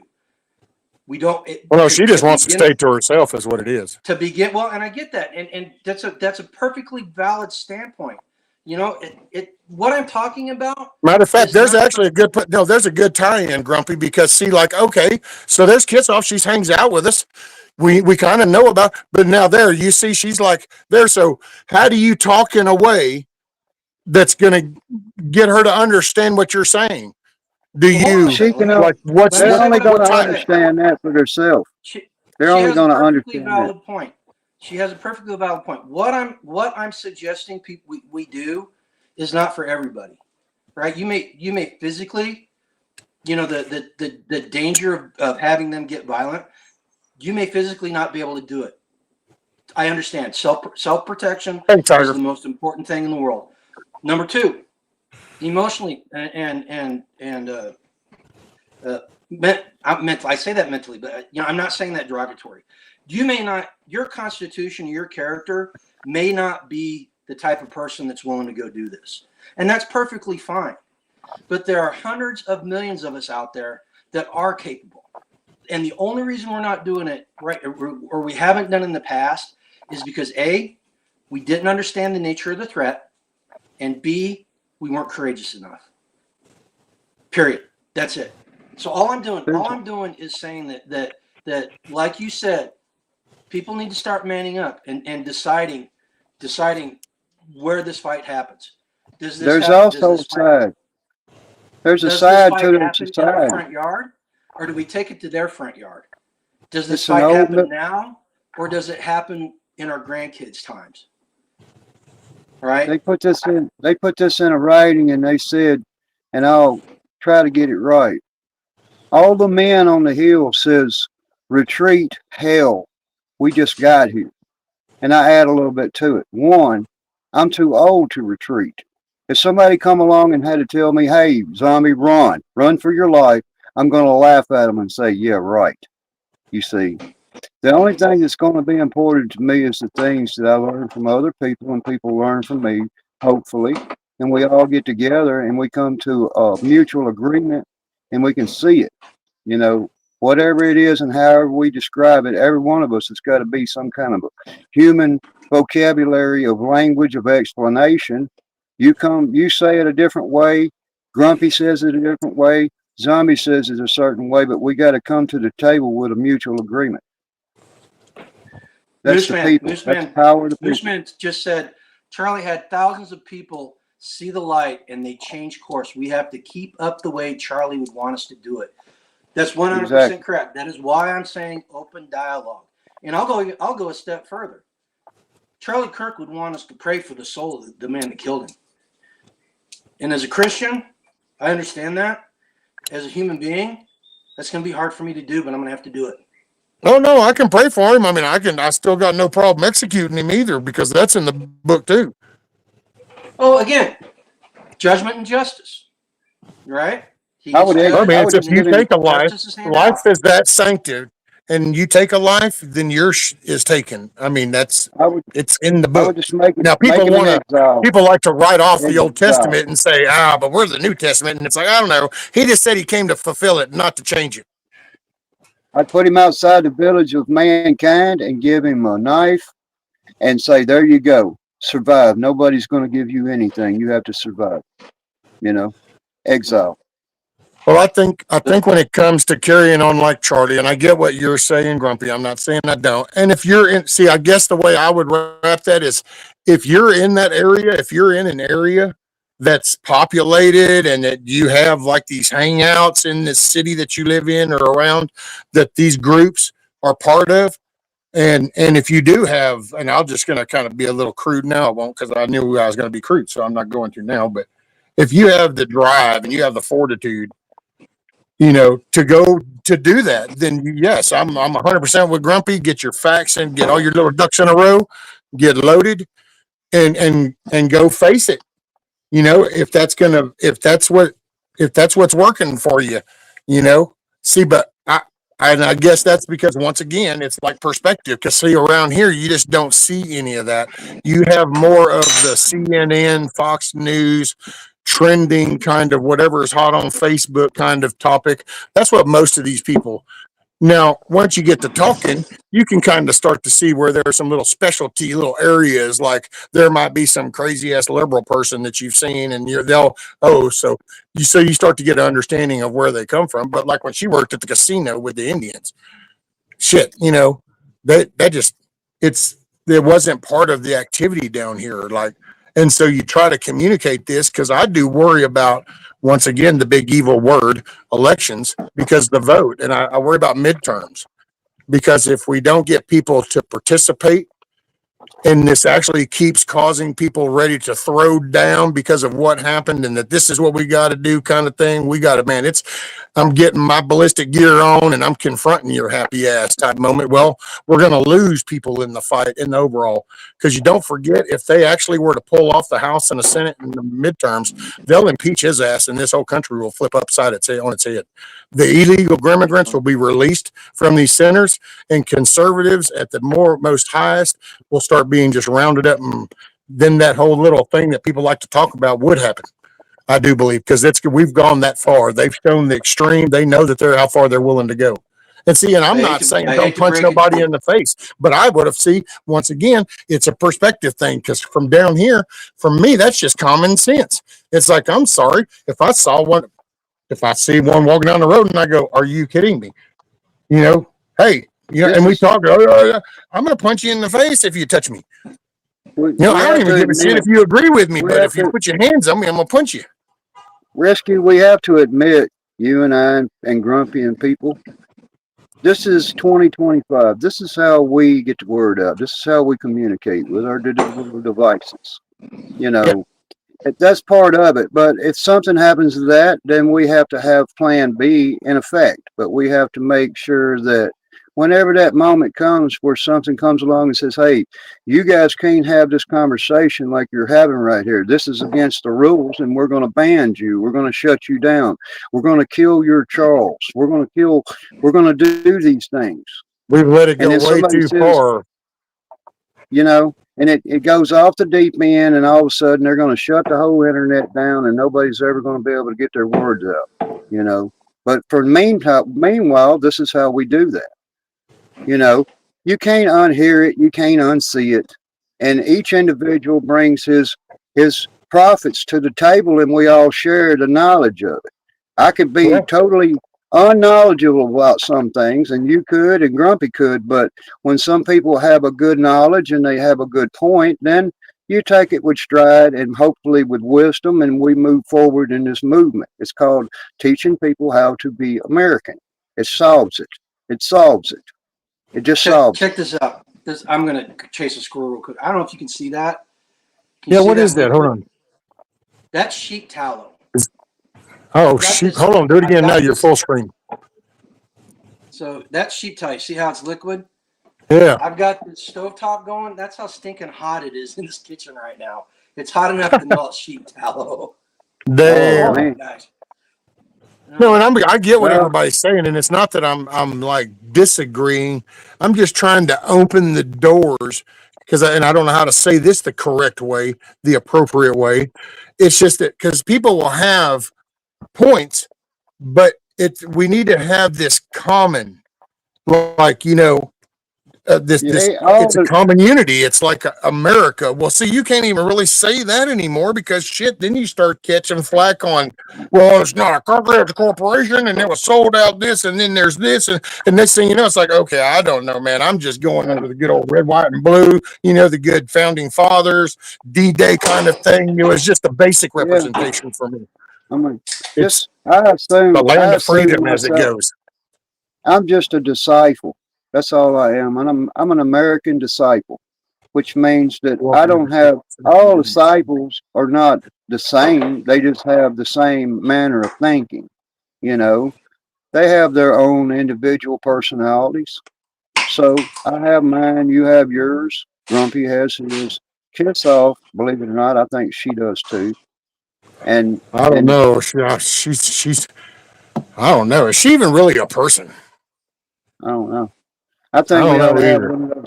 I think we ought to have a robot hand in every household that's connected to the internet. So when you push it, it has modes on it: smack mode, spank mode. Damn. I Control will say, by digital. the way, Kiss off what you said earlier with the store. Yes, that went down, but see, I wouldn't change. Staying confronting that crowd. I would maybe apply different tools the next time around. That would be yes, but I wouldn't change that. I wouldn't. You're still would not coming in my store. It is what it is, and I'm you just know, saying, I, kiss off I stuff. don't care if it She was kicking nine. So somebody's ass. don't think that like while I said yeah, and yeah, I went to jail and I didn't agree with it and I fought it for 2 years. And then I finally found out apparently here in Texas, after 2 years, like a misdemeanor disorderly conduct just goes away. It just flies off into the sunset. And I complained for 2 years trying to get my day in court. And they knew I wanted my day in court because I preached it every time I went up there going, oh no, that's not how this is fixing to work. See, I slept on the steel bed and I slept on the concrete floor when I did wrong. See, I didn't do nothing wrong. And you just made me sleep 24 hours on a concrete floor. And I want my day. Somebody needs to pony up and answer up for this. And they knew it. And if I had probably been more involved with things and really wanted to, and I probably should have. Looking back now, I should have done the civil right thing, because there was no just cause. That was my store parking lot. Those were my parking spaces. They were approaching my store. They actually put hands on me first. I mean, it just so, and that's why. And that was a cop standing there. Two of them threatened to tase me while they're asking me, Yeah, well, yeah, well, who did it? And they knew I couldn't identify them from that distance. So, see, that's when, once again, I get when people go in the whole cops are bastards kind of thing. I can understand yeah, a specific individual in exchange. I'm just not down with this generalization shit.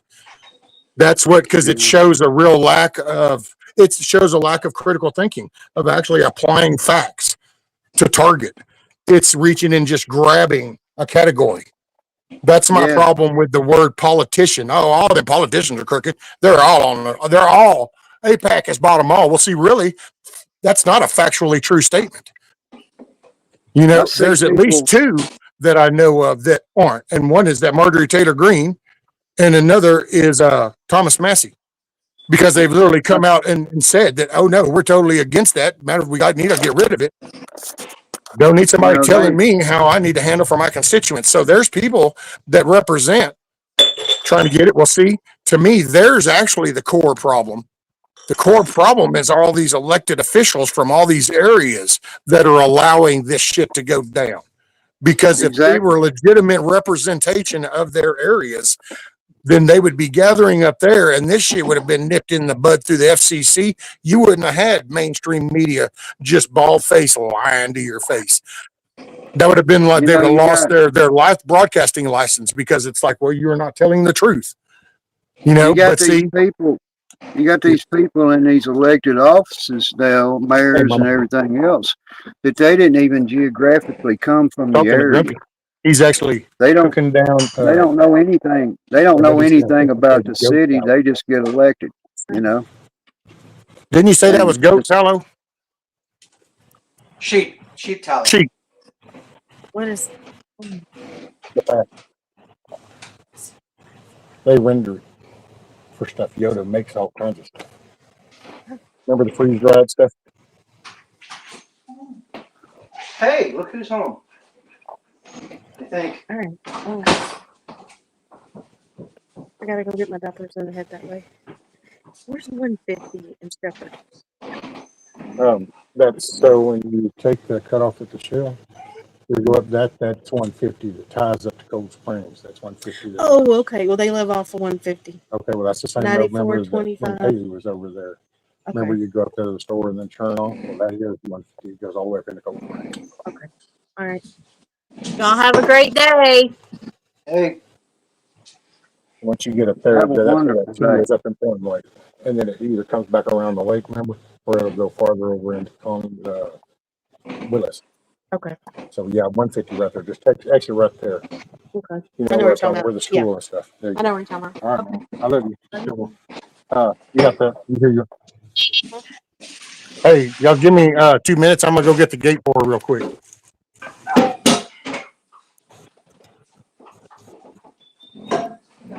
Progress, you disappeared too. What? Oh, hang on, Angela.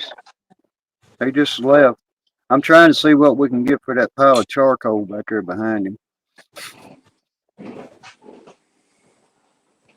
Hey guys, I gotta take off. Angela just got home from visiting the grandkids, and I'd like to see her. Hey, before I go, I'm gonna reiterate: we need to keep open dialogue. We need to be like Charlie Kirk. We need to learn how to engage these people. We need to be courageous enough to engage them whenever we're given the opportunity.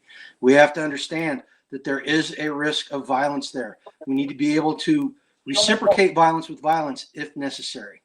I'm not talking about going out and hunting people down, but you have a right as an American to defend yourself. And if somebody comes up to you and snatches a hat off your head or tries to steal your phone or whatever, they are assaulting you, and you have the right. Know the laws of where you are. All right. Be ready to go to jail if you have to. All right. So that's all I got to say on that. Zombie, do me a favor.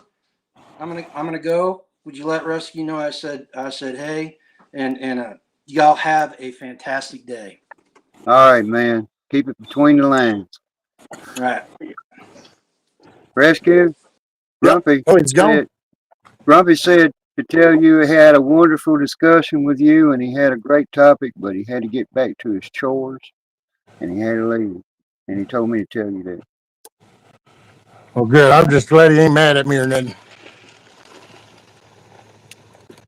Well, I enjoyed the conversations, and I try to look at it like a different angle that I could put it to at a different person besides you and people like Grumpy, is you have to come up with an analogy of something and what I say, and I'll leave it brief, is if you have neighbors in your communities and all of a sudden you see people start disappearing every time they go on this property, and you fail to step up and say so or do anything about it and let it exist, then that's the same thing that got that girl killed on that bus ride that day.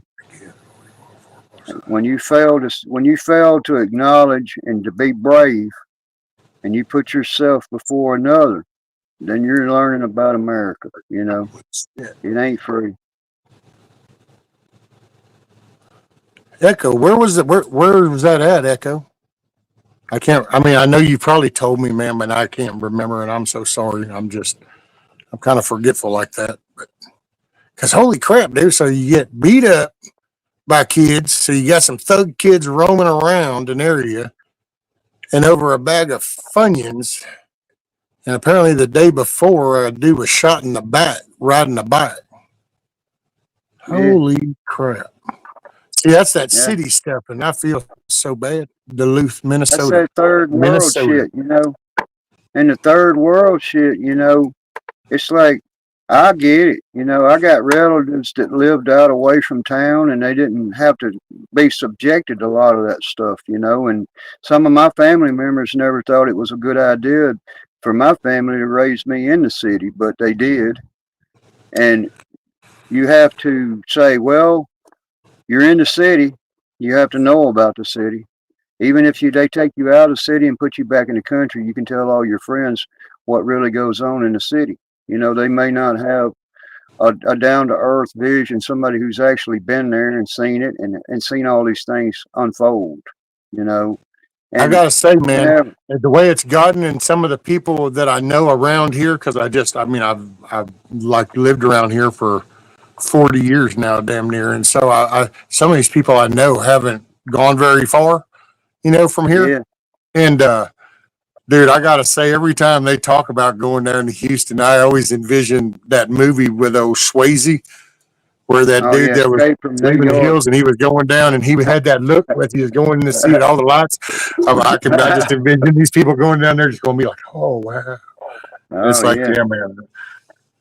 oh And then yes, I gotta it's say, you during can't. like all the rioting, I'll say a lot of people around here, I guess, were just like lost in some kind of National Geographic or Discovery picture of what like New Yeah, York and all these landmark cities look like. It's like you do understand that that's not how it is now, right? Like oh yeah, you know, you this know, is and a it's whole like different view, you, and then you show them real footage of the shit, and they're like, "What?" you can turn it off all you want to, Grandma. That's what I used to tell my grandmother. I said, you can turn it off all you want to. She'd say, I don't want to know about it. And I said, well, you keep, I don't want to know about it. I don't have to deal with it. I don't have to see it. I don't have to hear it. Eventually, it will come to your hometown and bite you right in your lily ass. That's what's going to happen, you know. And then you're like, wow, you know. So we can only Yeah, wake up to we can only wake up the individuals that's willing to hear the messages and the conversations that we're putting out there, and the rest of them, you know, they have to convince themselves. You can't, you know, at rescue, you can't literally make any person do anything that they don't want to do. You know, you can't. and it's like around here. To be honest, I mean, what I do is I pay. I go do. We got a commissioner's court. Is what pretty much is like our, I guess you'd say, seat of power. I mean, we have a county judge, but our county's Yeah, run by a commissioner's court. So we have the judge, and then each district in the county has their little district commissioner, you know. yeah. And I just pay attention to kind of what's being said and voted, and kind of the dynamic. And then that's why I have these conversations about like outside from here. And, Oh yeah, because like the missus doesn't run into it. You go into town and there's that's why I said like particularly right here, and I ain't trying to sound like I live in paradise because trust me, some of these city people that done come up in here since the last few floods and hurricanes down there in Houston and Katy and Rosenberg and all them little suburb areas. And man, I say this and I've noticed that sometimes my subscribe numbers drop down. So I'm assuming that I'm offending people that must live in those kind of areas. And I am by oh no yeah, means meaning to.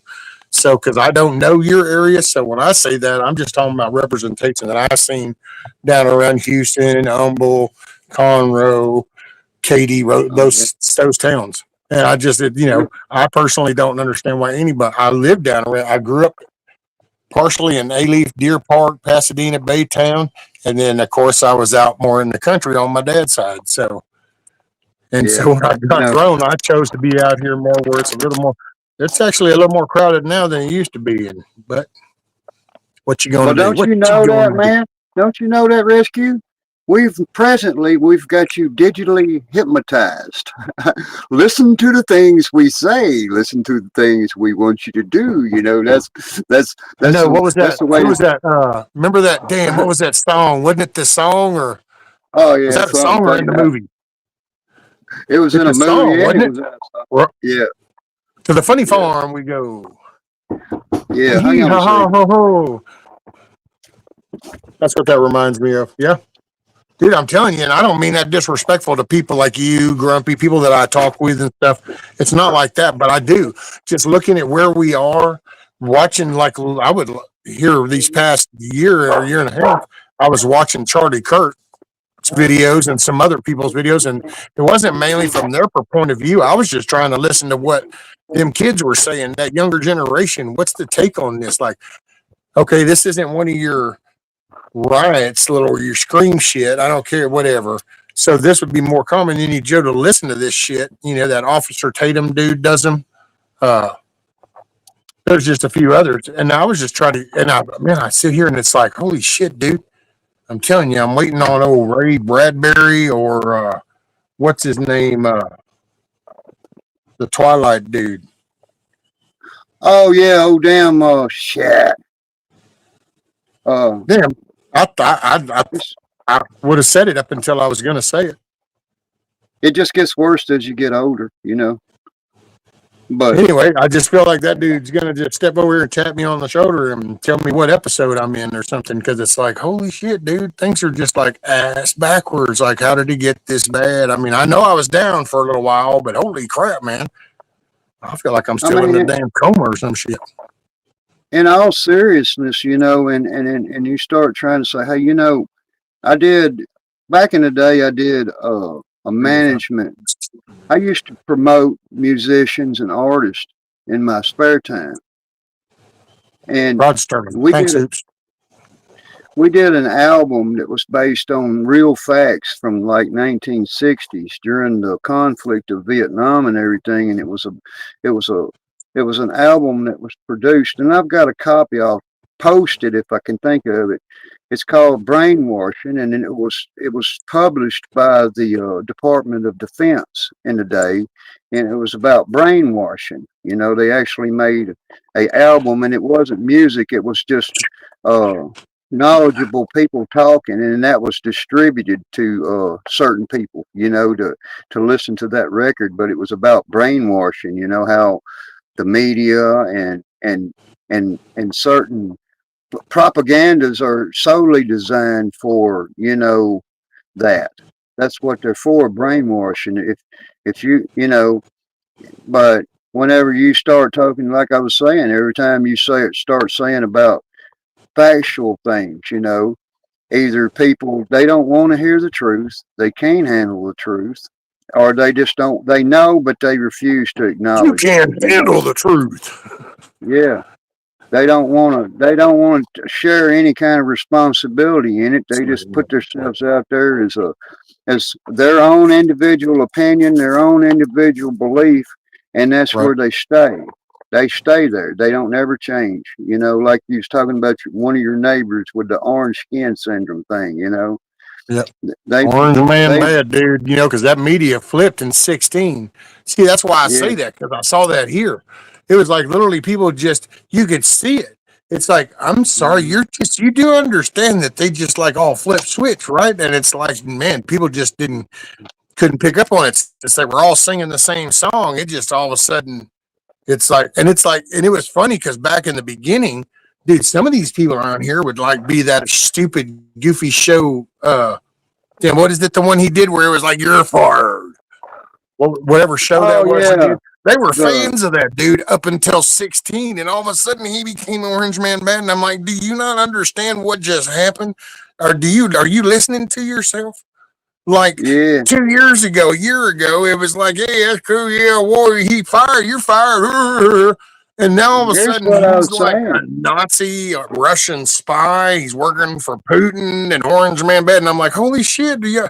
And that's why I've always said that. I think I that's mean, the it's minute just they what all it flipped the amounts to. switch and went into unison, it changed the dynamic of this country because Look at it. it consumed me. And by the way, Echo, I'm with you. You know, she said something about the younger people. They talk almost like a different language or a secret language we aren't supposed to understand. And you know what?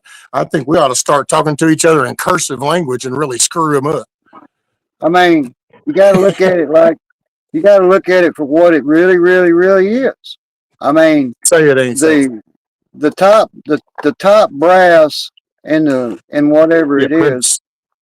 they get chosen. The popular person in that whatever it is.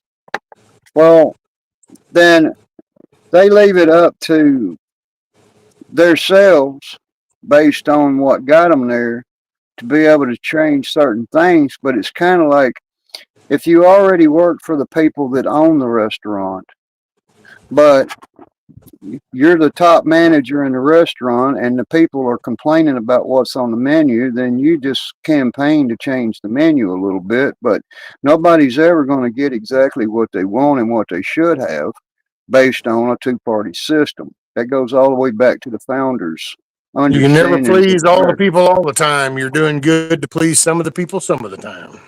Exactly. So, and they know this, and rather everybody inside the country, like they originally started out in the plan, was to have your own sovereign American right.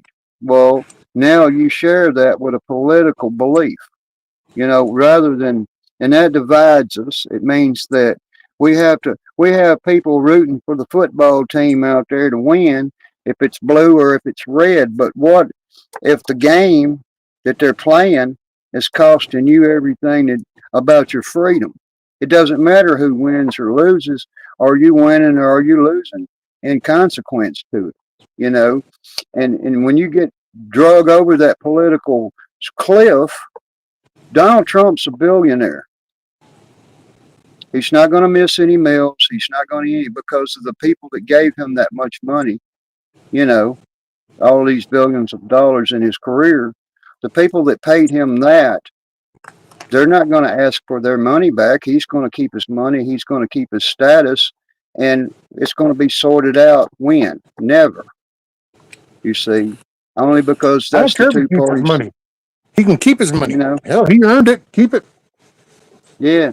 And the thing is what made him was America, but what makes our society suffer for certain things is because we can blame ourselves. We have to take, responsibility in these things. We have to say, hey, we have to step forward. We have to say, hey, if you work for a public money or a public entity of this corporation, then obviously you work for us.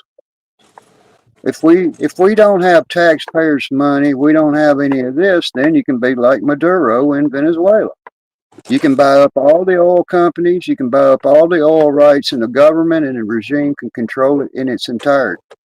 And they can squander away billions and billions of dollars of people's money, and they can send their economy into a spiral, in which they did. The same thing will happen inside this country if we allow it, for some tyrannical regime to come in and dictate our every breath that we take, That's because to I think hold that's us why I in a. think elections are the most important part, because that is the one thing that defined this country from the very beginning was the elected official representation. We were we that was considered self-governing because we could elect our representatives, and it was the flipping of that whole narrative is what got us where we are. And the election of the most popular person and prosperous person was against the system. It was to be able to put a common, everyday person inside this Well, you were supposed to be talking leadership. in your district, in your area, and you would pick somebody that, from your area. So most of Exactly. the time back in the day, it was somebody that did work in your, so you know him by like, oh, well, Yeah, hey, Bob's a good, solid guy. He's honest. He does good work, and let's send exactly. him. And Exactly, we Rescue. we just reached a I mean, comfort level to where all of a sudden we stopped paying attention to that, and that then they just pretty much were able to say, well, shit, if ain't nobody going to pay attention to us and we really focus on who gets in here, they created their own career field.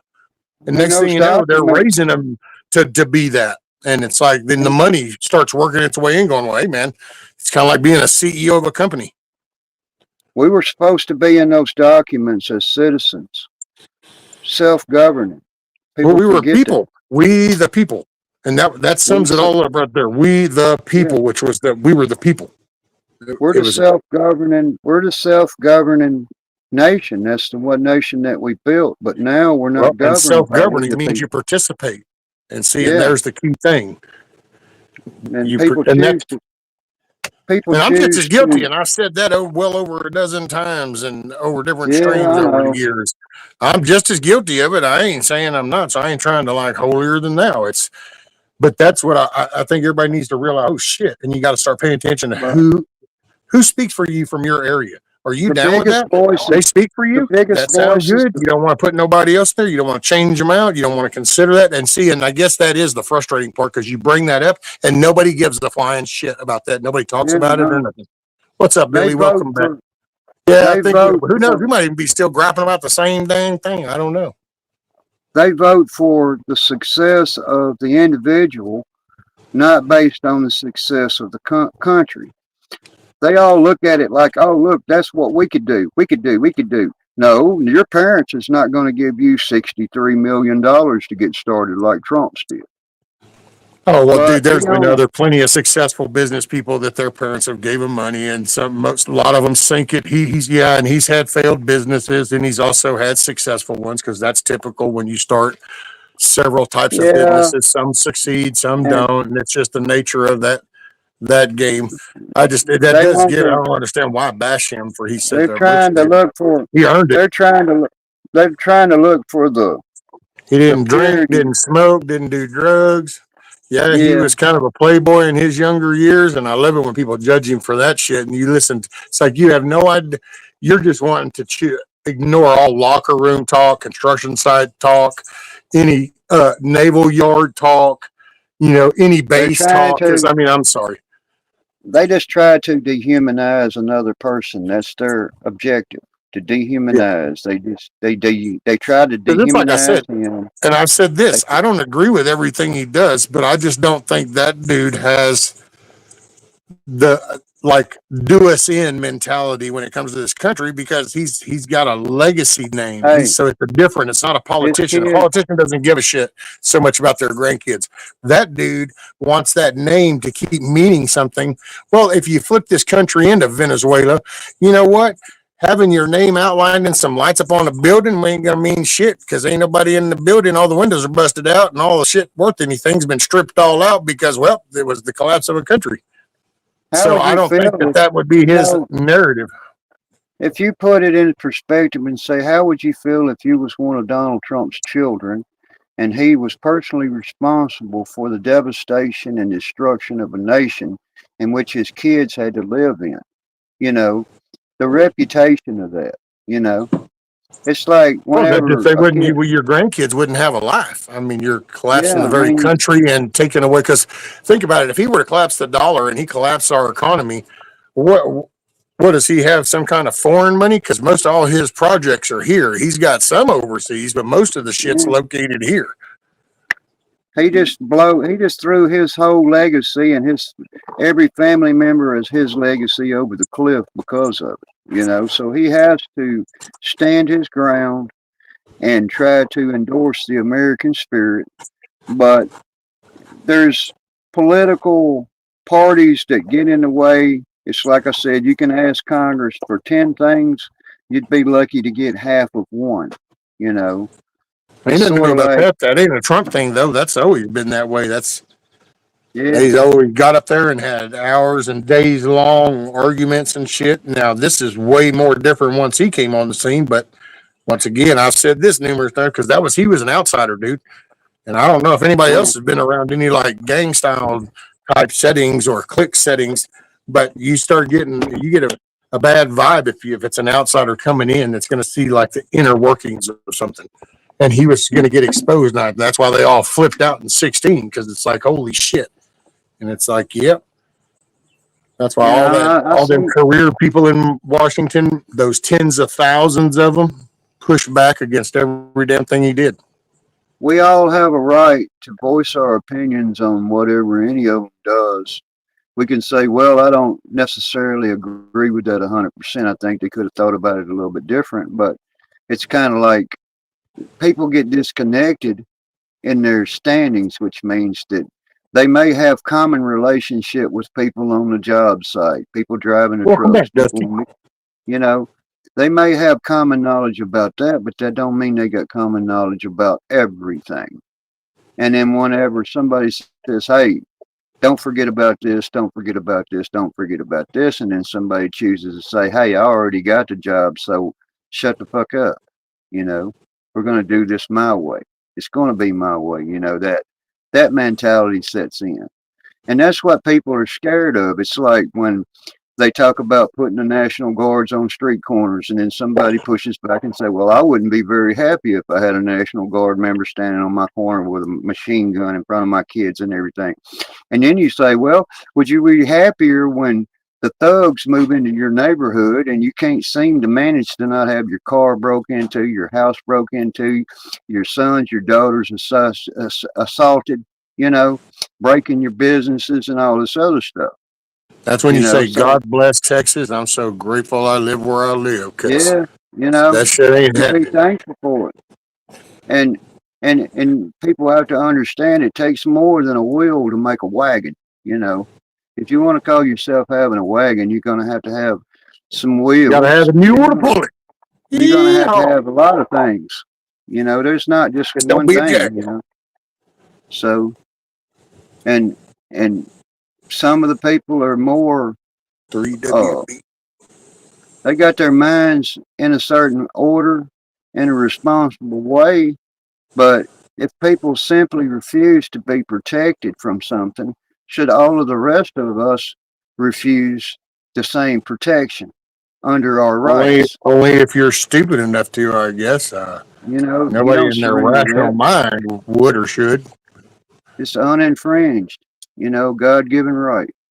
So the fact of the matter is we may see, like it said in the documents about empowering certain forces and military power into government offices and stuff, and how to control what a president or somebody should do and be willing to do over the military.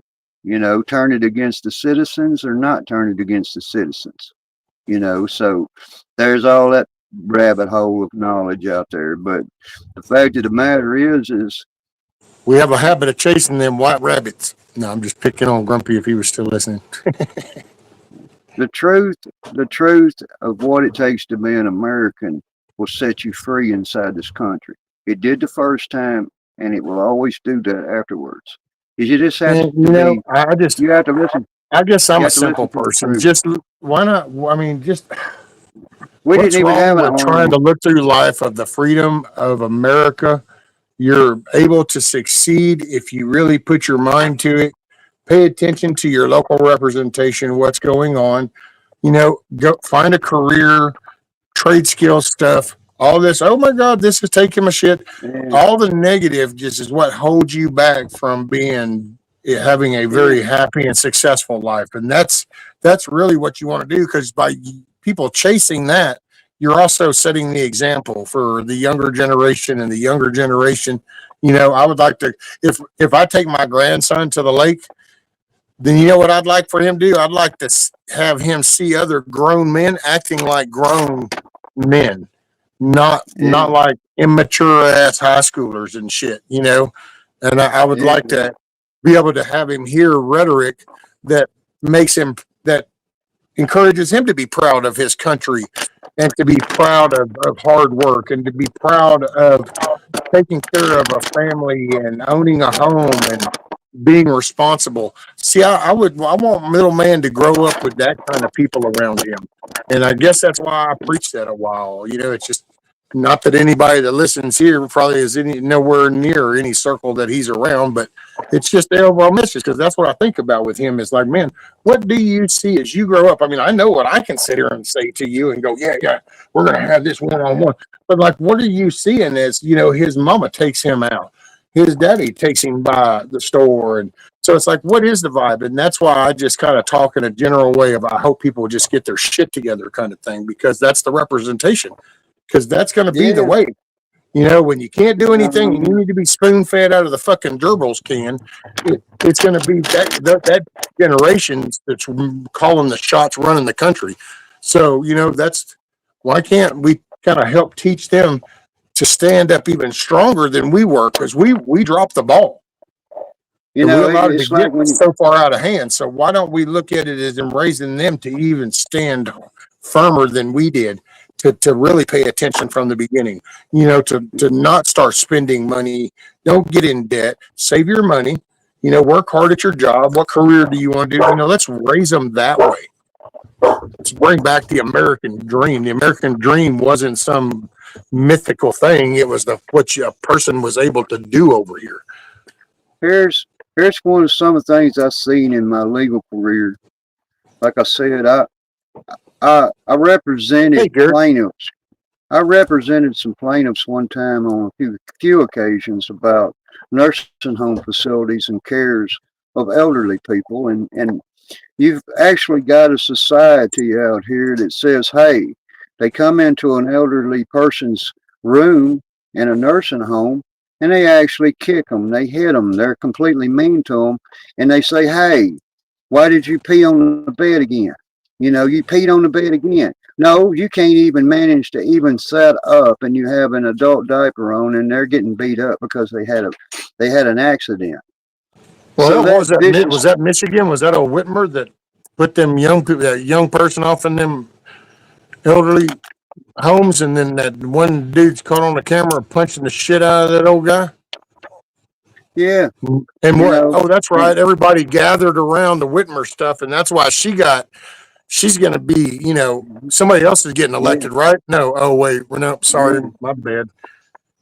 I mean, She's still the governor. you got some heinous stuff that goes on inside these, and rather go back and say, hey, Mr. Governor and Mr. Legislate inside your state and saying, hey, anybody should face more extreme punishments for doing crimes against our elderly. And guess what they do now? They do prosecute you to the fullest of the law for any kind of an assault on an elderly individual. So it's moving forward on that, but it's some of the things you can't unsee, some of the things you can't unhear, and some of the things that if somebody asks, you try to put it out there on the table, and maybe some people can get it in some weird way. You know, we allowed this. We all inside this country together. State lines don't make us any different. Borders do. We're all Americans. You I know, don't know, man. I'm kind of digging some of the I'm differences that saying, Texas is having. They've kind of become really nah. enlightening over these past few years. Well, they can have that entitlement, but they can't just say, "Hey, we're just going to roll our windows up and lock our doors and have our state inside our state and forget about everything that made that flag." They can't do that. You can't No. abandon your nation. You know, just because you got certain things, you can't do that. Well, it's not really abandoning our nation. No, I'm just picking when I say this, but I was going to go because, we're just really falling back to our original nation. Yeah, I But get that's it. just because we And got the weird history. that's the But serious that's the serious part of it. You know what I mean? I know statistics say that 40% of Texas is Hispanic. People don't know that. 40% of everybody that lives in Texas is Hispanic by nature. yeah, You but know, they also powder and puff those stats because, like, a lot of that is considered like what we would just call and Tex Mex. And it's only because you've been over there. the But fact most of is, that's, we have you a can lot of come legal. across that you can come across that border into the United States and have a United States immigration agent or customs agent approach you, and they could be Hispanic, but I'll guarantee you this: they speak English too because they're Americans. They have Mexican ties to the old country over there, and it's like I was saying about. And I know some people don't think Venezuela is important, but it's important to know that the people of Venezuela stand with the United States, Well, and the yeah, United see, no, States no, when I stands. mean, I don't care about Venezuela. I mean, just like as in, I'm totally down with it, but it's kind of like I think we got some important issues are on our own plate right now. Yeah, And so they get their the shit together, we get our shit together, and then, hey, we can work together and everybody can be happy. But some of the we don't need to be. refineries that some of the major refineries inside the United States are owned by Venezuelan money, and people don't want to know that. You know, we're tied directly to Venezuela. We have 40% of Venezuelans' oil Well, investment or more, that's because probably more, that's in because we kind of investment. set the deal up with them first, and then in the '70s we let them get it back. What are you freaking out over? Oh, a FedEx truck. But the plan of Maduro and all the debt and everything that went behind that, he took it out of his economy and bankrupted his economy. Instead of keeping it inside the economy and keeping the economy going and good things going with the United States, which is the biggest refiner of the Venezuelan oil.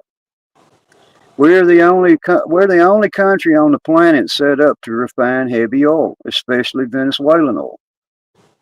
So it affects us and these political decisions and political stances. But the fact of the matter is clear. So, like I said, we're going to go in there and take all the oil away from them, all the money source, because that's their money source, the Maduro plan. It's going to be removed. The power will be removed. It will be given back to the people of Venezuela. And the people of Venezuela, actually, people don't say, the Venezuelans are actually great people. They really are. Not just because you hear somebody say, oh, I'm from Venezuela. Oh, you're just a fucking tyrant, a criminal, a drug dealer. No. The Venezuelan people, they're just like anybody else. And Yeah, the it's trash. the Venezuelan soldiers and people are saying to the leader right now, that as we speak, that they don't want to go up against the American militaries and stuff. They don't want to have to fight these people. They're saying that. But yeah, that's and, pretty a and smart decision. they're getting shot. The leaders and some of the military stuff are getting executed for this in front of other military members, and they're keeping it behind closed doors. But that's just how it is.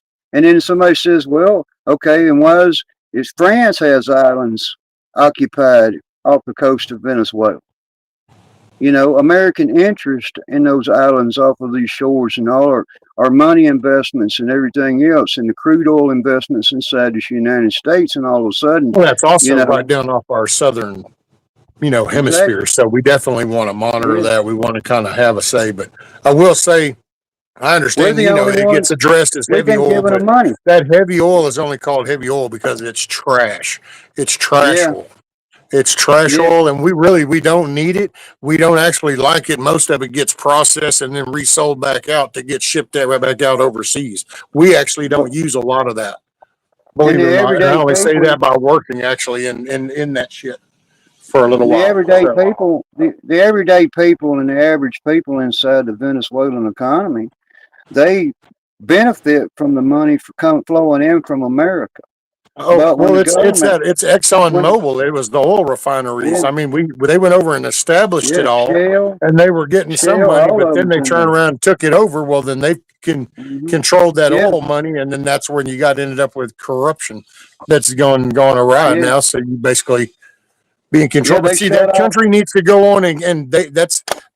This is my only They're thing when it getting. comes to them, because I get it. It's a little of interest, but at some point too, countries kind of have to go through their own damn Yeah. kicking ties, kind of like we did.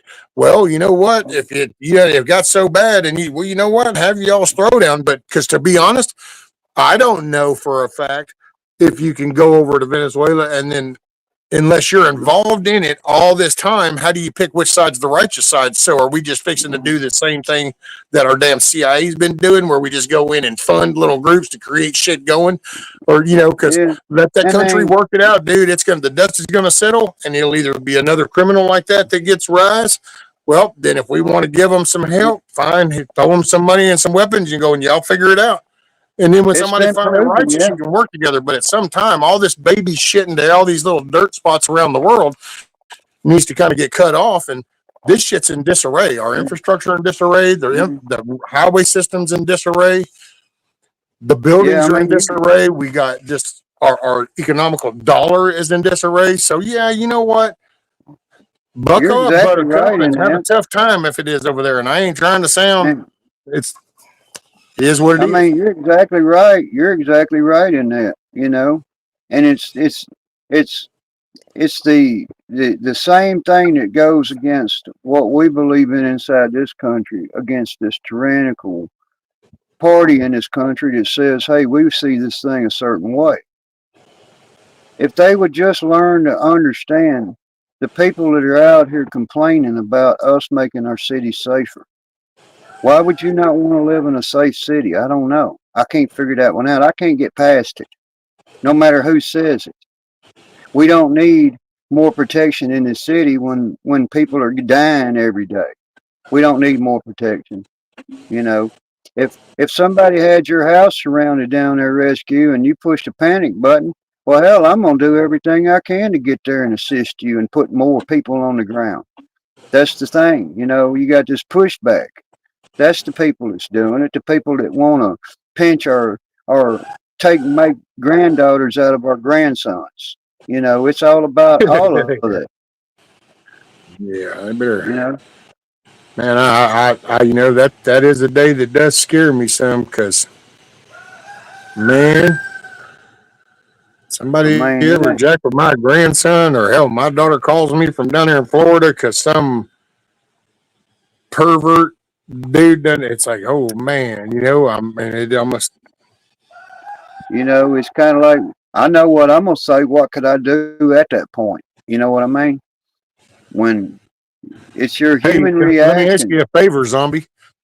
If something like that were to ever happen, will you go meet me up down there in Florida, and then we're gonna get we got to get in the same county wherever they catch that person at, and let me Oh punch yeah, you in the mouth one time. I just need to punch we you in the can't. mouth one time, No, and I need you to file charges on me. we can't. We can't conspire. We can only think alike. Right? And pretty soon they're going to have mind reading devices and we won't even be able to communicate anymore. So, I mean, yeah, you know what I mean? Even in the old fashioned America, whenever people were found in public doing Get over there. notorious things, they they faced the gallows, really quickly, you know, and it kept everything in check. You don't go over there and sniff somebody's granddaughter's panties. You don't do stuff like that, you Well, know. no, we need to enforce the law better, man. We need to clarify some shit, readjust some shit, get plea deals. To me, plea deals need to come straight up off the books. I don't even understand how we even got to that part. You either did y'all not just vote and pass this law, and you applied these penalties to this law? Okay, that dude broke that law that has that punishment. How in the hell do you get to wheel and deal this down to where it doesn't mean shit? It's Oh like, yeah, they wait, push what? back. They push back.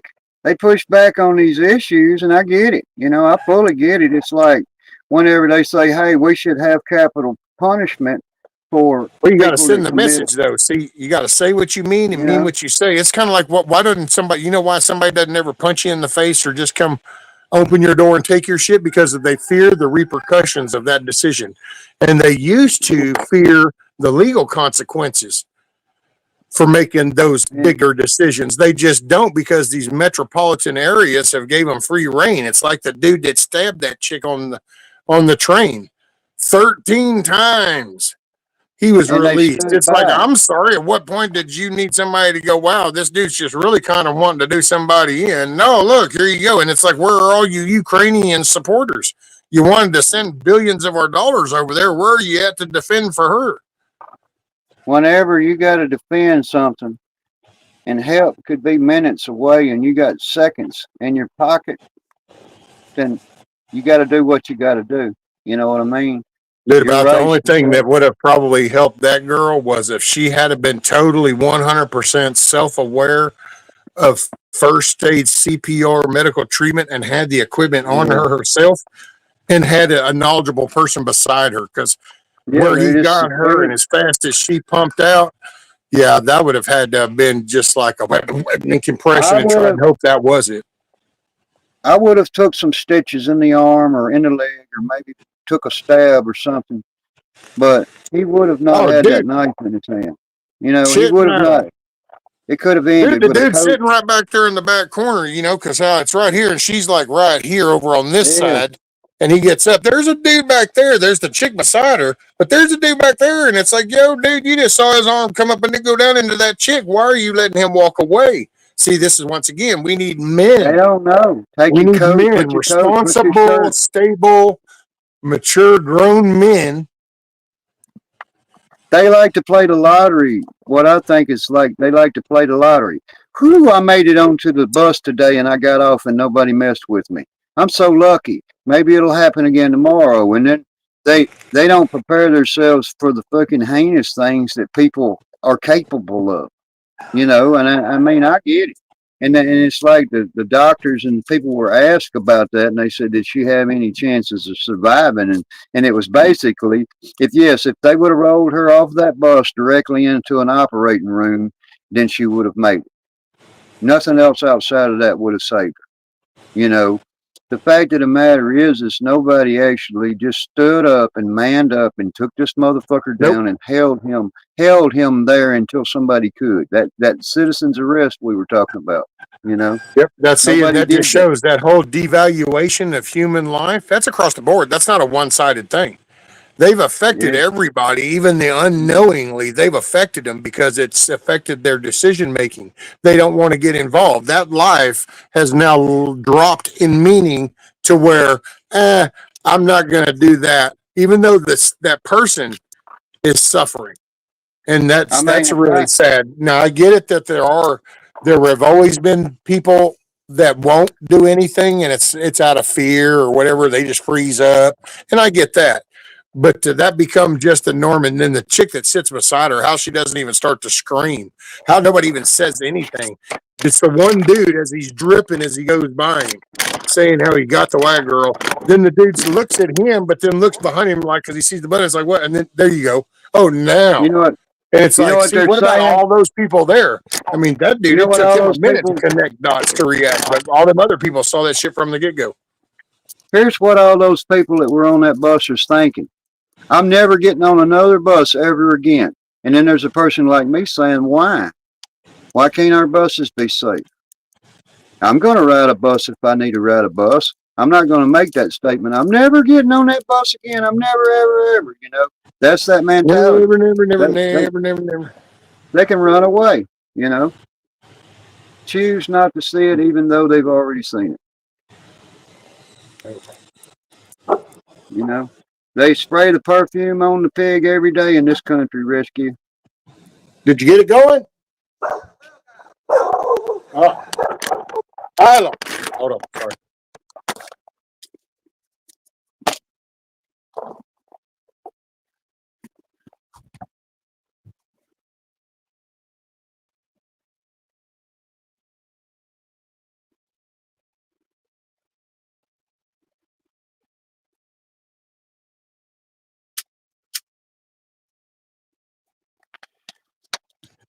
All right.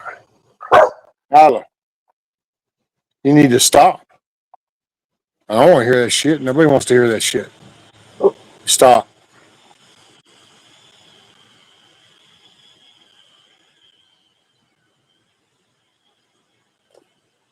But I guess he this, couldn't get his well primed. I guess he had to call a well guy, so he had a oh, well guy. We yeah, had that our could be a power pain go in out a the while ass. ago for a little bit. Yeah, the damn foot valve. From what I know about wells, when the foot valve gets to where it don't keep water in the foot valve all the way up to Yep. the well pump head, then it's over with. Well, see, You and what can't get, happened is that one sat uh, yeah, for a long time until the kids got that where they're now big enough, and so some of the grandkids are living in it. Well, now it's getting more consistent activity. Well, I guarantee you, there's them seals are probably just got built up and shit, and yeah, there's nothing, so it didn't hold. yeah. It got to suck it all the way from the bottom. You know what I mean? Well, then Them just need old to well clean pumps. that shit up real good and then go ahead and prime it and then it'll hold it for a Yeah, while. But since it's been yeah, sitting, it gets that buildup crust line on that shit. And so then you yeah, start using it. Well, some of it might break loose, but some of it just kind of might even cause a little wedge. So you get this little seep. yeah. And we lost power for a couple of hours. Well, that's enough to then for the pressure to just go, and next Oh thing you yeah. know, there it goes. I'll tell this one on me.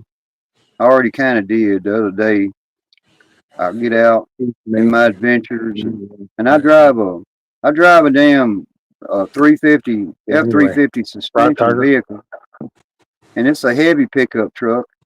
And I'm coming down a highway in South Baton Rouge over there, knowing. I said, you know what? I had to put the spare tire on there already, but I fixed the other tire that came off of there, but it's got a slow leak in it. So if I don't keep that tire aired up, then whenever I go flat, I don't have a spare that has air in it.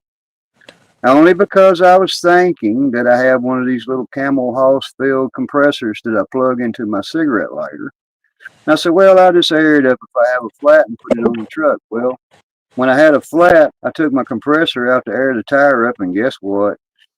The reed valve fell out of the compressor and it didn't work anymore. So instead of airing the tire up, I stuck it on there and actually let most of the air back out of the spare tire. And I wound up having to completely ruin a tire to get to a place where I could get a compressor to air my tire up. You know, so I mean, Damn. I gave it my best effort. I tried to get the pump fixed. I couldn't fix the pump. I couldn't get the tire aired up. So the one that went flat on the truck, I had to wind up just completely chunks flying all over the road till I got down to the station where they had an air pump. And then I managed to air the spare up and put it on the truck and get on my way. But nobody's perfect. You know what I mean? Plan A fails, plan B fails, plan C fails, and then you wind up with D. Dumbass. The dumbass move. Yeah. 18 days, you get cake. Wait, what? It's the 13th. So, oh wait, yeah, October 4th. Oh, there you go. The missus made it where she's going. She went to a gender reveal party. She was like, "You want to go?" And then I went, "No." And she went, "Yeah, I know." Well, then she got to work today, and she was talking with her coworkers, and she got ready to leave and shit. And I could hear her in the background, and they heard me talking to her. So Mrs. goes, "So you don't want to go?" And I said, "No." Nah. And then her coworker goes, "You got to go." And I told the missus, I said, "I'm sorry, I thought y'all weren't allowed to drink at work." And son, all of them in the background started busting out laughing because she had me on speaker. Oh yeah. I'm like, I'm not, no, not me, man. I mean, hey I'm man, gonna do be you, one. boo? I personally don't. I'm not. That's not my take on shit. But hey, it's not my kid, so you do you, man. Whatever works for you. But Hey I just man, wonder if you're pregnant. Okay, cool. We're going right. We're going to the doctor. You're getting checked. Okay, big enough we can do the ultrasound. Yep. Okay. All right. Now we're getting a little bit bigger. Okay. Can we tell you? Yep. Oh, look at there. There's a flag staff. Yep. All righty. Good. We got a boy. There we go. And then it's like, okay, is it big? We're big enough now? Yep. No, it's still nothing. No bump. No flagpole. There's no nothing's peeking up there. No periscope. All righty. Well, looks like we got a girl. Okay. Cool. There oh we yeah. go. Gender revealed. That's, Yee. I mean, I just want to that's know, man, because yeah, that's the it most. don't really That's the matter. I mean, most. I would love them no matter what. You just kind of need to know what to prepare for. That's the most. That's the most well thought out, sophisticated question that ever existed. When you ask a female how she became pregnant, you know. It didn't get it. It didn't come from the toilet seat. Oh yeah. She must have ate something. Remember, them old people would tell me they swallow. When I was a kid, they'd tell me they swallowed a watermelon seed. You see a Right. pregnant girl, because they was just some kind of weird anomaly. I think pregnant women are scary. You know. Think they're scared? I think they're scary. Me, Scary. I'm scared of pregnant women. Song of the South. What's up? What's up? Damn, dude, that's sun on my back's a mofo. I done sweated enough. It's like that's hot water on my back now. Yeah, I see Oh, you but that's got okay. down to Fat boy losing weight. Sweat that shit out. Hey, I'm how's the about, shoes working out? How's the oh, boots dude, working out for you? I love them. They're comfortable as shit. I mean, I wish I could walk in them more, but I got now. I can't get too damn excited. I did a little of that yesterday, and I was like, "Ooh, that was unusual." Today was a little rough. Yeah, Whenever it kind of depends on where I am in the yard because of the slope, and so everybody was You know, everybody was bragging about their boots, Rescue. So I'm gonna brag about my boots. All right. And You this got is the boots? boot. This is the boots that I wear right here. Damn, that looks like a set All of right. brogans. Well, what it amounts to they're made by a company called Timber and Woods. Oh They're yeah. hiking boots, you know, and they're fiberglass toed, and they're lightweight, and they're water resistant. But that's the boots I wear, you know. Hell yeah. That looks similar to my And work boots. yeah, and I don't scuff them up. I like to keep them pretty, you know, in case I get around somebody and I gotta have pretty boy boots on. I look pretty. I think that's really the only reason the missus was happy I got these, because now it's like if we go somewhere, then I'm not wearing the damn Crocs with Oh no matter yeah, what I got on, because that's all I wear. Them tennis shoes I got, man, the tongue was open and flapped like this. That was on the right shoe, and on the left shoe, the whole middle of the sole underneath was starting. It came all unglued. Matter of fact, every now and then when I take them off, because my legs, they hurt bad, and sometimes it feels like you're got walking on rocks. Well, then all of a sudden I noticed oh how it yeah, got worse, and I'm like, well, man, okay, I'm laying down. Well, no, every time I do, well, then I realized, oh no, man, it's that because it's coming unglued. I literally walking yeah. around here had rocks get in between that. So even though I'm like Oh yeah, wiping my feet, and I man. pulled that up apart, and shit just rained down like I emptied out a little shovel on my floor. That's that old. Your shoes is talking. You know, when Right? you was a kid, Hey, your Nancy, shoes is talking. You know, I I get was so bad. told I that get. two buzzards flew over and I fell out. Oh yeah, I was an asshole at birth. I just got bigger.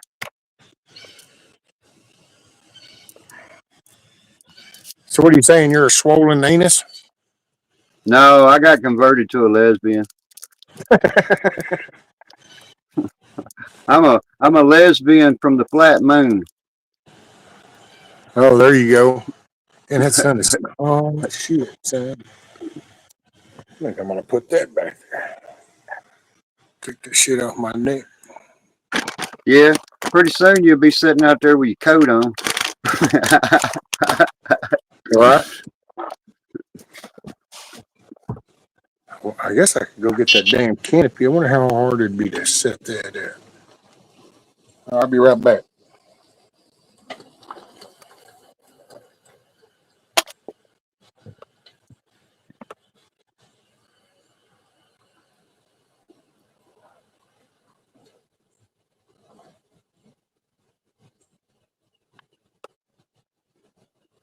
I'm seeing some kind of chat about. Hold on a minute. Security robots.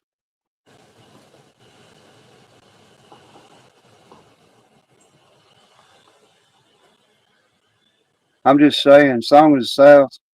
You know, and yo. I mean, I just say that pregnant ladies. I'm scared of pregnant ladies. You know, it's kind of something weird. I don't know It, it, why. Hell, pregnant it women was are impregnated. actually, I think pregnant women, I'm not trying to be all flirtatious or sounding or nothing, but hell, pregnant women are beautiful, dude. You can just Well, see the I'm just glow saying. of that human life evolving and stuff. You can just, it makes them glow. Nah, you know, I just don't know. My You're wife just got scared. pregnant. My wife was pregnant, and I thought every time I kissed her, I was kissing some baby. And I was like, nope, I don't want you touching me until you have that thing. You know, it's sort of like you're in a room with somebody else. You know, so you gotta. It just scares me. I just go sleep on the couch.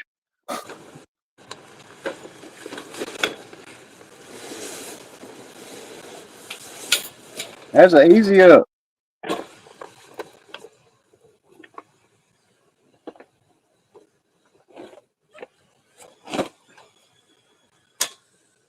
No fucking way. Really? Are you shitting me?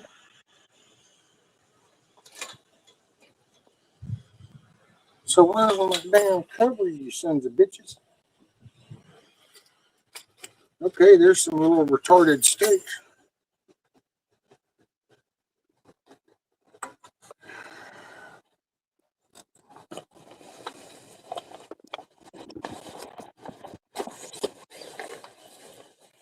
All right, we're making progress.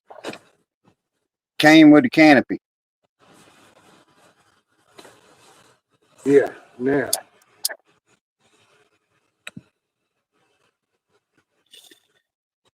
Oh boy, this is going to be some standing up action. This is Hey, going to fix to suck more to less. I just seen the example Mad Shad made of putting up a tent. Let's see your example of putting up an awning. Hey, just don't hold me liable to nothing. I am not responsible for any injuries that might occur if you follow any of these stupid instructions. Let's see. So, all right, let's get that there.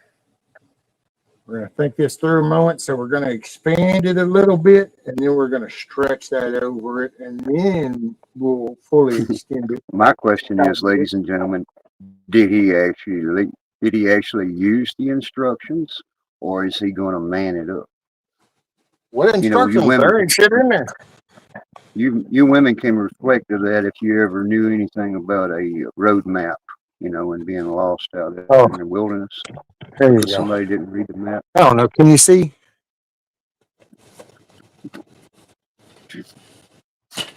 Hey, nope. We don't want to be stretching out. No, you're not stretching out. You're not stretching out. Okay, place your bets.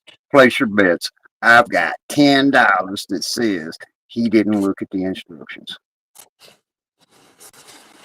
What are you betting on? Nothing. We're betting on that burnt pile stuff. Carry on, sir. Carry on.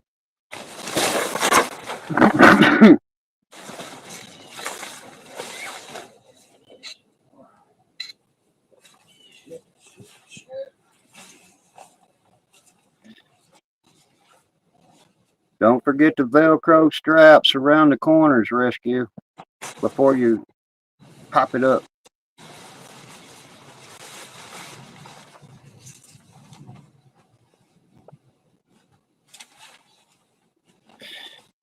All right.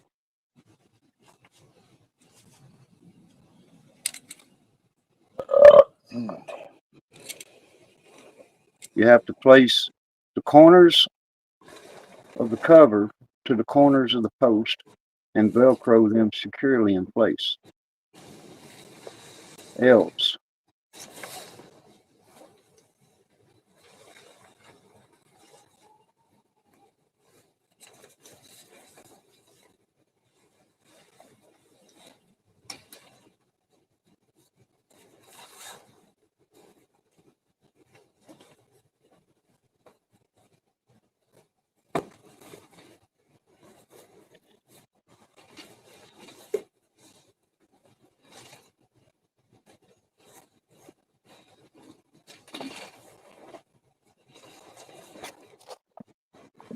see, for those of you that kept up with the Mad Shed and the tent, setting up the tent that day at the park, I honestly know that Mad Shed actually practiced it before he went in front of a camera and screwed it up. So this is his practice run.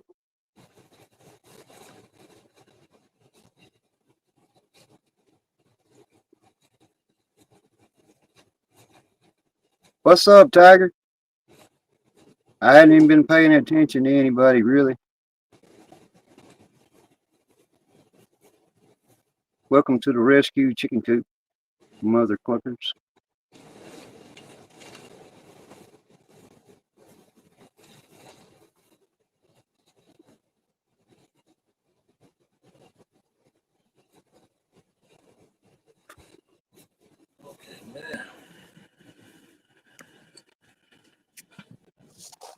Well, I didn't take that through. I got to get around to there.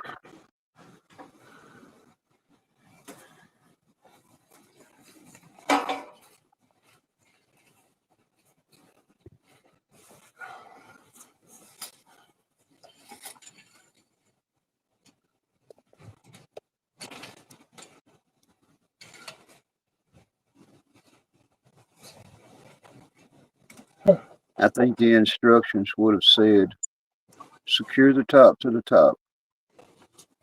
extend it to its full form, and then extend the legs up to the proper height after that point. But you have to either stake it before or after, depending on the wind conditions.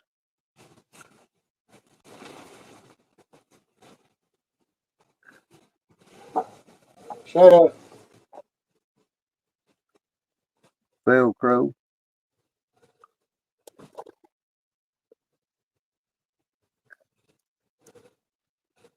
Come on, man. We're waiting. The sun's going to be going down. Sun's going to be going down before you get done.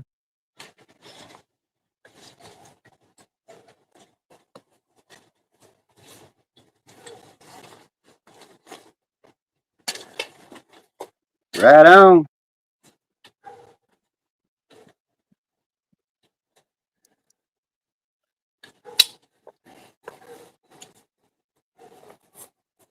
You know, you guys, it's apparent that I'm only going to sit here and bust his balls behind his back until he gets back over here to figure out what it is I'm not talking about. Okay. What's your fucking story?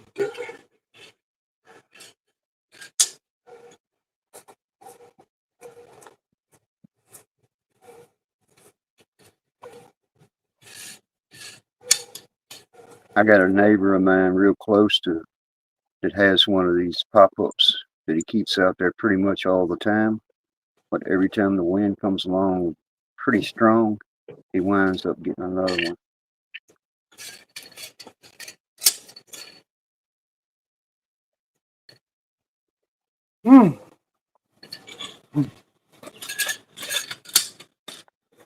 Oh shit. Kissoff's getting. Oh.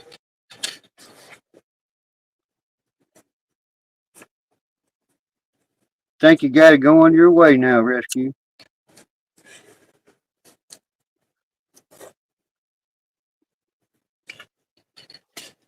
And word of advice on these little pop-ups like that right there, if you get these swimming pool noodles, you know, the swimming pool noodles, and you stuff them up in that little rafter brace that goes underneath the canvas, whenever the wind gets to blowing a little bit, it keeps the canvas from getting damaged, actually. One of those swimming pool noodles does that. A couple of those up in there. You don't have to cut them or anything. Just stick them up in there where they stay up inside underneath that canvas, and it keeps that canvas from flopping around so much.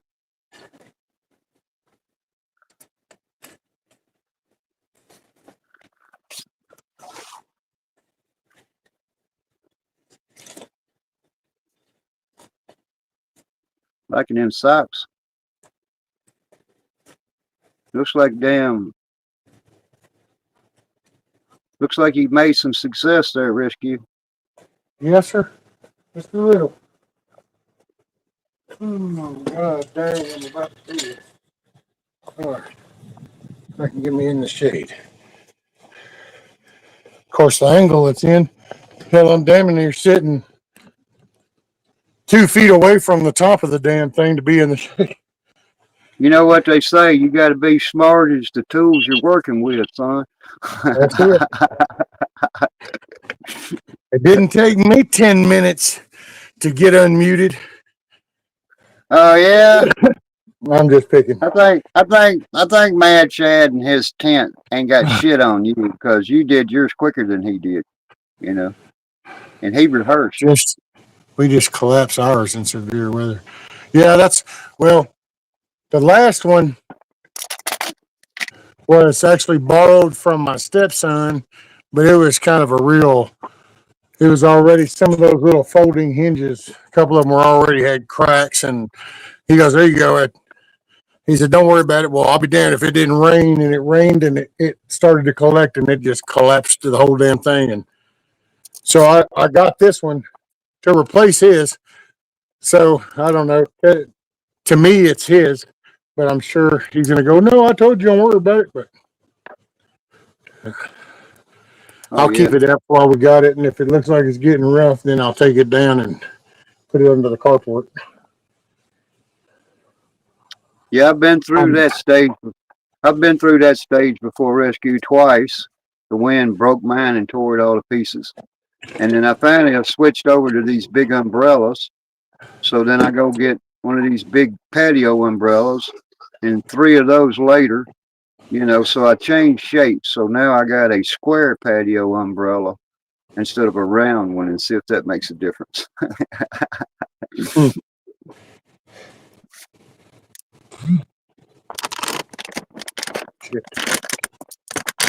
I got a guy that I follow. His name's Mike the Scavenger. He's from down around Houston, and he goes out and he gets scrap metal, and he's quite successful at it.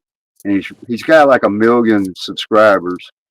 And he does his video after a storm, when a storm comes through Houston down there, and it shows him in his pickup truck out there, and he's just getting umbrellas after pop-ups after pop-ups. It just, the curbs are riddled with them, people getting rid of them. But it's like an umbrella at the beach, Right. the beach ball. If it pops, it pops. It was enjoyable. Right. Tiger, yeah. Okay, you gonna patch it? Well, I was gonna say one thing I saw when you did this one is you can get just the cover part. So depending on if it's just one of these basic styles, this is the cheaper version with that. What do they call that? The slanted legs, where they don't go straight down; they're slanted, and that was a few bucks cheaper. I started to get one that had sides, but I'm just like, man, that's sorry, dude. It's just now I have to wait till I'm working or something to get some damn $100 and something damn cover. They did have this one tent one that was all screened in, and I started to just get that one, but then the way it was sloped like these legs are, and I'm like, well, okay, this is retarded. If it's all just nothing but screen around the sides, if it rains, it's going to get to the side. It's coming right through the screen. You're going to have a floor of water. Well, that's stupid. It's going to be drip, drip, drip, drip, drip, drip. Yeah. So I was like, okay. Well. And then I just settled on this one because I think it was $40 or $49. I think it's $49. Those are the best shade things that they are. I have one that I use if I'm going to work in my truck in the driveway or something. Shoot, man, I just pop that thing up and service my truck in the shade, on a good hot day, or on a rainy, drizzly day, I can put my excavator under one, and it ain't nothing fancy, but it does the job,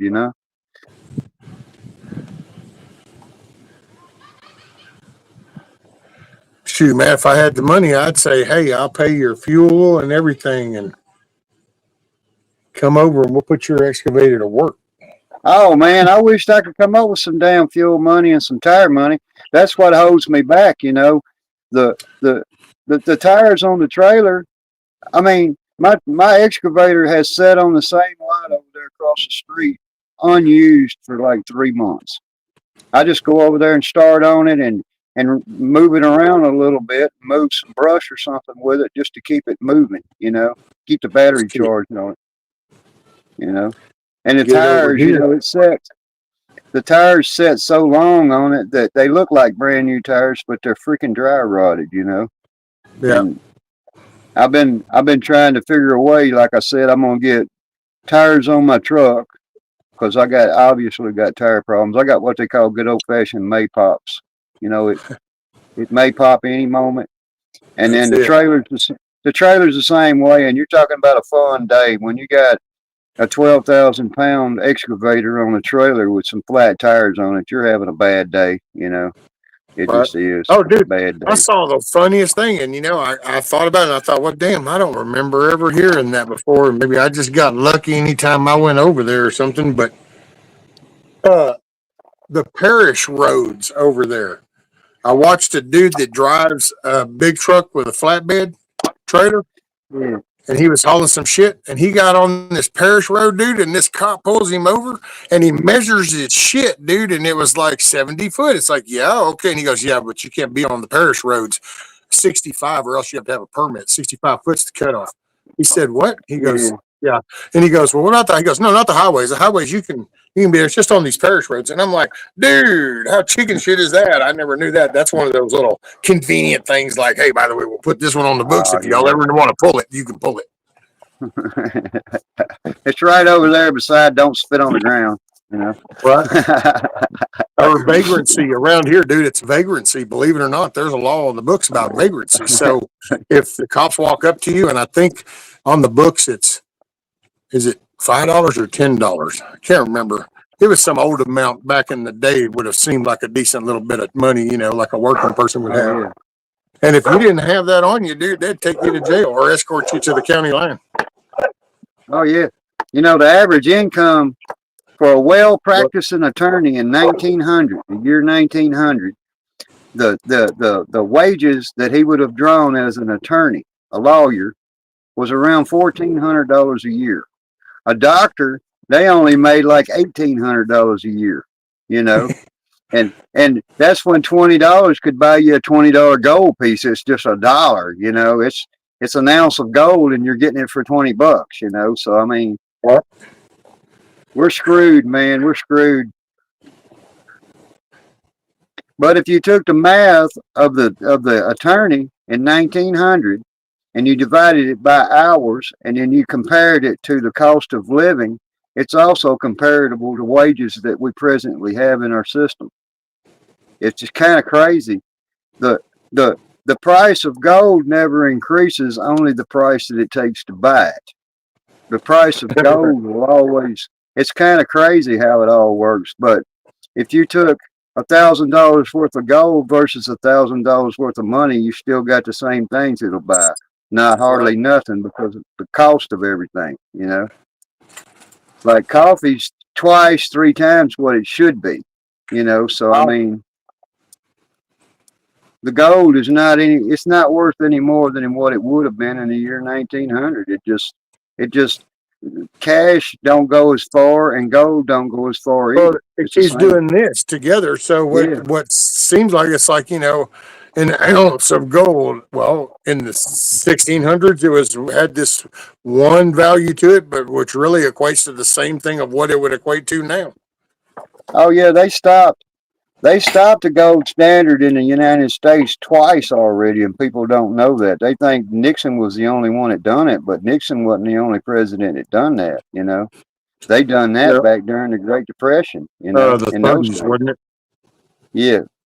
And they stopped the gold standard because these stock market jockeys and people they had to have things, and the form of debt was the extension of finance, which means I said, hey, I'm a bank. Instead of you going and building your own house dollar for dollar, I'm going to loan you the money to do it, and then I'm going to charge you the money for loaning you the money. So they invent the interest, you know, but the interest now controls the money, you know. So, and in the system, the price of worth of money, it controls you. So you got no choice in it. You want a brand new truck and you're a working man like I am, you either got to go to the dealership and get it financed and have notes and insurance to have it, or, you know, you don't, you know. So it's the have and have nots is just completely just taking over, even coffee, you know, and the prices of food, you know. Yeah, but some of it, though, Zombie, we kind of also, they were gladly took it as we offered it, is the way I see some of it. Because we took the comfortable level, we took the easier route. And it's like, well, yeah, that is Yeah, easier to do. Well, that's easier. It's they kind of just like, put, I get it with farmers that, go out and I can see where the drones are handy for them. I can see where AI controlled harvesters, dude. I mean, I see the benefit, but it's just careful what you wish for. yeah, It's one of those things, and I think that the that's most, what we look back. It's the microwave oven, dude. I'm sorry, that was the next best thing to sliced bread. Look at what this is going to be the most useful thing in the house. This is the most useful item in the kitchen. This is going to help yeah, your family. No, it didn't. It actually helped break it apart. yeah. And John Because Deere, then we and if went to you Insta know, meals and shit, and we didn't sit around the table, and we didn't do any of the good family shit no more. We didn't share no, the day, so that by not doing that, we didn't translate that off to a youth. that raised up with the manners and the hearing of the work ethic and a job, and then them getting encouraged to go get a little part-time job, and then sharing. But that routine, that actually meant a lot. That's what we were founded off of, the farm. You came You in, got, you were working fields as kids. That's why the families wanted big families. That's why you yeah, had them. That was your farm workers, and it wasn't meant in a slavery way, the way that they make it sound now. You wanted that. You wanted a big family. That way you could take care of yourself and your own. There was one actually item on that. meaning to that. Yeah, one item on that farming, just one item. It's an icon. It's John Deere. Oh yeah, and John them pricks Deere, now want to keep them from working on their shit. his original sales pitch for the John Deere tractor was to better the farmer's life, to make him more productive. So he sold a lot of tractors in that idea, but then nowadays it's you have to pay them $1 million for the tractor, and then you have to pay them money to be able to use the tractor. There's a big Yeah. pushback on people Well, that you got to own. pay for a service contract with them, Yeah, and they don't want to let anybody have access to that they won't. firmware. Yeah, And it's exactly. actually They don't. ironic because now you actually have good old corn-fed farmers that are actually learning Oh yeah. coding so that they can Oh hack yeah. into the firmware themselves. You can have a smartphone. You can have a smartphone, ladies and gentlemen, but you got to do by these things in order for you to have that smartphone and be able to use it. You got to download this. You got to abide by these rules, and if you don't, we're going to turn your cell phone off. And that's the thing. Well, see, that's Instead of people stop paying. But see, that also feeds into when people go into stores and they go, "Well, I got the right." You yeah, really don't have any rights. That's that company, that person's store, so they can tell you to get so out. Now we gave them the rights of where you can't refuse service. Like around here in this county, you can still refuse. You have the right to refuse service to anyone. oh yeah, you know, in the private setting, and it's like the thing about it is people's mentality has changed to where they say the only way I'm going to be able to ever have one of these is to go in debt to have it to a bank and finance, and Dang, they you're lucky, they Tiger. get they get She got caught a up in that 1950 mentality. harvester. Yeah, and you get caught up That's a in good it. tractor. If you can't afford to buy it because they've made it to where you can't afford to buy it, even if you saved your money for years to be able to own it. But the financing easy is because by the time the warranty goes out on it, well, hell, you're going to bring it back to the dealership and go another 4 or 5 years on a warranty to get a new vehicle. So they're just selling replacements of stuff that they know deliberately won't last, but they're putting you in such a financial strain to be able to, in this society, to say, oh, I want this nice new truck. Oh, I'd Well, the like to car have one of dealers these. are on the verge of the Yeah. car dealers are trying to do the same thing where you're going to have to get service done through them because it's all going to be, they're actually working on legislative to try to get the manufacturers to remove the access port under the dash. And then that way you can't have people who won't be able to access. You'd have to go to the dealer that will be the only people that have the access into the brain, into access the firmware. Oh, And they're oh working yeah, on that. They're trying to, because it's controlled, dude. I mean, but see, they have I their mean, own, it's not you one know, big the bad boogeyman. It's almost anybody that starts getting a successful business starts acting the same way because it's that love of money. outside of a used car Digital lot, currency, January 1st. outside of a used car lot, the only time that you ever seen a dealership doing in-house financing was on a used car lot. But the first time, Rescue, I ever No, we seen, used to actually have dealerships that would do that over yeah, here. that's what I was going to say. The first dealership I ever seen, I was working in You talking Pasadena, about the stable down in coin, south, Huckleberry? in south of Houston, down there in Pasadena. I was between Alvin and Pasadena working, but the fact is, the first time I ever seen a new dealership financing a car was over there in Pasadena. It was a Chevrolet dealership. You could go in there and buy a brand new truck for a certain amount down, and they would finance the damn thing for you right there at that dealership. The first time I ever seen that was in Texas. You know, very first Yeah. time, and that was like back It's in the like when they 90s. made it where you can't change the battery in your phone. Yeah, I know, Tiger. Right. I like how they slipped that right in. All the phones just started getting here. Buy the new one. It's like, well, that's funny. Why are you changing the battery access? Oh, that's right. You want it always on. Yeah, Not certain you on know. that. Okay. because I know that there's something about a digital currency, and then of course you got the Trump like because it's something about a stable coin, and it's going to be, I guess. I don't know shit about no Bitcoin, and I'm not good at finances, dude. You know what? If I make $10 and my lunch is $5, and there's a dude sitting right there that looks hungry, I give him the other $5 to get him lunch. I'm that way. I don't give a shit, dude. Monetary shit, materialistic things mean jack shit to me. Been there, done that. I mean, Means nothing. All it does, the the more money real, you have, seems the more it steals your soul. But anyway, you know, there was the something about currency. a stable coin, the Bitcoin, and it's going to be like tied to the actual dollar. So it's like you're going to have this one stable coin is worth, I guess, X amount of dollars or some shit like that. And I don't know. I just happened to click on the thumbnail, and it was, unfortunately, it's, panic mode people kind of thing. So I kind of got something of what they were saying. You never know what's kind of spun a little bit out of control. You know, the doctors and the stuff inside the towns in the beginning, they only charged Now, I did see fees. some Sometimes about that, Huckleberry. people didn't have money, but they had beef, they had chickens, they had wheat fields. The doctors would negotiate on whatever methods there was to be paid, you know, and whenever a doctor charged you X amount of dollars, and he says, well, she says, I've only got 5 dozens of eggs and a goat. You know, to some people, that's a fortune, 5 dozen of eggs and a goat. And the Correct. doctor, boy, he's just sitting back right. He's the wealthiest person in the community because he's got all of this. But the action of the invention of currency and money Stop. inside the No, United get over here. States, well, that was all on the government. That Get over wasn't here. on the people. Or The lay people down. didn't need money. They didn't have to have the currency. They had what they did. You The need to stop. blacksmith made nails. The Bring it doctors stop. the doctors did house calls, worked on their people in their town. Everybody had their own form of payment, and it didn't have to come from any outside source. But we've been Dude, do you know outsourced that to. HEB is the store that actually came up with, you actually go to a grocery store and buy your groceries? Before that, Yeah, you would actually go to the local place and tell them what you wanted, and then they would deliver it to your yeah, they place. delivered.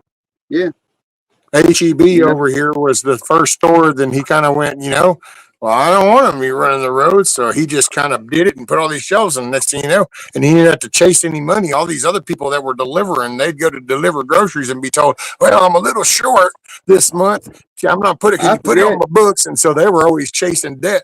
HEB come up with it, and all of a sudden it's like, you go in there, you're going to pay it as you get it. I forget what. I forget what movie that Stop it. was where the kid got a job working in the drugstore delivering drugs to the neighborhood, and then the damn pharmacist screwed up the order and wound up poisoning somebody, and the lady died. And he felt like he needed to be able to go back in time and try to save the lady and try to save the pharmacist from doing making a mistake on that prescription. He tried to Well, change it, but that was based back in the 50s and 60s, and it's when drugstores, grocery stores, everybody delivered. it's the, The handyman truck come down through the yeah, blocks, and they had pots and pans and certain things on their no. wagon for sale too.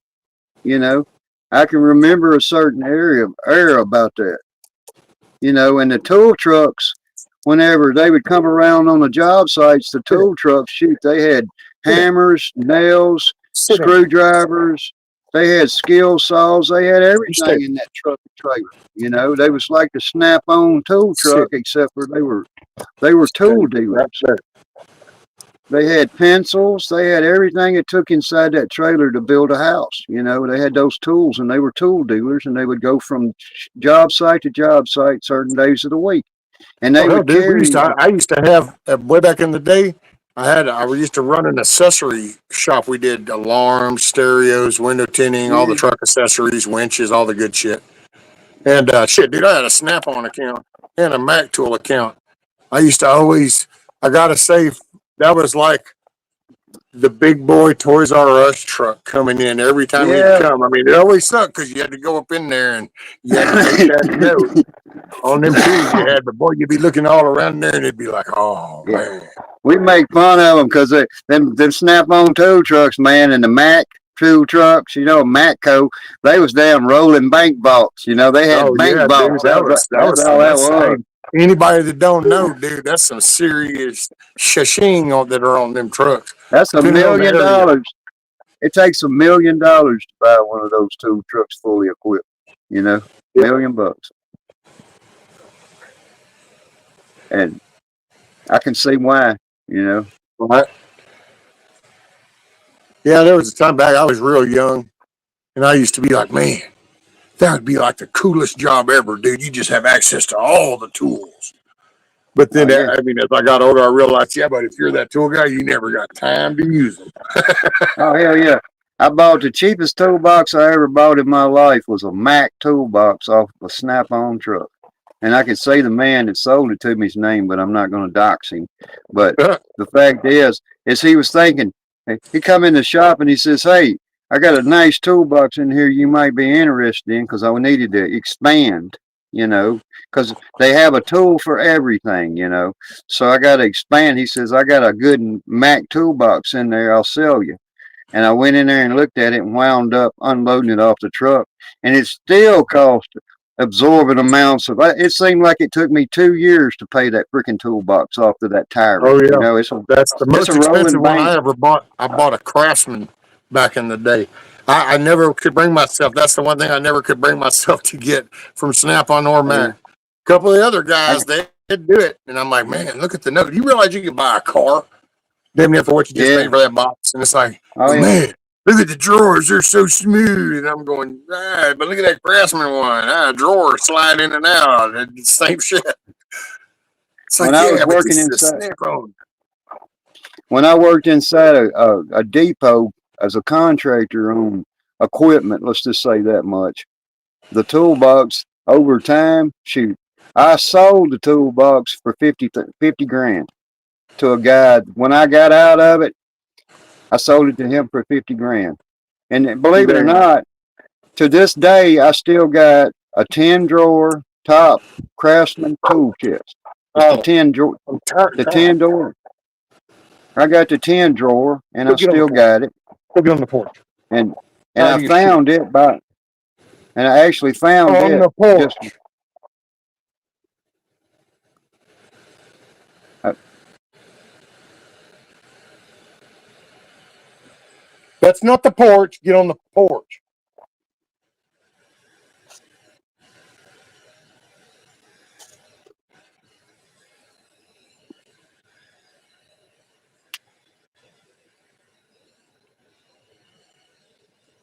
All the way.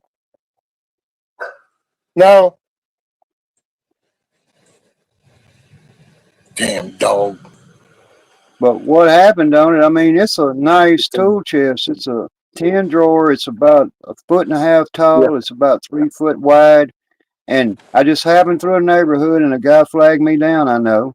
And he says, hey, I got something I might want to give you. And believe it or not, Rescue, I, I pulled in the driveway. We walked back there and he says, here. And he says, you can have this thing if you want it. So I got a Craftsman 10 drawer that don't have a scratch on it, that he just gave me. And I said, well, I'm going to put that thing to good use, I've Oh got, yeah. I've got like a two drawer with a top toolbox that I keep my basic stuff in. And I'm thinking, man, my toolbox is falling out. Wrenches fall out of my shed every time I go in my toolbox. So I figured I either got to get a toolbox or less tools. Nah, you never want less tools. You never know. About the time you get rid of something, you're going to need it. That's just the way it works. Oh yeah. I know. I got drills, saws, wood saws, metal saws. I got cutting torches. I got all that crap. And then, it's important when you need it. All I know, I guess I'll just be that way. But I couldn't turn down a free damn Craftsman toolbox. I wasn't going to do that. Right.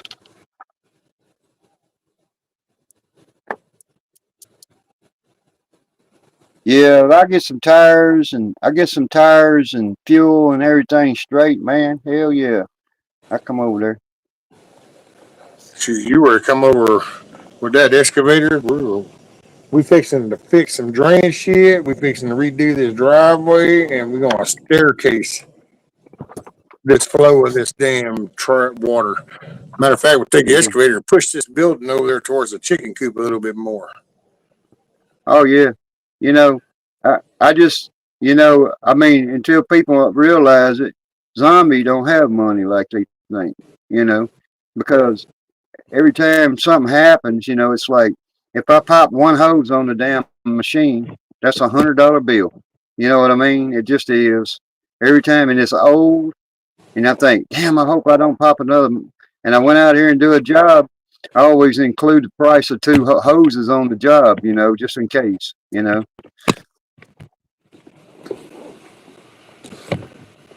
You never know, especially with hydraulics, man. Yeah. And One I touch want to on a fix it. lever, and all of a sudden it's like, well, that was the magic pressure point. Hell, that's actually what happened to me a while ago when you and Grumpy were talking, and I just kind of had to haul ass real quick, and that's because I Yeah. looked over, and I was like over my shoulder, and I'm like, what the hell is that shit? So I turned and looked, and hell, man, this water is just spraying. Shh. I'm like, what the hell? Well, what happened? The hose right there at the damn handle apparently ruptured. Oh yeah, And man. so And it's I had to haul ass over there to the thing and turn the water off. Hell, I was sitting there watering the damn grass. I mean, Hey, what do you? we bought that machine. Me and my dad bought that machine way back in the '90s, new, and had to ship What's it up, over here Savage? from. We shipped it over here from a dealer out of China, Oh, and it's completely redone. But that was the '90s, so it sat so long that when I went over there and started to try to use it one day, and this has been a couple of years ago. Well, the tracks look good on it, the rubber tracks, but then as soon as I started moving around on it, after about 2 or 3 hours, one of the tracks just said pop, and I was like, "Oh shit," you know what I mean? And then I go dry up there rotted. and I find out how much them rubber tracks are. They're like $2,500 for a set of tracks for this thing. So it kind of put a dent in my savings. It's just Right. little by little by little by little. I mean, damn, it never stops coming. But It's a yeah, the that happens. my goal right now is just tires on my trailer, tires on my pickup truck, and then I'll go to the next step. But these tires, they cost thousands of freaking dollars nowadays. They Oh want yeah. 300 bucks. They want 300 bucks a piece for the tires that goes on my truck. And then I've got another Damn. 550 What why? F550. I've got a Why? F550. Oh, I don't know. They're high mileage tires. I bought a set. That set lasted me for about 4.5 years. A high mileage set of tires if you're careful with them.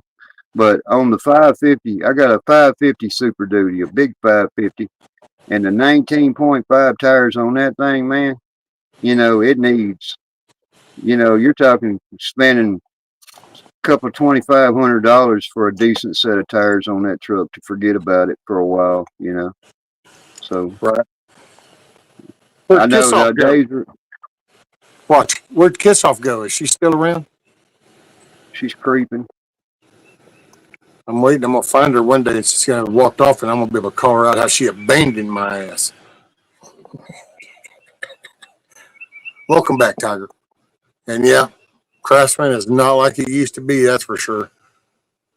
Oh Dude, no. I gotta say, I used to get a kick out of going down. You could go down into Humble, and that's way back in the beginning of the computer days. Back in then, there was a mall down there in Humble, a little strip mall style, and it had the Craftsman tool store in it. So of course that was badass. But then out in the middle of the strip park was a store kind of to itself, and it was called Egghead Software, which nowadays most people know it online as newegg.com. And Yeah. dude, we would actually, she would giggle because we'd make like a weekend trip because it's like, well, we're gonna go on down towards Houston, so this is gonna be an all day event, and we would go by the software store, and I'd go look at software and stuff. And then we'd go over to the tool store and it'd be like, yep. And then we'd leave there and we'd go like to the theater and we'd watch a movie. And We Oh do yeah. something I think city kind of fied because we were down in Tennessee. We were towards the city. Of course, that's I also think that back when it was safe to go to like to the mall and shit, and you didn't actually have to worry about getting robbed or shot just because you're like a white Christian male. yeah. I think they ought to bring back layaway. Like they used to have in all the stores. They had a layaway. You could buy something on layaway, and you can make payments on your layaway, and eventually you could either lose it to layaway or you could go and actually physically pay for it. But those days, we should bring that way of thinking back, Yep. Well, and that because, because one thing about the layaway, it also taught you budgeting, so you didn't stretch beyond your means. You oh just yeah, you and it, couldn't it's get like, in too damn deep. yeah, vehicles are like layaway now, except you get to have them while you're driving them around and making payments on it. But if it breaks down, you're screwed. Well, no, actually, you know what? Actually, look at what they do now. They don't even encourage to sell them; they encourage you to lease them. Exactly, They want you to So I lease them. mean, Here, come lease this. Look, you can lease this for nothing, and it's like, yeah, right. yeah. So let me drive your car for you and give you all my money. Yeah, this sounds like a Oh yeah. solid investment. But I went in to buy a car one time in the dealership, and the salesman, and they said, we have a lease program, but the lease program cost more money at that time to be able to lease the car and then be able to bring the car back and turn it back in. And then you had the option to buy it from them after you finished leasing it from them. And I was like, hey, that's just something don't sound right about that. Here, drive this vehicle, and you're not paying us shit for 4 years, but when you get through, we'll be happy to sell it to you. Right. And, Now and that then you it gets give to us that all your lease. money for the last 4 years and you put all the wear and tear on it, you want to buy it? Oh yeah, they got a new subdivision. They got a subdivision about 5 miles from here. It's really nice houses, and it's financing available, and it starts in the 300s. So I mean, Right. they're willing to finance you a $300,000 home nowadays. That's the society that we live in. So Yep. you take the average person, and they say, well, I'm okay with that mortgage, but $300,000, and you're dealing with something that's absorbent. You signed you sealed your faith on that.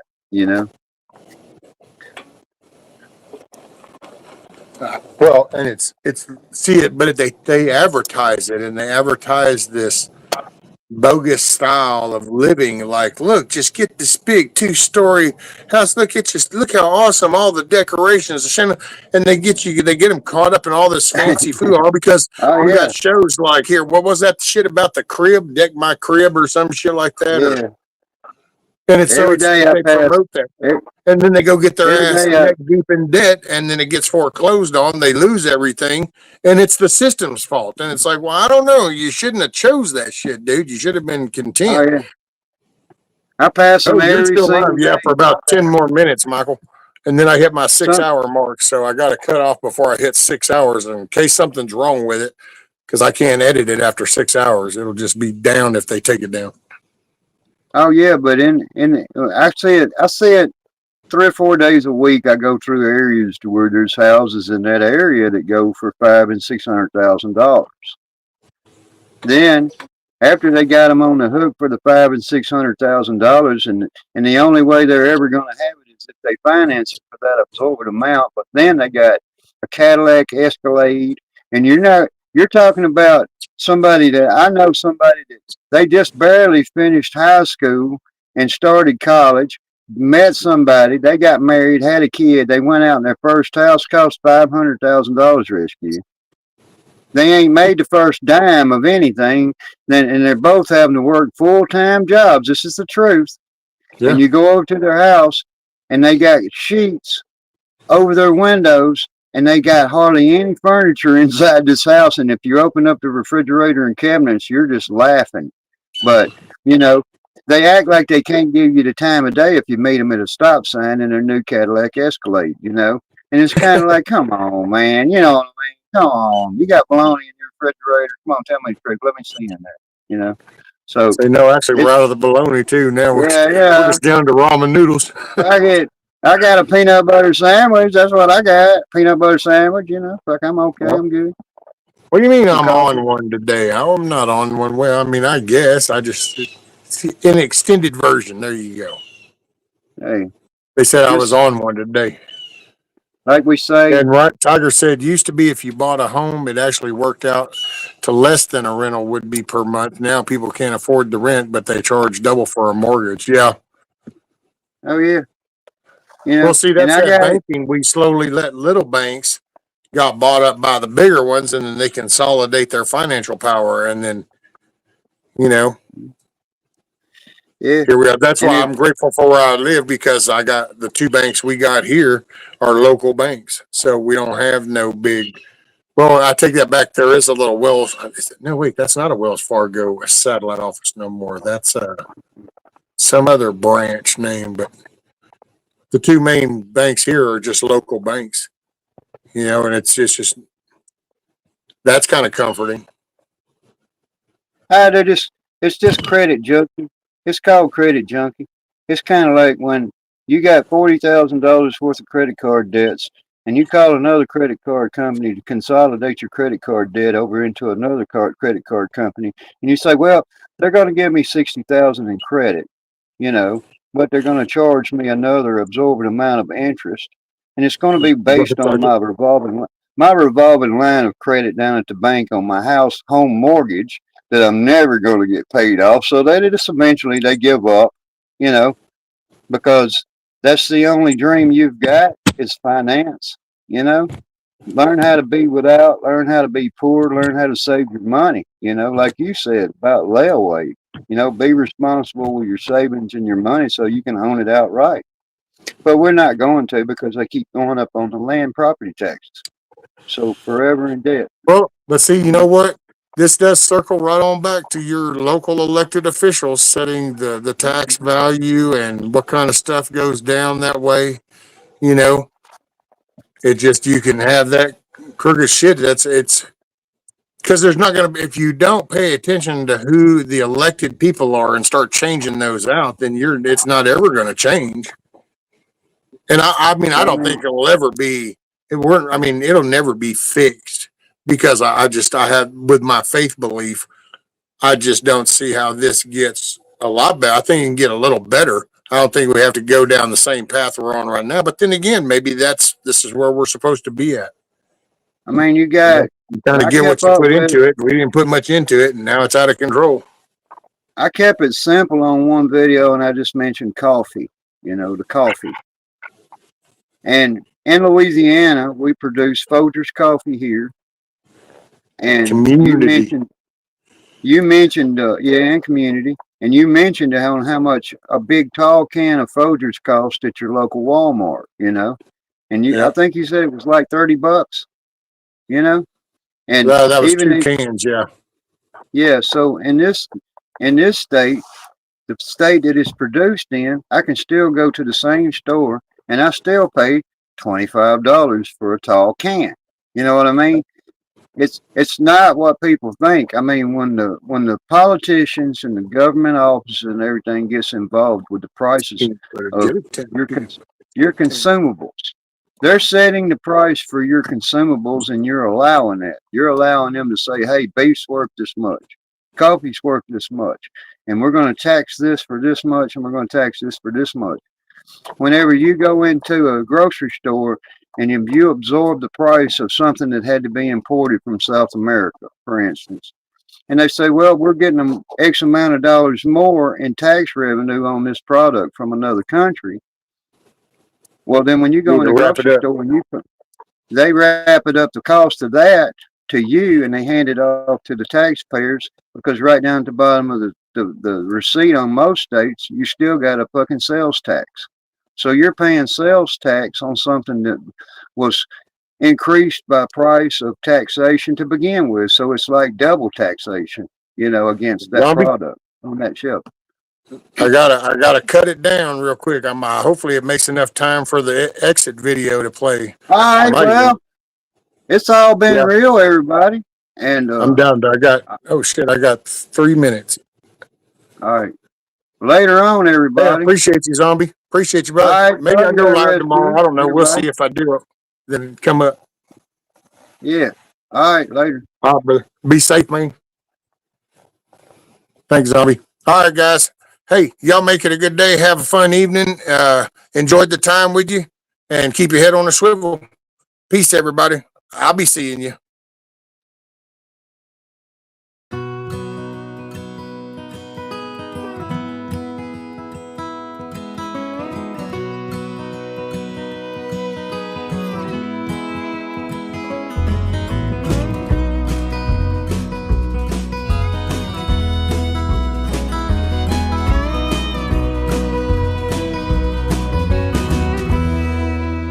I ain't here tomorrow.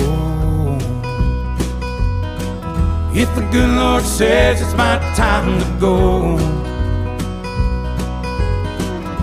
I don't see that morning sunset.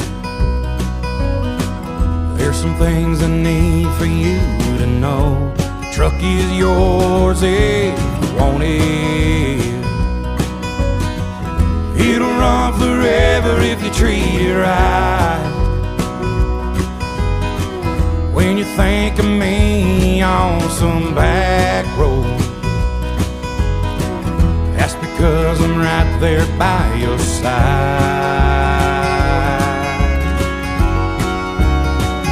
Hey, I appreciate y'all. Y'all make it a good day. Catch on, leave your doubts in a cloud of dust. You can't ever love too big. You can't call your mom too much. Do your best to Not get you, it Ellen. right. Forgive yourself when you don't. Hope you don't forget how much I love you. I ain't here tomorrow.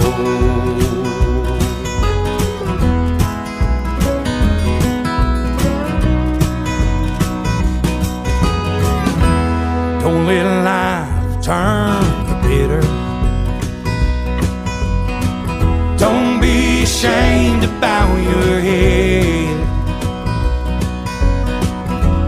Take it easy on the liquor. Remember what it did to your granddad. Yeah, you're gonna get your heart broke, but a couple of tears don't make you weep. Gonna find that girl God made just for you. Knows what he's doing, wait and see.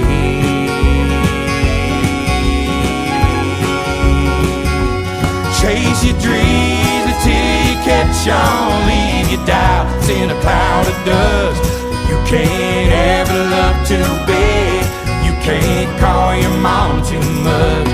Do your best to get it right. Forgive yourself when you don't. Hope you don't forget how much I love you. I ain't here tomorrow.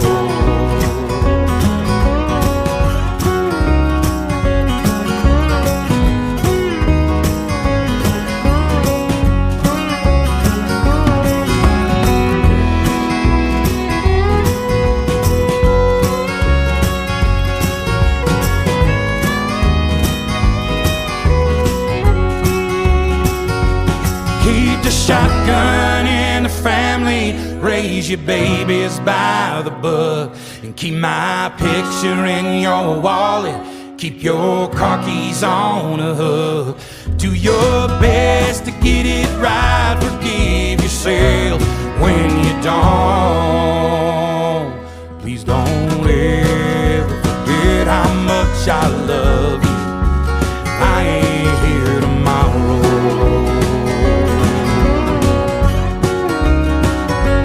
Hey, just remember that you need to be the example that you want to see the change in.